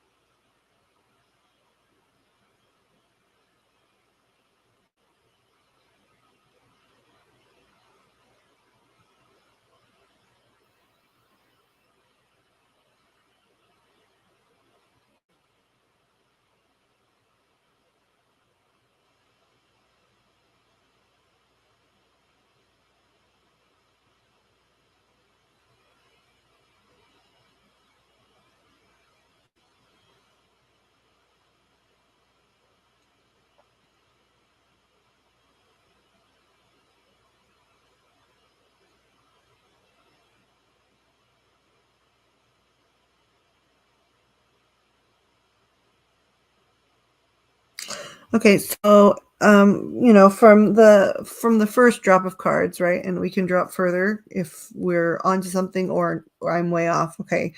From the first drop of cards, this feels definitely like it is about relationships. Specifically the Lovers card popped up, right? And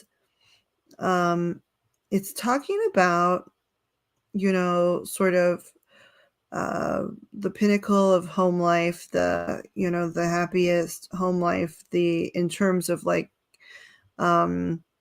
partner home, family, community, that kind of stuff, right? So it's the discussion of the ultimate goal. Now, everybody's ultimate goal within the confines of relationships is different, but this is in and around the topic of your ultimate goal when it comes to that stuff. And the fact that there are brand new ideas and brand new feelings on this topic coming in really quickly. I sort of suspect that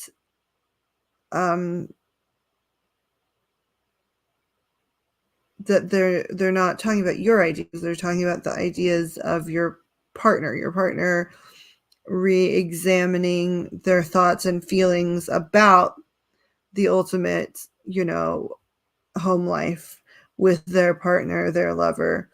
And for some reason, these thoughts are coming in relatively rapidly. I'm not sure in response to what. Are we sort of on the right track? Let me see. I need to look at chat. Remember, I have to leave in about an hour. Yeah, I do ramble. I'm sorry.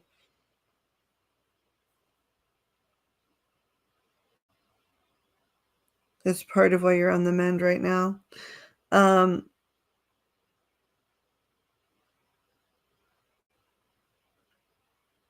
What's interesting is it looks like to me the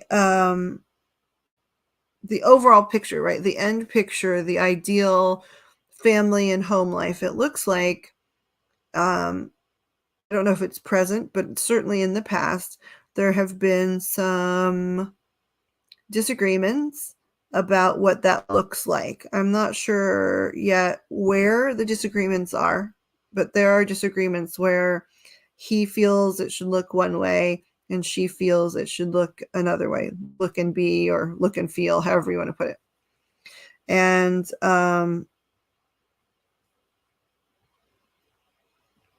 so there are brand new thoughts and feelings on this topic. And like I said, I feel like it's coming from her more than you. I feel like that, of course, you're a person that is always willing to learn new things every day. I know you, and you're like that. But it doesn't feel like you're experiencing some kind of epiphany about what you want, where it does feel like she sort of is. And I don't know why it's so quickly. Can we please get a couple of cards to support that card right there? Okay.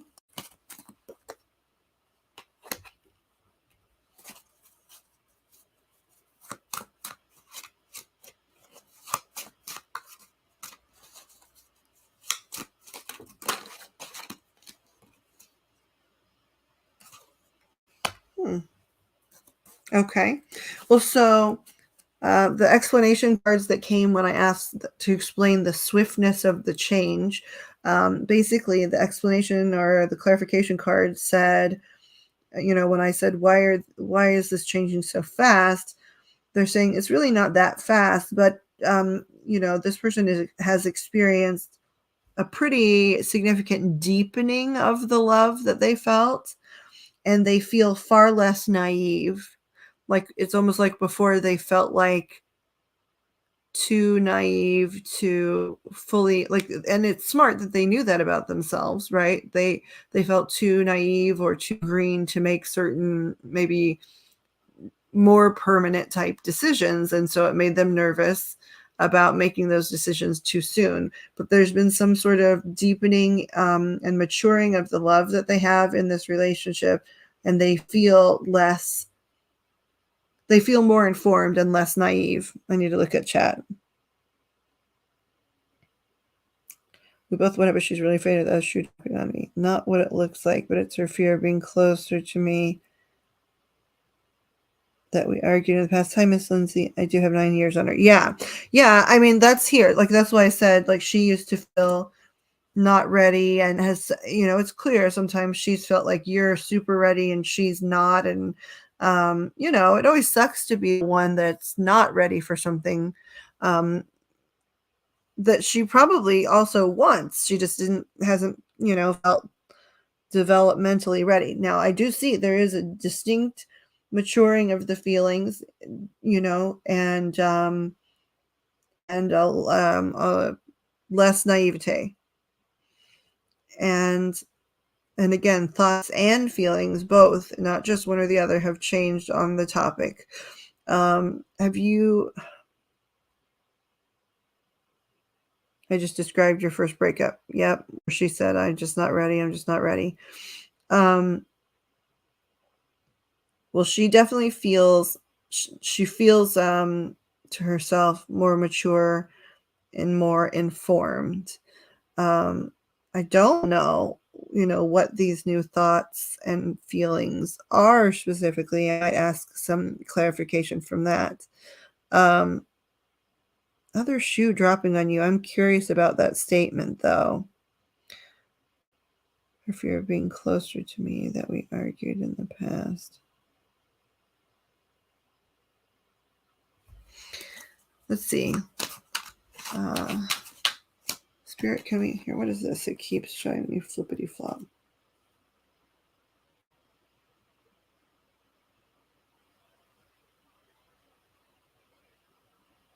Okay, that was an important one. So it's also the card that sort of fell first. Is talking about the passion slowing down a little bit, not going away, but slowing down. And that's helpful to her to be able to clarify some of her thinking and to sort her feelings out. Gosh, it almost feel like, sometimes you are so passionate about things and so certain that the intensity of that, I don't want to say it scares her, because it doesn't feel like it scares her. It feels like your intensity sometimes is at a volume where she has a hard time accessing in those moments what she's thinking and feeling. I mean, it doesn't say slowing significantly, right? Because this is a card that would represent really high speed, high velocity passion, right? And so it's on its head, but that just means, it's slowed down. It by no means is talking about it dwindling. I don't know if you're feeling, maybe that you're saying that because you feel that way, but that's not what it represents. It represents enough space for her to be able to access. Okay. Under thinking, the card that came up, what are you thinking at this time? It's the Two of Cups, which actually is far better than the Lover's card, because that often is more like about a true match, a true mate, feeling truly like this is probably the right person.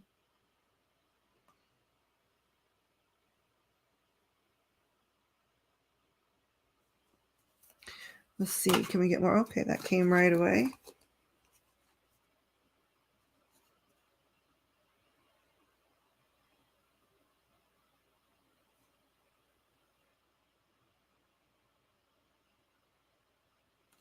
There's also a sense that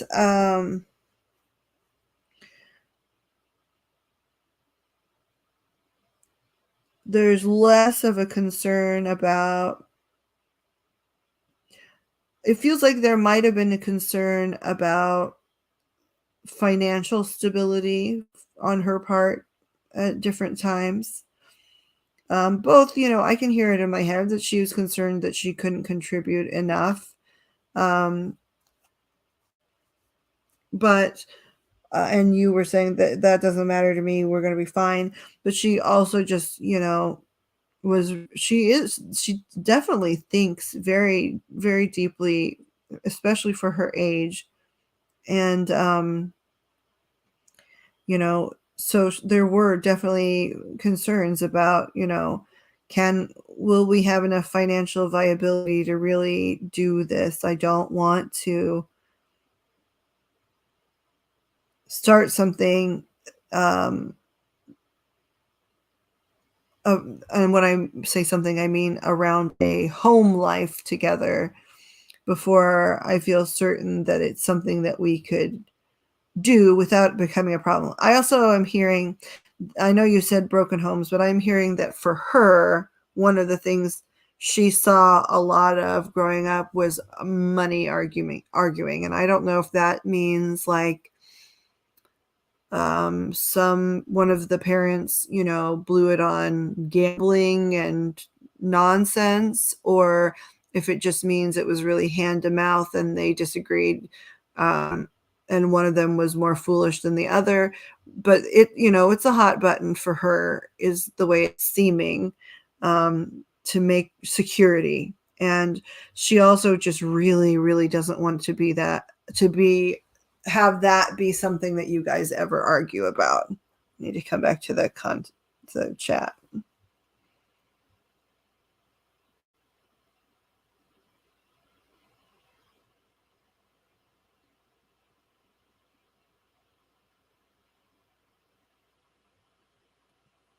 Yeah, okay, yeah, not rapids. That would be accurately spoken.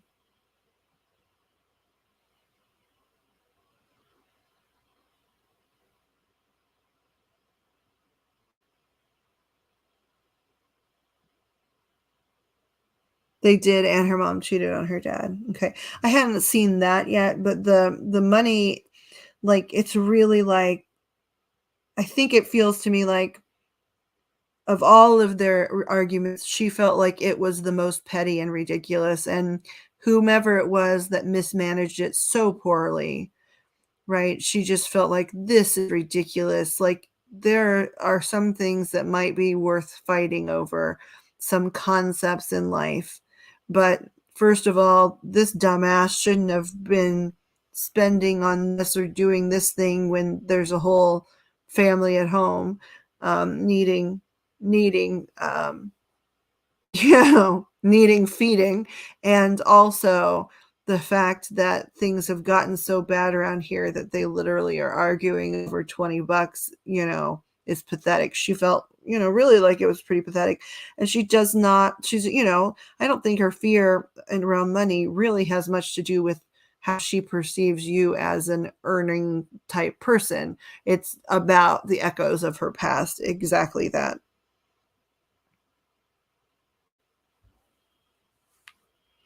But I do think it's interesting in the thinking area, this Two of Cups. See, look, this is the one I was talking about being like a soulmate, above and beyond the Lovers. The Lover card is already here. It came early in the reading, right? So that's how I figured out we were probably talking about you and Riley. But this is in her thoughts, this soulmate level of connection.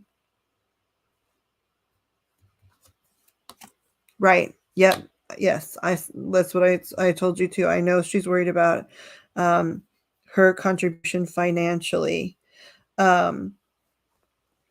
Because I think, and again, I don't think that she thinks, oh, he's going to treat me badly, or, he's going to withhold from me if I don't earn equally. I don't think it's that. But I do think that she saw that, right? She saw, in her home life, someone punished. Basically, whoever was the lesser breadwinner got less say, even if they were being more sensible about what to do for the family. Hold on one second here. Sorry.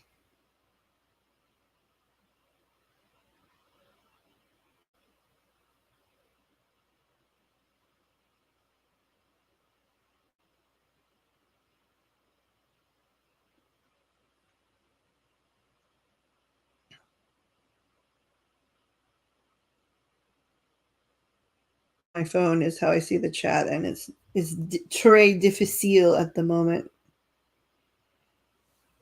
Where's my chat?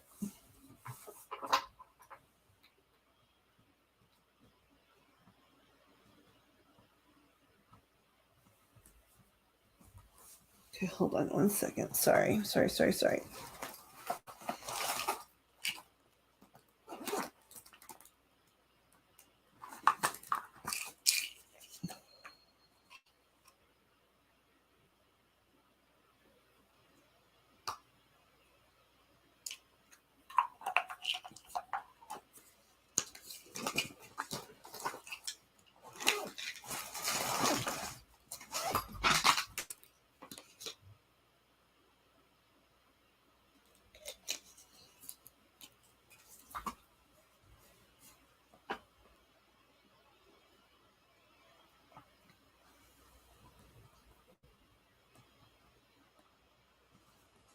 Okay, let's bring this back over here now.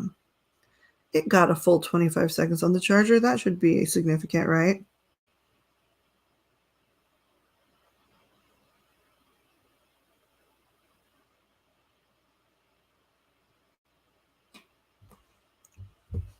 Okay. Can you guys please show me? Shuffle again? Okay, I'll shuffle again.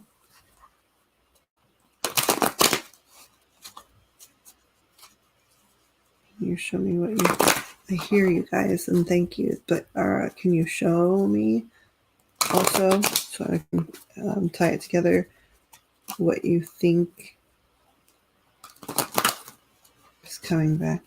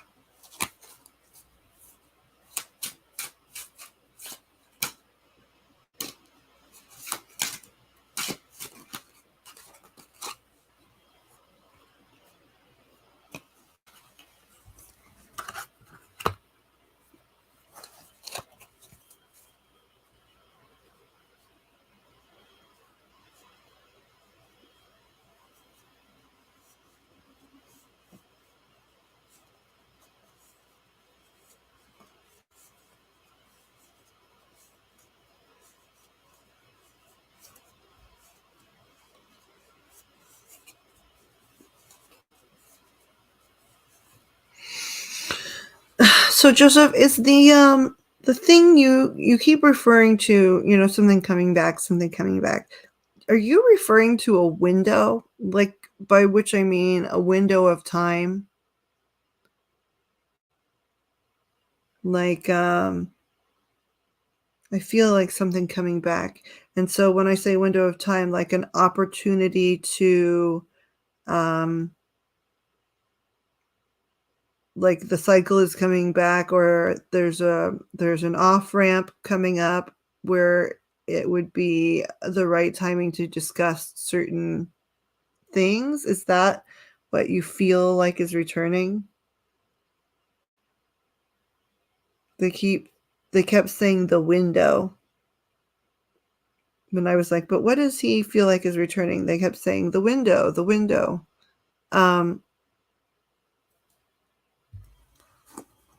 And while you maybe type the answer to that, I'm going to clarify one of these cards that in this particular deck.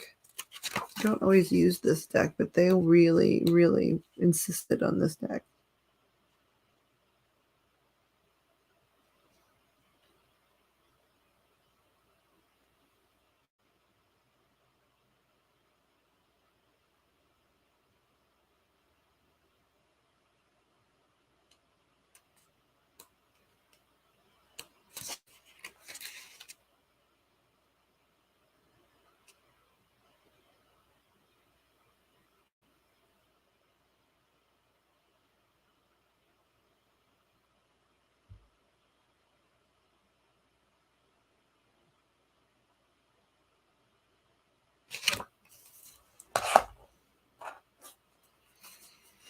Okay, that's it. So, okay, because what they're talking about is two of my clarification cards I pulled. First of all, they're both major arcana. It's the Justice card and the Temperance card. And in this case, the Justice card would be about you wanting to play fair, right? You don't always, like, you feel eager on the inside to ask her a lot of questions and to nail some serious stuff down, and, but you're trying to be fair and pick the right time and be very observant about if you feel like she's ready even to just discuss certain things again. You don't want the discussions to go poorly, but you also mostly want to respect her flow, right? Just as you're so good with your own flow. And so that's one of the big cards that came. And then the Temperance card, right, which is about moderation and knowing when, in this particular deck, it says it's about balance and meditation, which you've been working on, I know. Recognizing when to change with the times and when to change your situation. And moderation, harmony, purpose, good influence, reconciliation are, and this is all upright, right? So hi,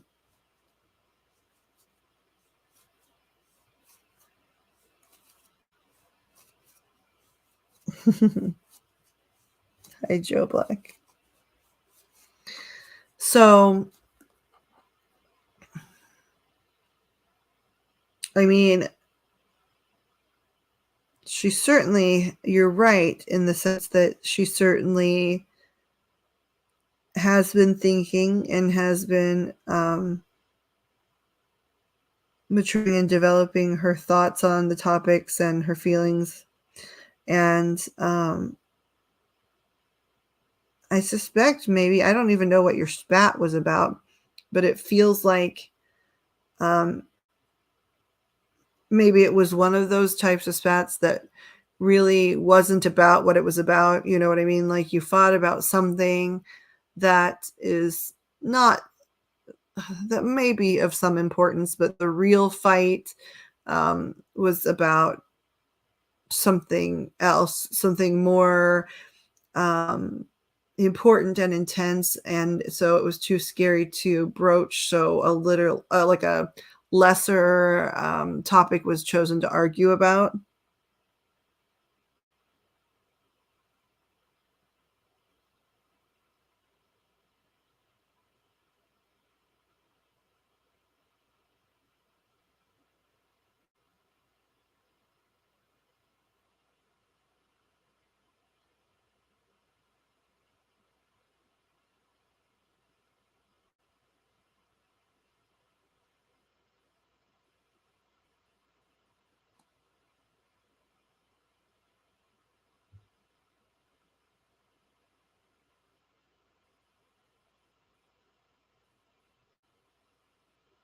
So I'm sorry, your spat wasn't about this, but you think the underlying issues are these, right? Is what you're saying?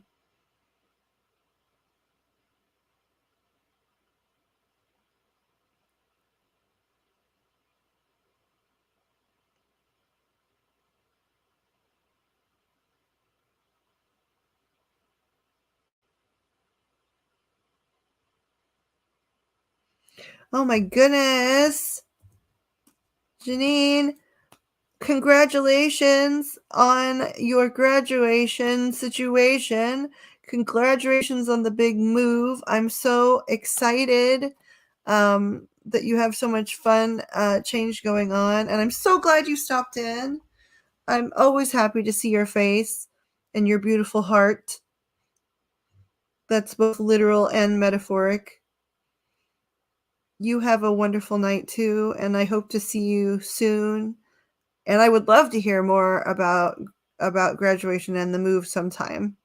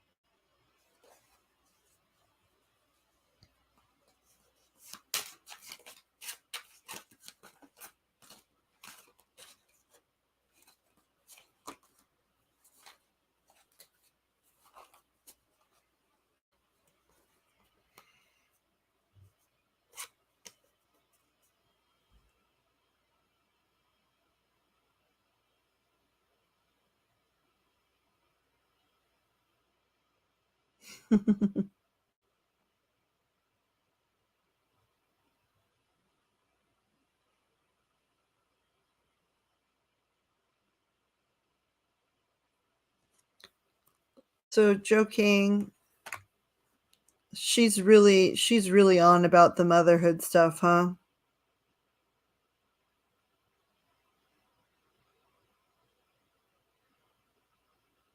Feels like she really wants to fight about that.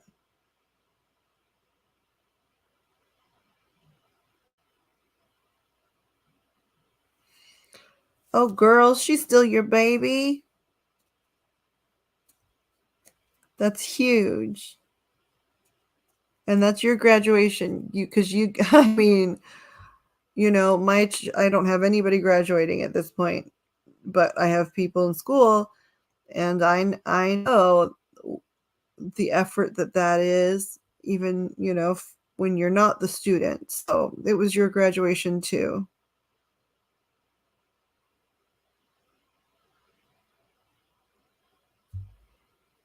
So congratulations on you made it to the last one in terms of graduation. That's awesome. And they made it too, which is great. Have a wonderful night, Janine. I'm so glad to see you, and congratulations to both of you.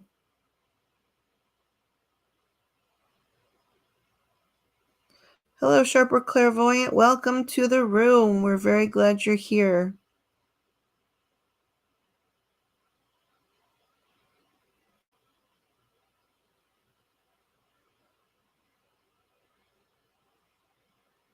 Is that all? Hold on.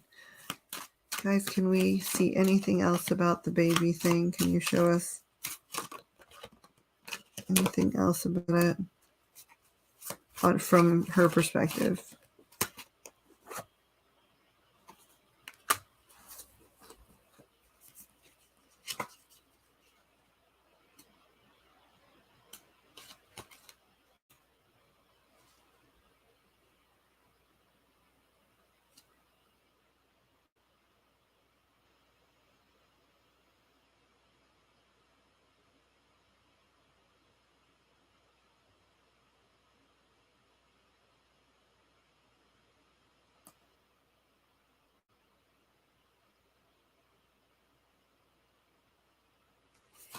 Yeah, okay, so she's also a little worried that she may not have,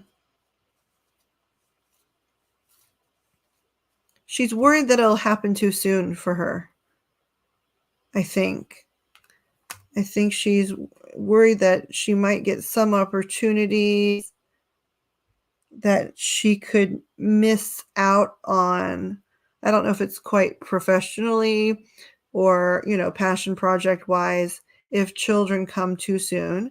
I'm sure some of that comes with knowing her own energetic limitations already, and knowing that it'll be, you know, a pretty clear cut choice for her. It's going to be, you know, one or the other, at least for some time.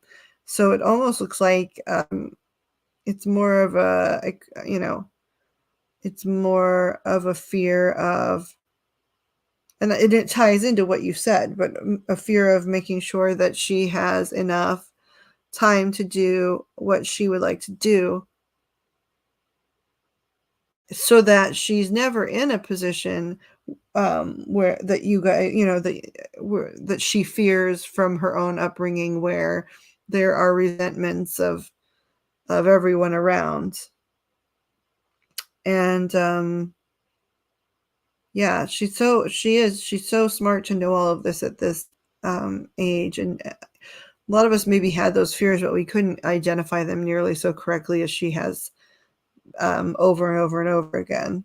She's very, very aware. Let's see if we can you guys give some just overall advice for Joseph, just for, let's say, for how to proceed within the next. Okay.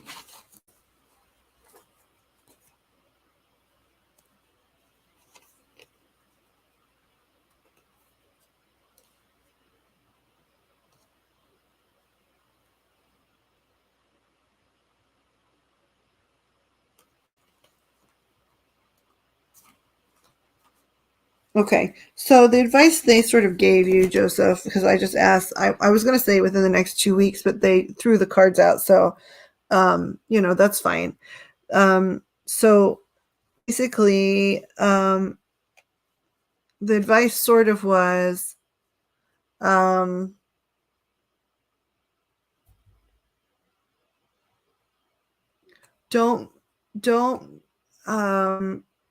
get so lost in your desires for there to be some sort of decision made. Don't get so lost in that desire that you drowned in it. You've already played such a good slow game. Not really that slow. There's some people that wait like 15 years, which is super slow. But I'm just saying, you've done a good job at tempering your speed for her, and understanding the age difference is significant at this age, and it won't always be, and all of that stuff. And, but don't, you really, really, really would want to broach this topic. And I think them saying don't allow your desire to have a decision here drown you, mean, I would take it to mean continue to hold off for a little while. I only asked for 2 weeks. I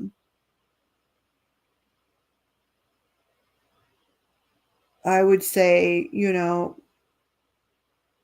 float for 2 weeks, right? Float together, right? But just let the argument resolve, and they're saying don't force any deep conversations. You guys already know. You really know where she stands, and what her past is like. Each other,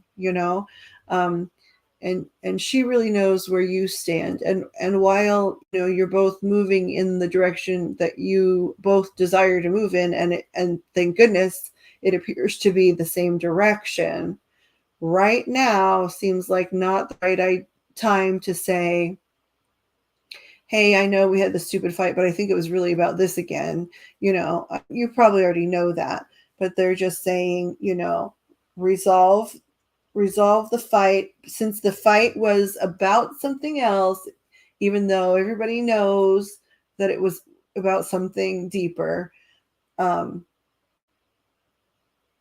They're just saying, please just resolve the fight, the fake fight, or whatever you want to call it. Resolve those issues for now, and then float on. Genuinely just allow and enjoy floating together, because she's not intending to go anywhere as long as she doesn't get, spooked.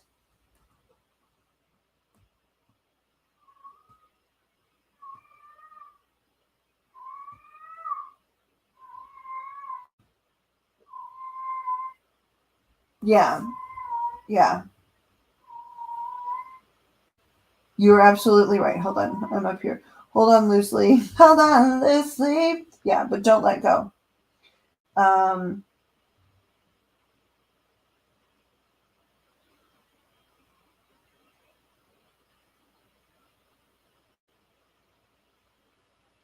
Also, you guys are literally, they kept saying and showing like out in open waters and using these water metaphors, which is emotions, right? You guys are literally out thrashing around when you're fighting in open waters here, right? And if you cling on, you're both gonna drown. If you know hold each other's hands and both float on your back, um, and make little spit fountains like they do in cartoons, everybody's going to be fine. You just got to lower the intensity for a while. And it almost feels like somebody just in my pantheon said, she'll broach it. Maybe you let her broach it. I mean, like it hasn't happened in a long time, right? Reevaluate. But it almost feels like if she, based on what the cards are showing, she's had some pretty swift development. And like you said, that's likely, one of the main causes of the fight. She's afraid. And if you just, continue to show her, I'm here and I'm not forcing anything. I choose you every day because I love you. And I don't need any kind of permanent answer right now because I love you every day. So there's no skin off my teeth if I just wake up and love you another day.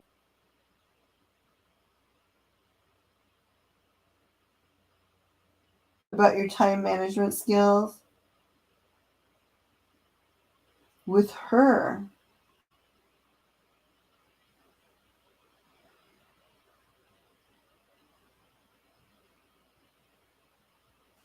Oh, she didn't feel like there was enough time spent.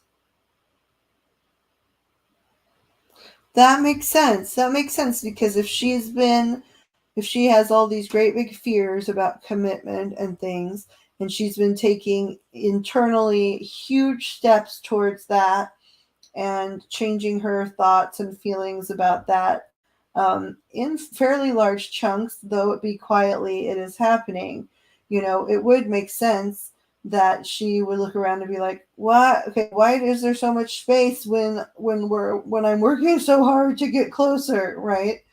Um, and want to see, it makes sense that she would need. It's almost like without having to tell you, she would like um, just the comfort of the validation of you being there, that she's not moving when she's so scared to move in that direction, that it's not a mistake for her to do so.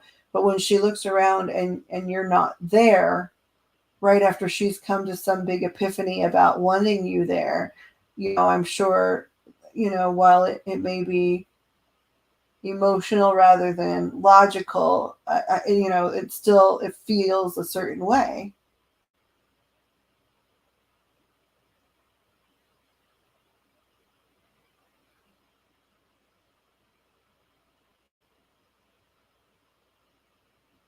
Yeah.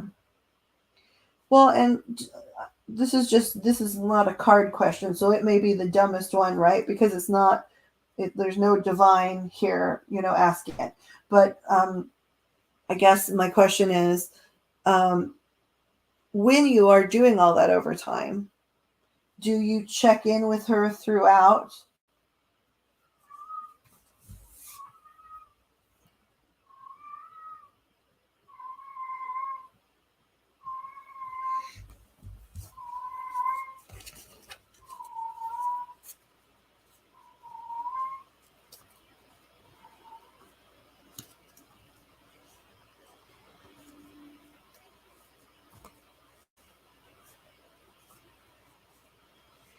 Oh shit, that's Daisy. She does nocturne around this time every night. She's just an opera kitty. That's nocturne. It's been always.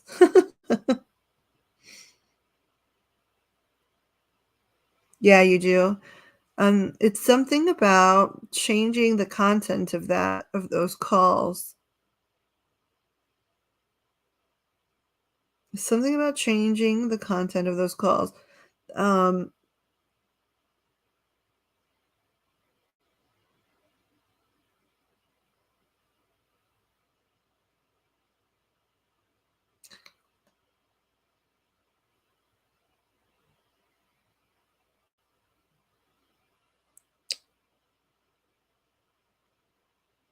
okay, so they're asking me to ask this question. So I think, which means they know the answer. I don't. But so when you make those calls, are you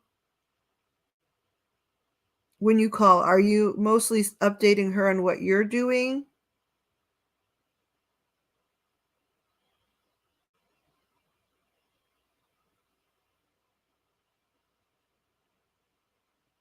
Yes, I mean, we're this reading's almost over, I promise you that, but they wanted me to ask that question. Um, when you do your check-in calls, are you saying, "Hey, babe, I'm working on this and I'm having lunch and I'm doing that"?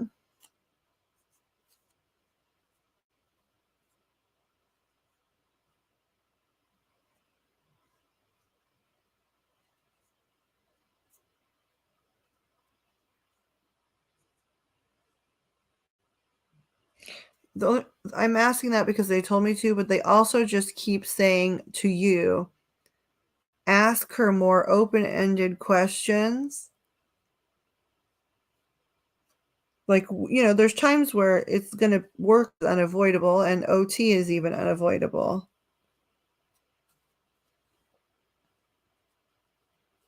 But they keep saying open-ended questions, so I don't know. I'm sure you'll figure that out. Um,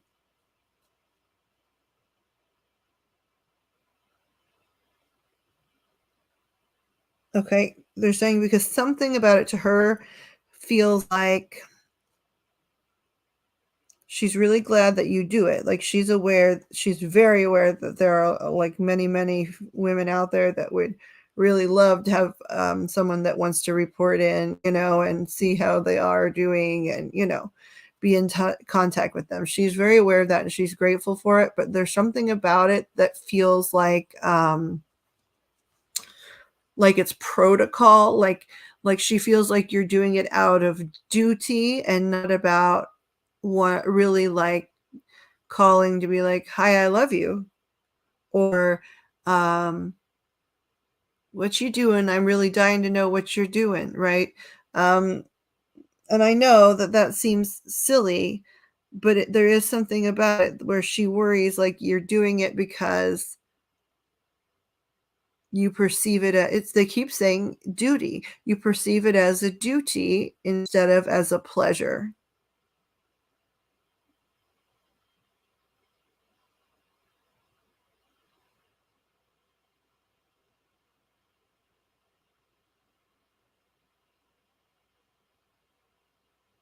If she's something out of her house.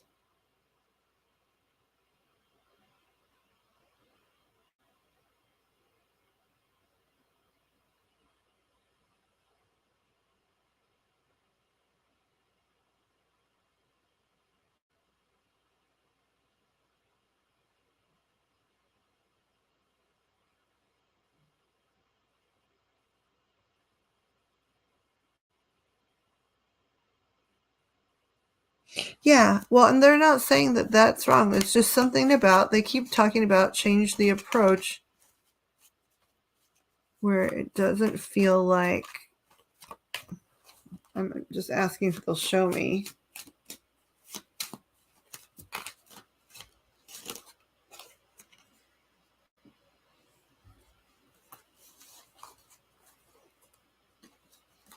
Oh, okay.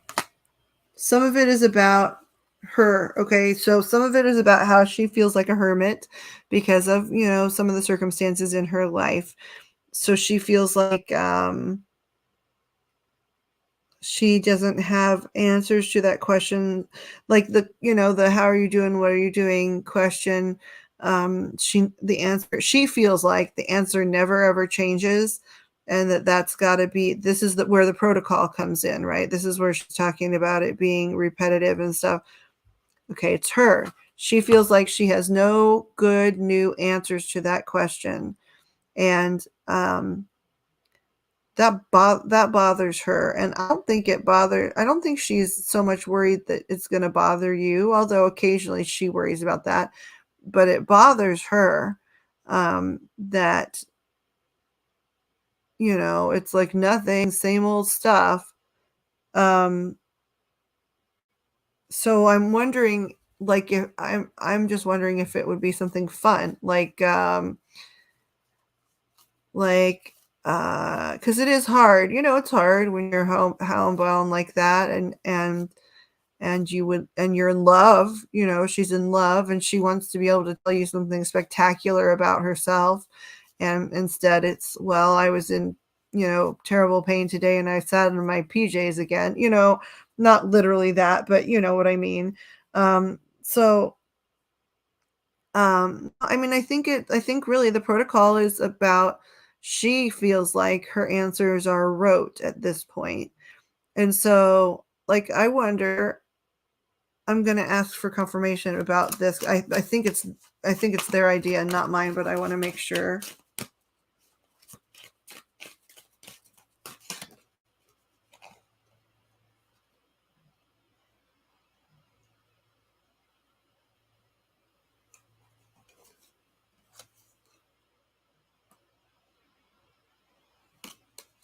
Yeah, okay. So yeah, they're definitely talking about, okay, I see that.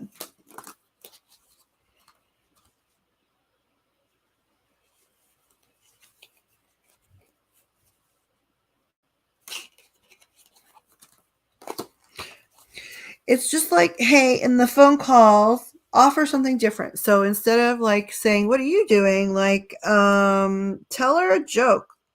You know what I mean? Like, it doesn't have to be that, but come up with some ritual thing that you can do every day that doesn't force her to relive the monotony that she's frustrated by. So whether that's something ridiculous about like reading each other, today I'm going to read your horoscope and you'll read mine. Or if you wrote in your very clever joking mind,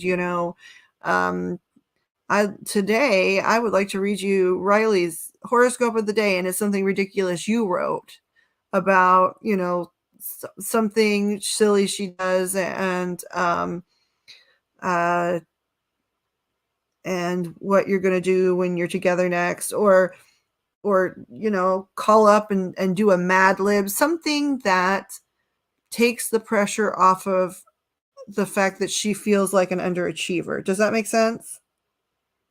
Yeah, I figured. I just now looked down at the chat. Oh, I have ideas instead of asking her about her day. I think that'd be great. I mean, I think you need to say, I think it needs to be a statement like, hope your day is good. Would love to hear anything about it. But by the way, let's do a Mad Lib, right? Hope your day is good, and I would love to hear about it if you have something to say, or if you have something to ask about mine. But otherwise, I really need some levity, girlfriend. Let's do this silly thing or this silly thing.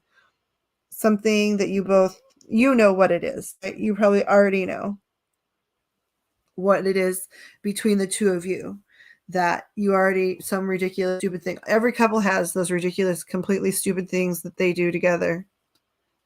That half the time they don't even realize they're doing, right? They're all of a sudden in the middle of one of their whatever kind of routines, and it's like, ha ha ha, ha, we're lucky people aren't here to watch this. Okay, good. I know you need to go, and they're comfortable at least letting me finish there. They're not, sometimes I don't get released. But I hope this helps. And yeah, definitely bring your comedy into it and let the current thing go for a while. She's moving towards you very steadily, and has made a lot of progress in the recent months in terms of especially facing her fears about it and stuff like that. and with her limitations and you know that you don't experience physically and that kind of stuff. And so I think play is what's needed on those phone calls, so she feels not like a disappointment. Because I know anybody that knows you for 5 minutes or more knows that she is not a disappointment to you. But from inside her pajama pants and same old, t-shirt that makes her feel better when she doesn't feel good, she doesn't feel like the dazzling person that you see all the time.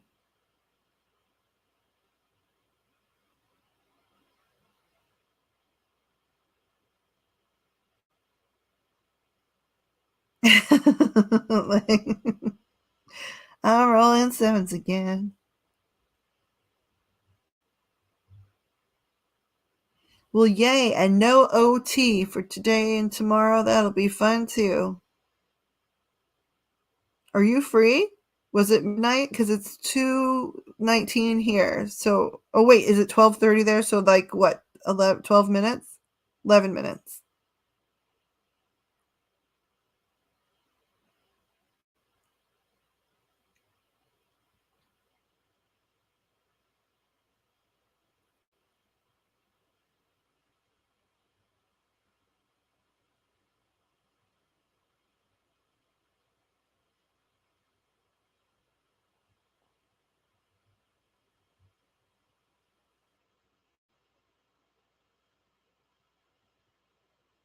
Yeah, I mean, that's what I mean. I didn't know you very long at all when that was very clear to me, right? Um, and I think she knows that you feel that way. It's not like you don't express that well enough, but sometimes when your own situation is very disappointing to you, or you feel like a disappointment or frustrated, it's really hard to see past that your own cloud. And so even though in a rational way she's she knows that you're there to stay as long as she'll let you, right? It's still hard for her to understand why when she feels terrible, and the pressure of answering a question about a day that to her seems like the same day she's been living for 4 years or something, sometimes gets to be too much. In 10 minutes.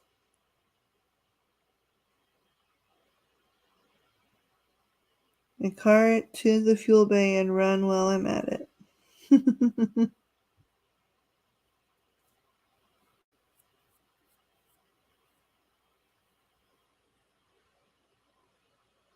No, that's admirable.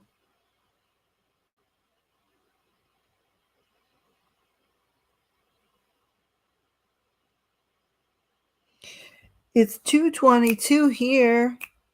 Do do do do do.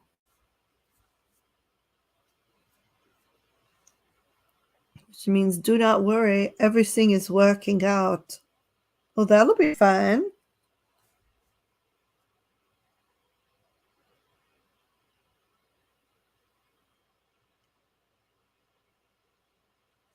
What are we allowed to ask? What will be the surprise?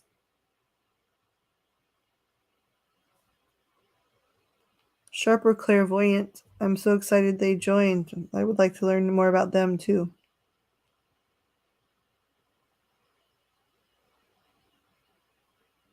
Oh no. I'm so sorry you cry at work. Do not cry.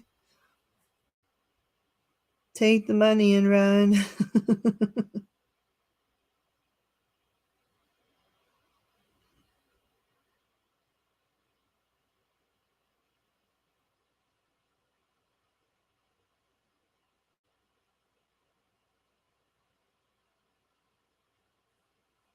Ooh, fun. That is fun.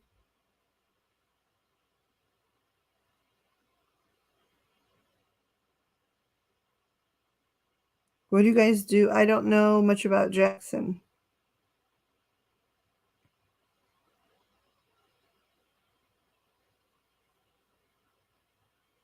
Jackson Hole, right? I assume that that's what you mean.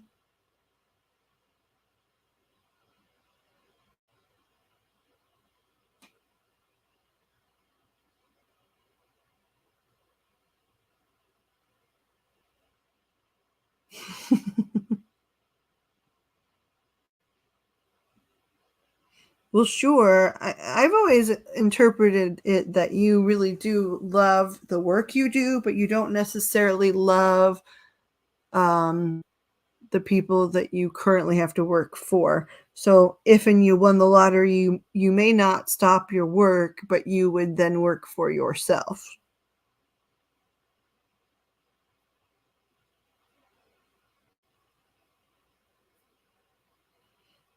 Fun. Probably cute little mom and pop places to eat too. That sounds fun.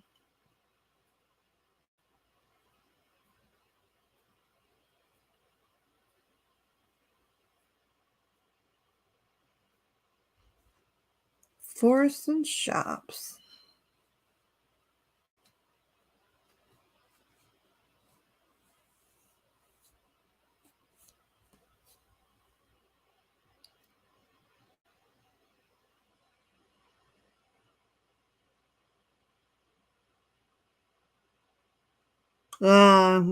Work with.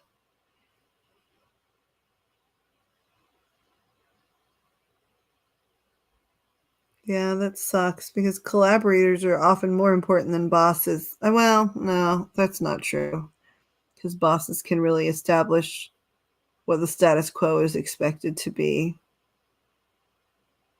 All right, we love you too, Jojo. Thank you for coming back and hanging out, and enjoy your at least time off from overtime. Enjoy your undertime.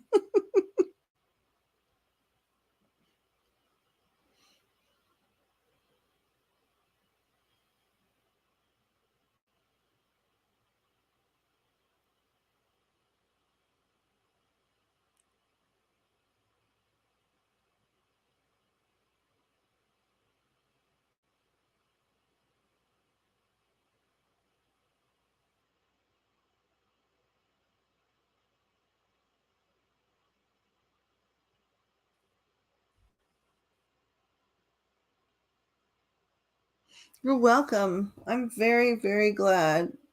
You have always been a great support around here and a lot of places. So I'm always glad to be able to return that favor in any way possible.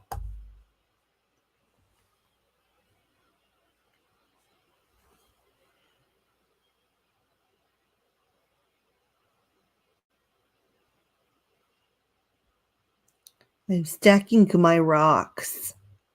There are stair steps now.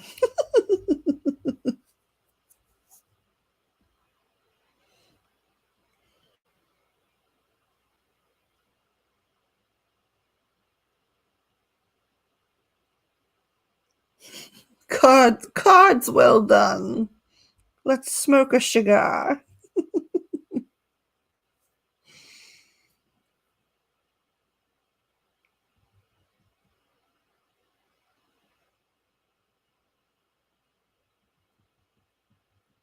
What about Earthstone Joe Black? Joe Black.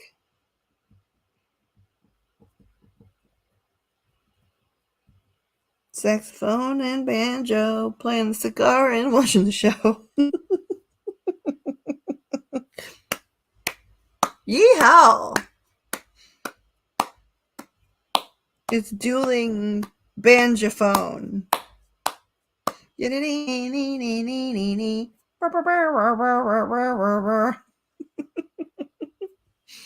I've been streaming too long now. Do do do do do do.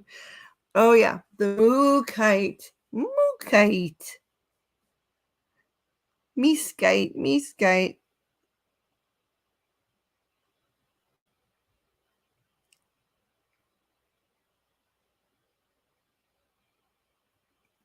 is definitely not made of wood, but is beautiful.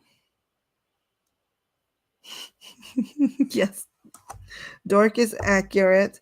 Do you ever get a reading for self from self?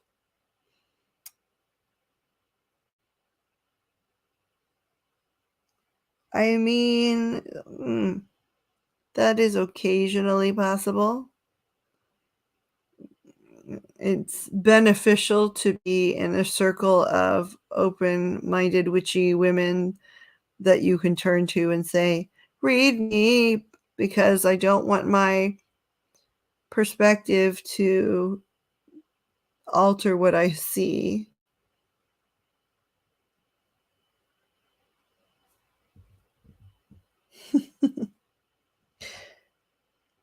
I mean, deliverance should scare the South about just being, like, existing.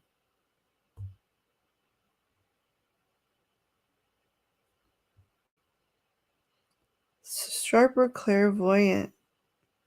I want to click on this and find their place. Okay, they do have a channel. I'm going to subscribe.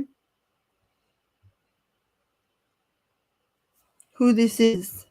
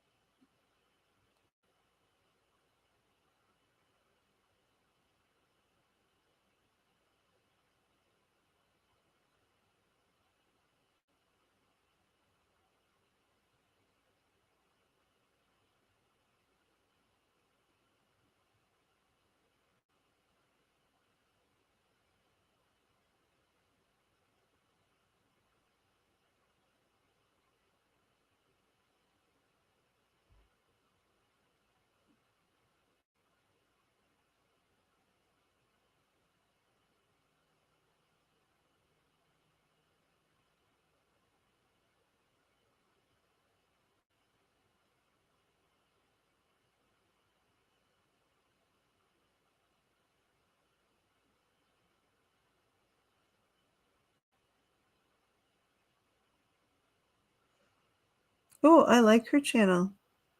I'm going to set a reminder for her live.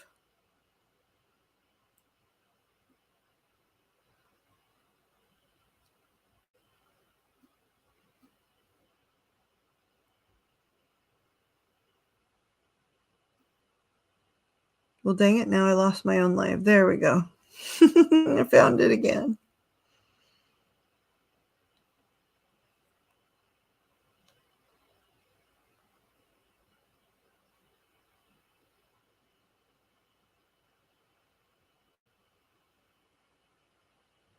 Okay, hold on. Now I'm back.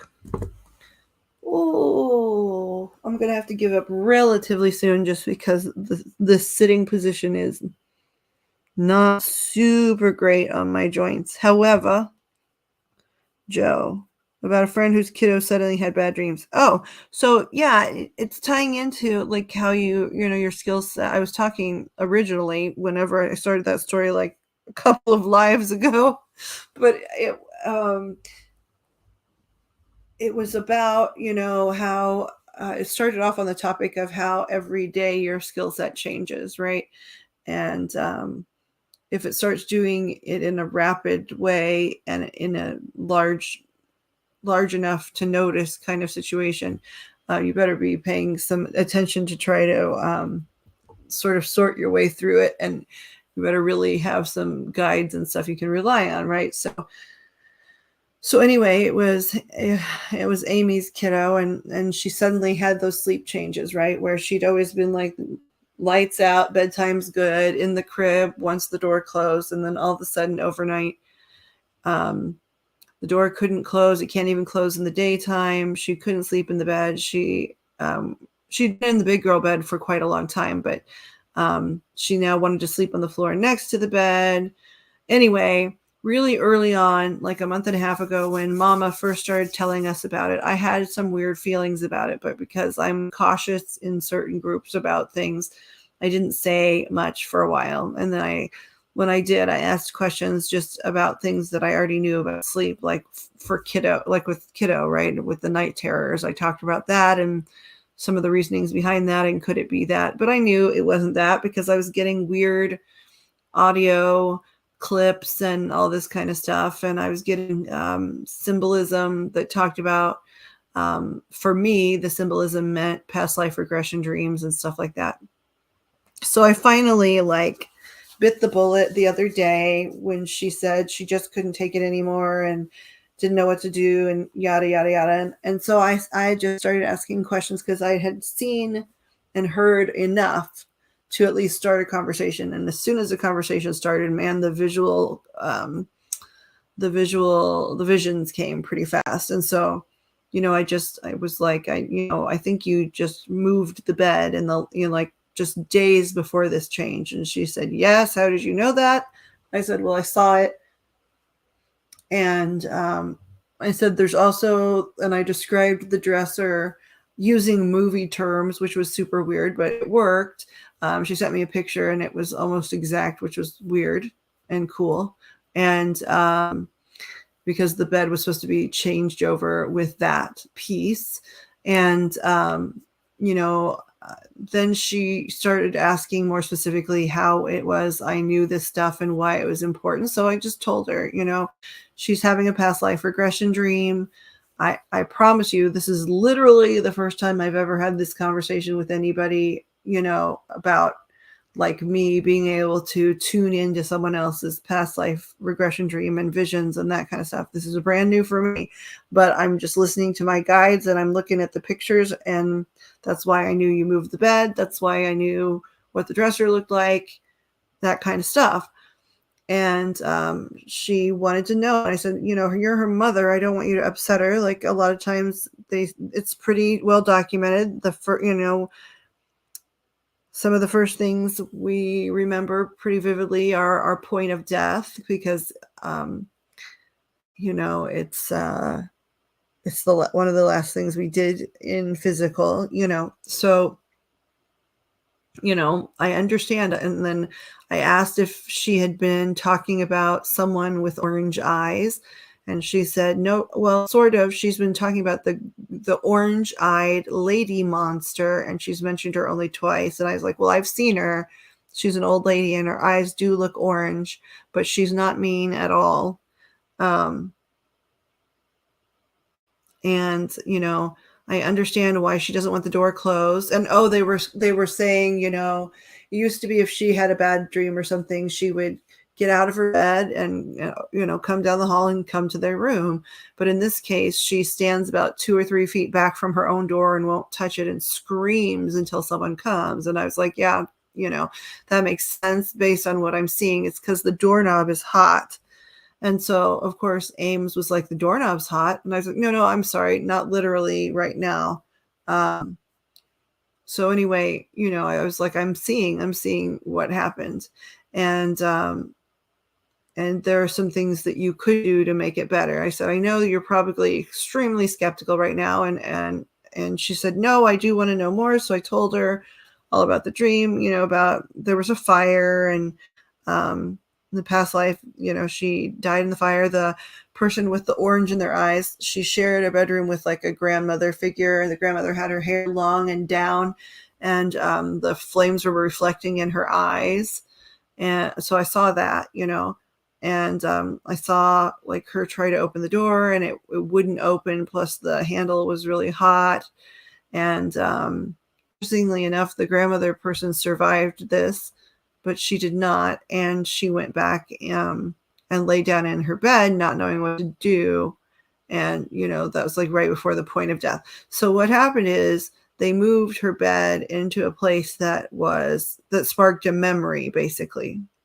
Now, I felt really confident of this because my guides were really securely showing me this stuff, but it was brand ass new to me too. And I was just following their instructions. So here's what's the most amazing is her mom had reported for at least a month and a half. They start the bedtime, they're night owls too, but not as bad. They start the bedtime ritual, at like 10:30 or 11 at night. And that the kiddo hadn't been to sleep, before 3:30 or 4 in the morning in a month and a half period. And if she did go to sleep, it was because either she's just slept in their bed or they laid on her floor with her, because she will not get in that bed. And so, Amy was great. She took the advice. She moved the bed almost right away. What was interesting is even in the waking hours, the daughter had stopped touching the bed. She wouldn't touch the bed. She hated the bed, all this stuff.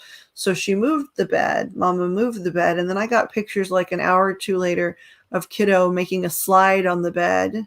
She was making a slide using hampers and stuff. And so she was playing on the bed again, which was sort of encouraging.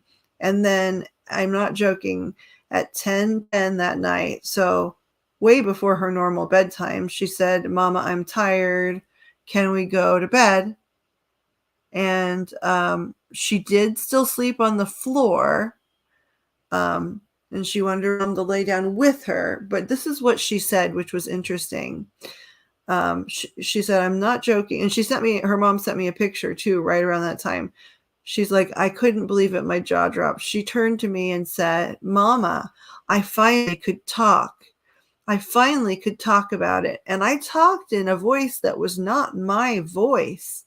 And then she yawned real big, scooted down on the covers, and went to sleep at 10:10 in the evening.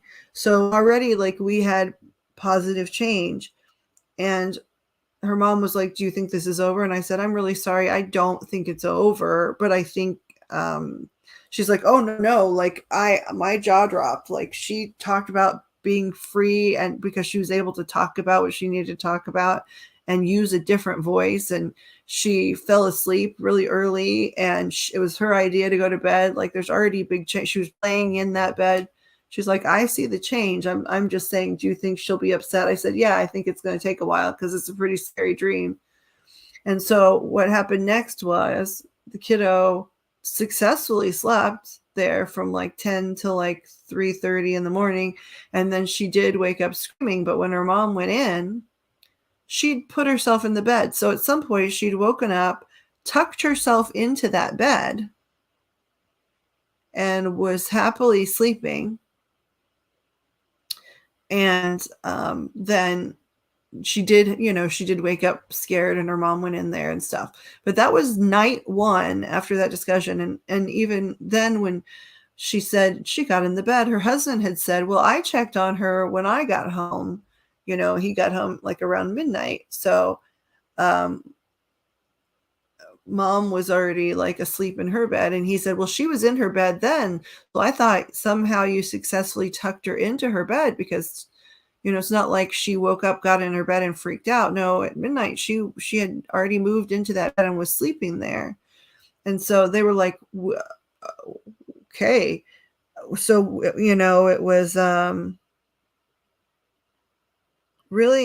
was really interesting and exciting, and way out of my normal experience. And so now every couple of days I get reports, because there's been huge progress, and the guides have given them other advice about things to do in order to sort of not directly talk about the problem, but to address some of the fears. And so they've been doing that. And I guess a couple of other times she has said something to the effect of, "Thank you, Mama. Thank you for listening to my other voice," which we don't know for sure what that means, but it's very interesting. And so they're progressing. They're in just a handful of nights. They're progressing, and things are going significantly better. It was very exciting and very interesting.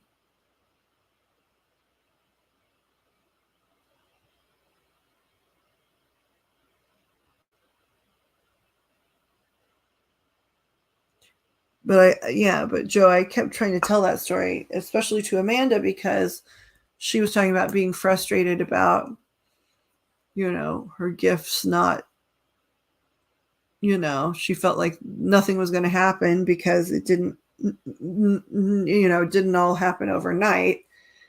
And I was saying, look, my stuff has been happening since I was born, and it takes a while. And still, there's always new stuff that you have no idea what to do. You just have to hope that you've built up enough of a good system around you that you can rely on them, and sort of, it's like a constant trust fall. Yeah, isn't it interesting? I mean, I have pictures and text, and I still look at them because it's hard to believe. Like, and that's one of those surreal things. Like you meaning me in this case, I directly participated in those conversations and in talking about what was going on. But the fact that there was like really quick change and stuff like that just feels like a story from a book or something. It doesn't feel like real. But I'm so happy for the little girl. I mean, how can you not be? She's already feeling better. That's the whole point.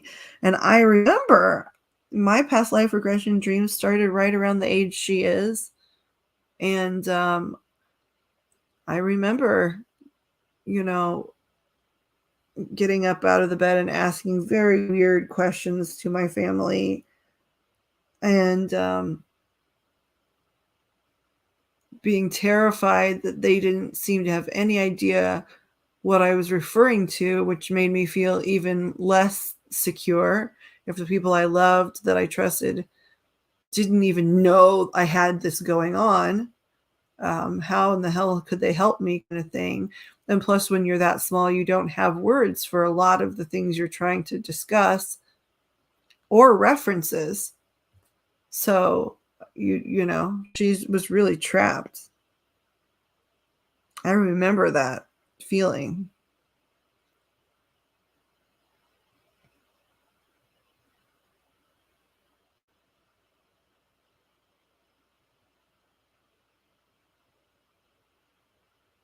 With you mean with my own family? Yeah, I think so. I think it's pretty close. I'm really lucky. I'm lucky to have them.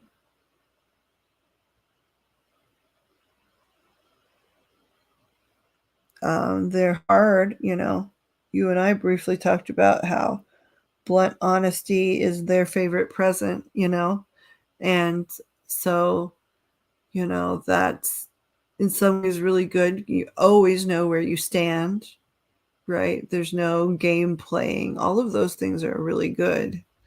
But the rest can get brutal sometimes, but it's still, there's, a huge blessing.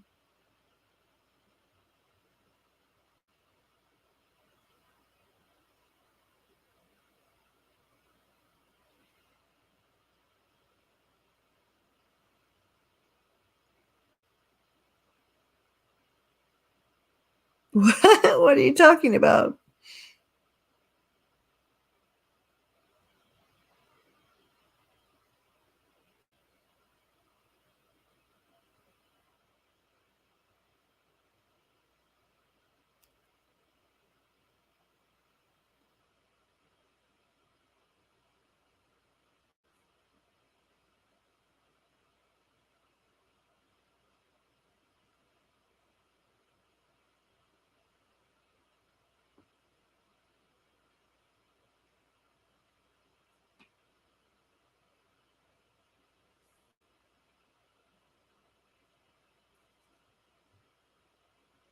Joe or O?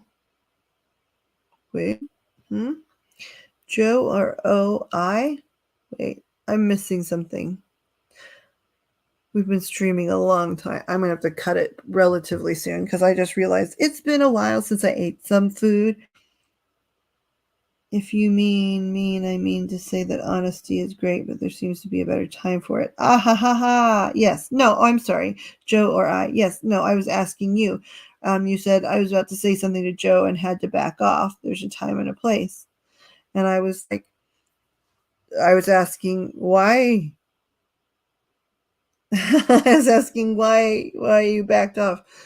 I mean, he's definitely not afraid of questions because, he'll answer just not interested or no comment.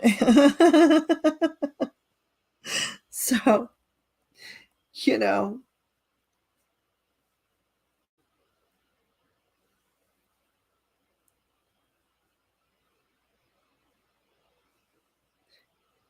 also time and place made me laugh because I just was thinking, well, what's our time and place? Our time and um, place is always going to be the internet, at least for the foreseeable future for like anybody, in these groups. And time seems to be, somewhere in the middle of the middle.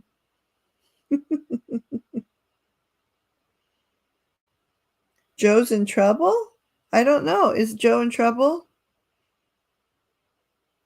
Wait, which Joe? Are you talking about Joe King? Okay, Joe King. Because Joe Black is sitting here. Joe King.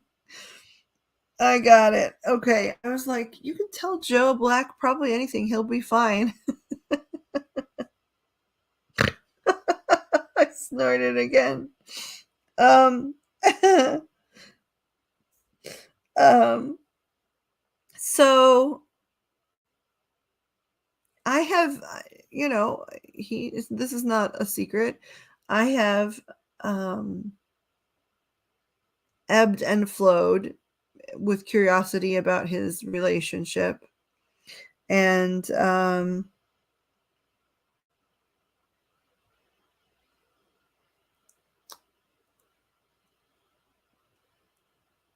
I think, well, I mean, he's openly said in the past, he's decided he sometimes he decides he wants something and that he knows it's right because he has a good sense and feel for things. And then he just says, this is, please let's do this. And she says, no, I'm not ready. Now, she does not rule that roost because he's not a rulable type. He openly also has, over the many, almost year, I think I've known him about getting close to a year. And, I understand what you're referring to because he talks and speaks from a perspective of somebody who is, I don't know, servile almost towards her. And that is not at all the case. He's been very open about the fact that in the past he was not considerate enough in his approach nor manner of speaking and things like that. So he understands that to achieve balance, the pendulum's got to swing, pretty far the other direction. So he's very aware that his pendulum is in a place where, he's seeking to be right now almost blindly supportive and cooperative, not because that's his end game, but because he has in the past, they've had struggles with him being quite almost the opposite of that, not any ill-intending way, of course, because he's got a heart of gold. So some of it is that, and I would definitely understand your perspective, especially if you don't have that piece of information about their path. And so certainly in the beginning, when I would hear him talk like that, I'd be like, oh my gosh, like this guy is going to get stomped on. Like, why does he feel compulsed to speak this way? And it's very tactical and intentional on his part. And,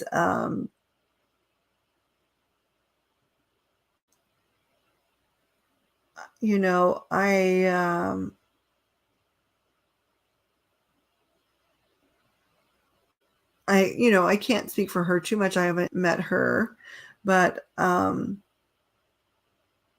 she definitely is pretty self-aware for her age.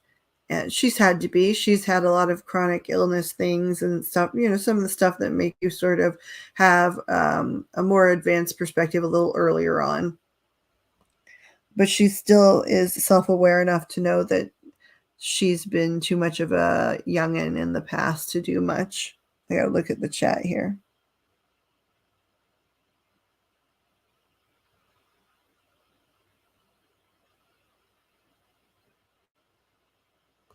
Yeah, okay, there it is. So yeah, but yes, I totally get what you mean, because when I first met him, they had very recently had a split, because even though he didn't intend it to be, his approach was very my way or the highway, babe. And my way says, get on the back of this Harley and ride off into the sunset, and, that's me being exaggerating the situation. But it was him,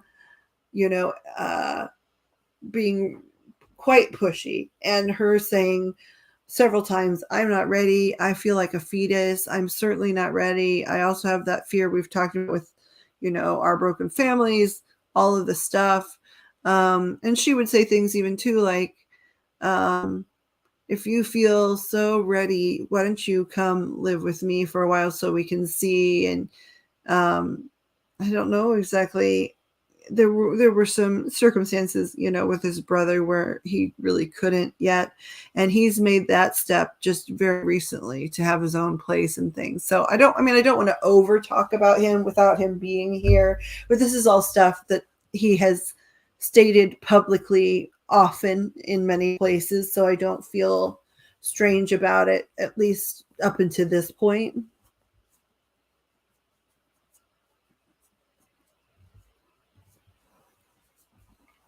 And so, yeah, he does talk about it a lot, but he also talks about himself talking about it a lot, and how it's a very intentional methodology for trying to remind himself that things need to be equal, right? And as a big sister figure, I'm occasionally worried, what if it goes too far? And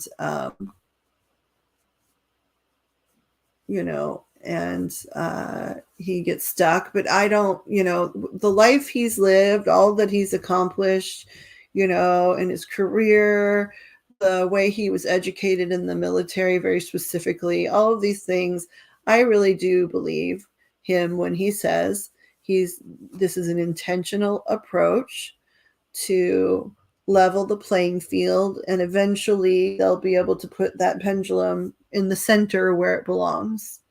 But that he owes her quite a few months of an easier going, less calling the shots kind of partner, so that he has more of a chance to learn her as well. And I think in some ways it's working, because in the past she would never get upset about him spending time away because she felt like he was too much, right? And so the fact that she's like, I want to spend more time, I think at the end of the day, that's a really good, exciting sign. And then the cards were really clear about the fact that they are a really good match, and they both know it. It's just, it's going to be timing. And that's primarily because he's not 30 yet, and she's not even drinking age quite yet, so that's a big enough difference. And it's amazing to me that she's the party that knows even more so that she needs to proceed with caution, because people are definitely prone to flights of fancy at that age, and she's also stated several times she wants to keep him. He is her fancy, so she doesn't want to burn it to the ground with youthful nonsense. She'd rather take her time because she thinks he's the guy.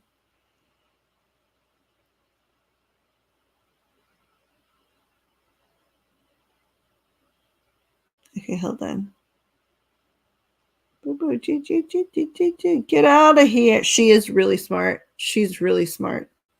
Okay, well, I will leave. I need to sit in a different position.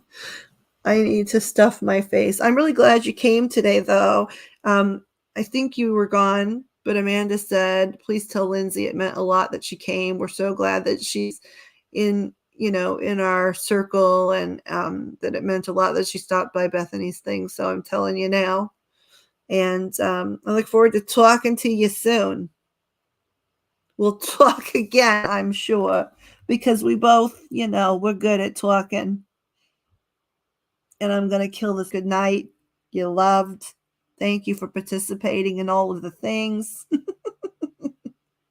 I'll talk to you. Okay, dear. Oh, see, you even know how to write in Yiddish. That's excellent news. Love you. Good night.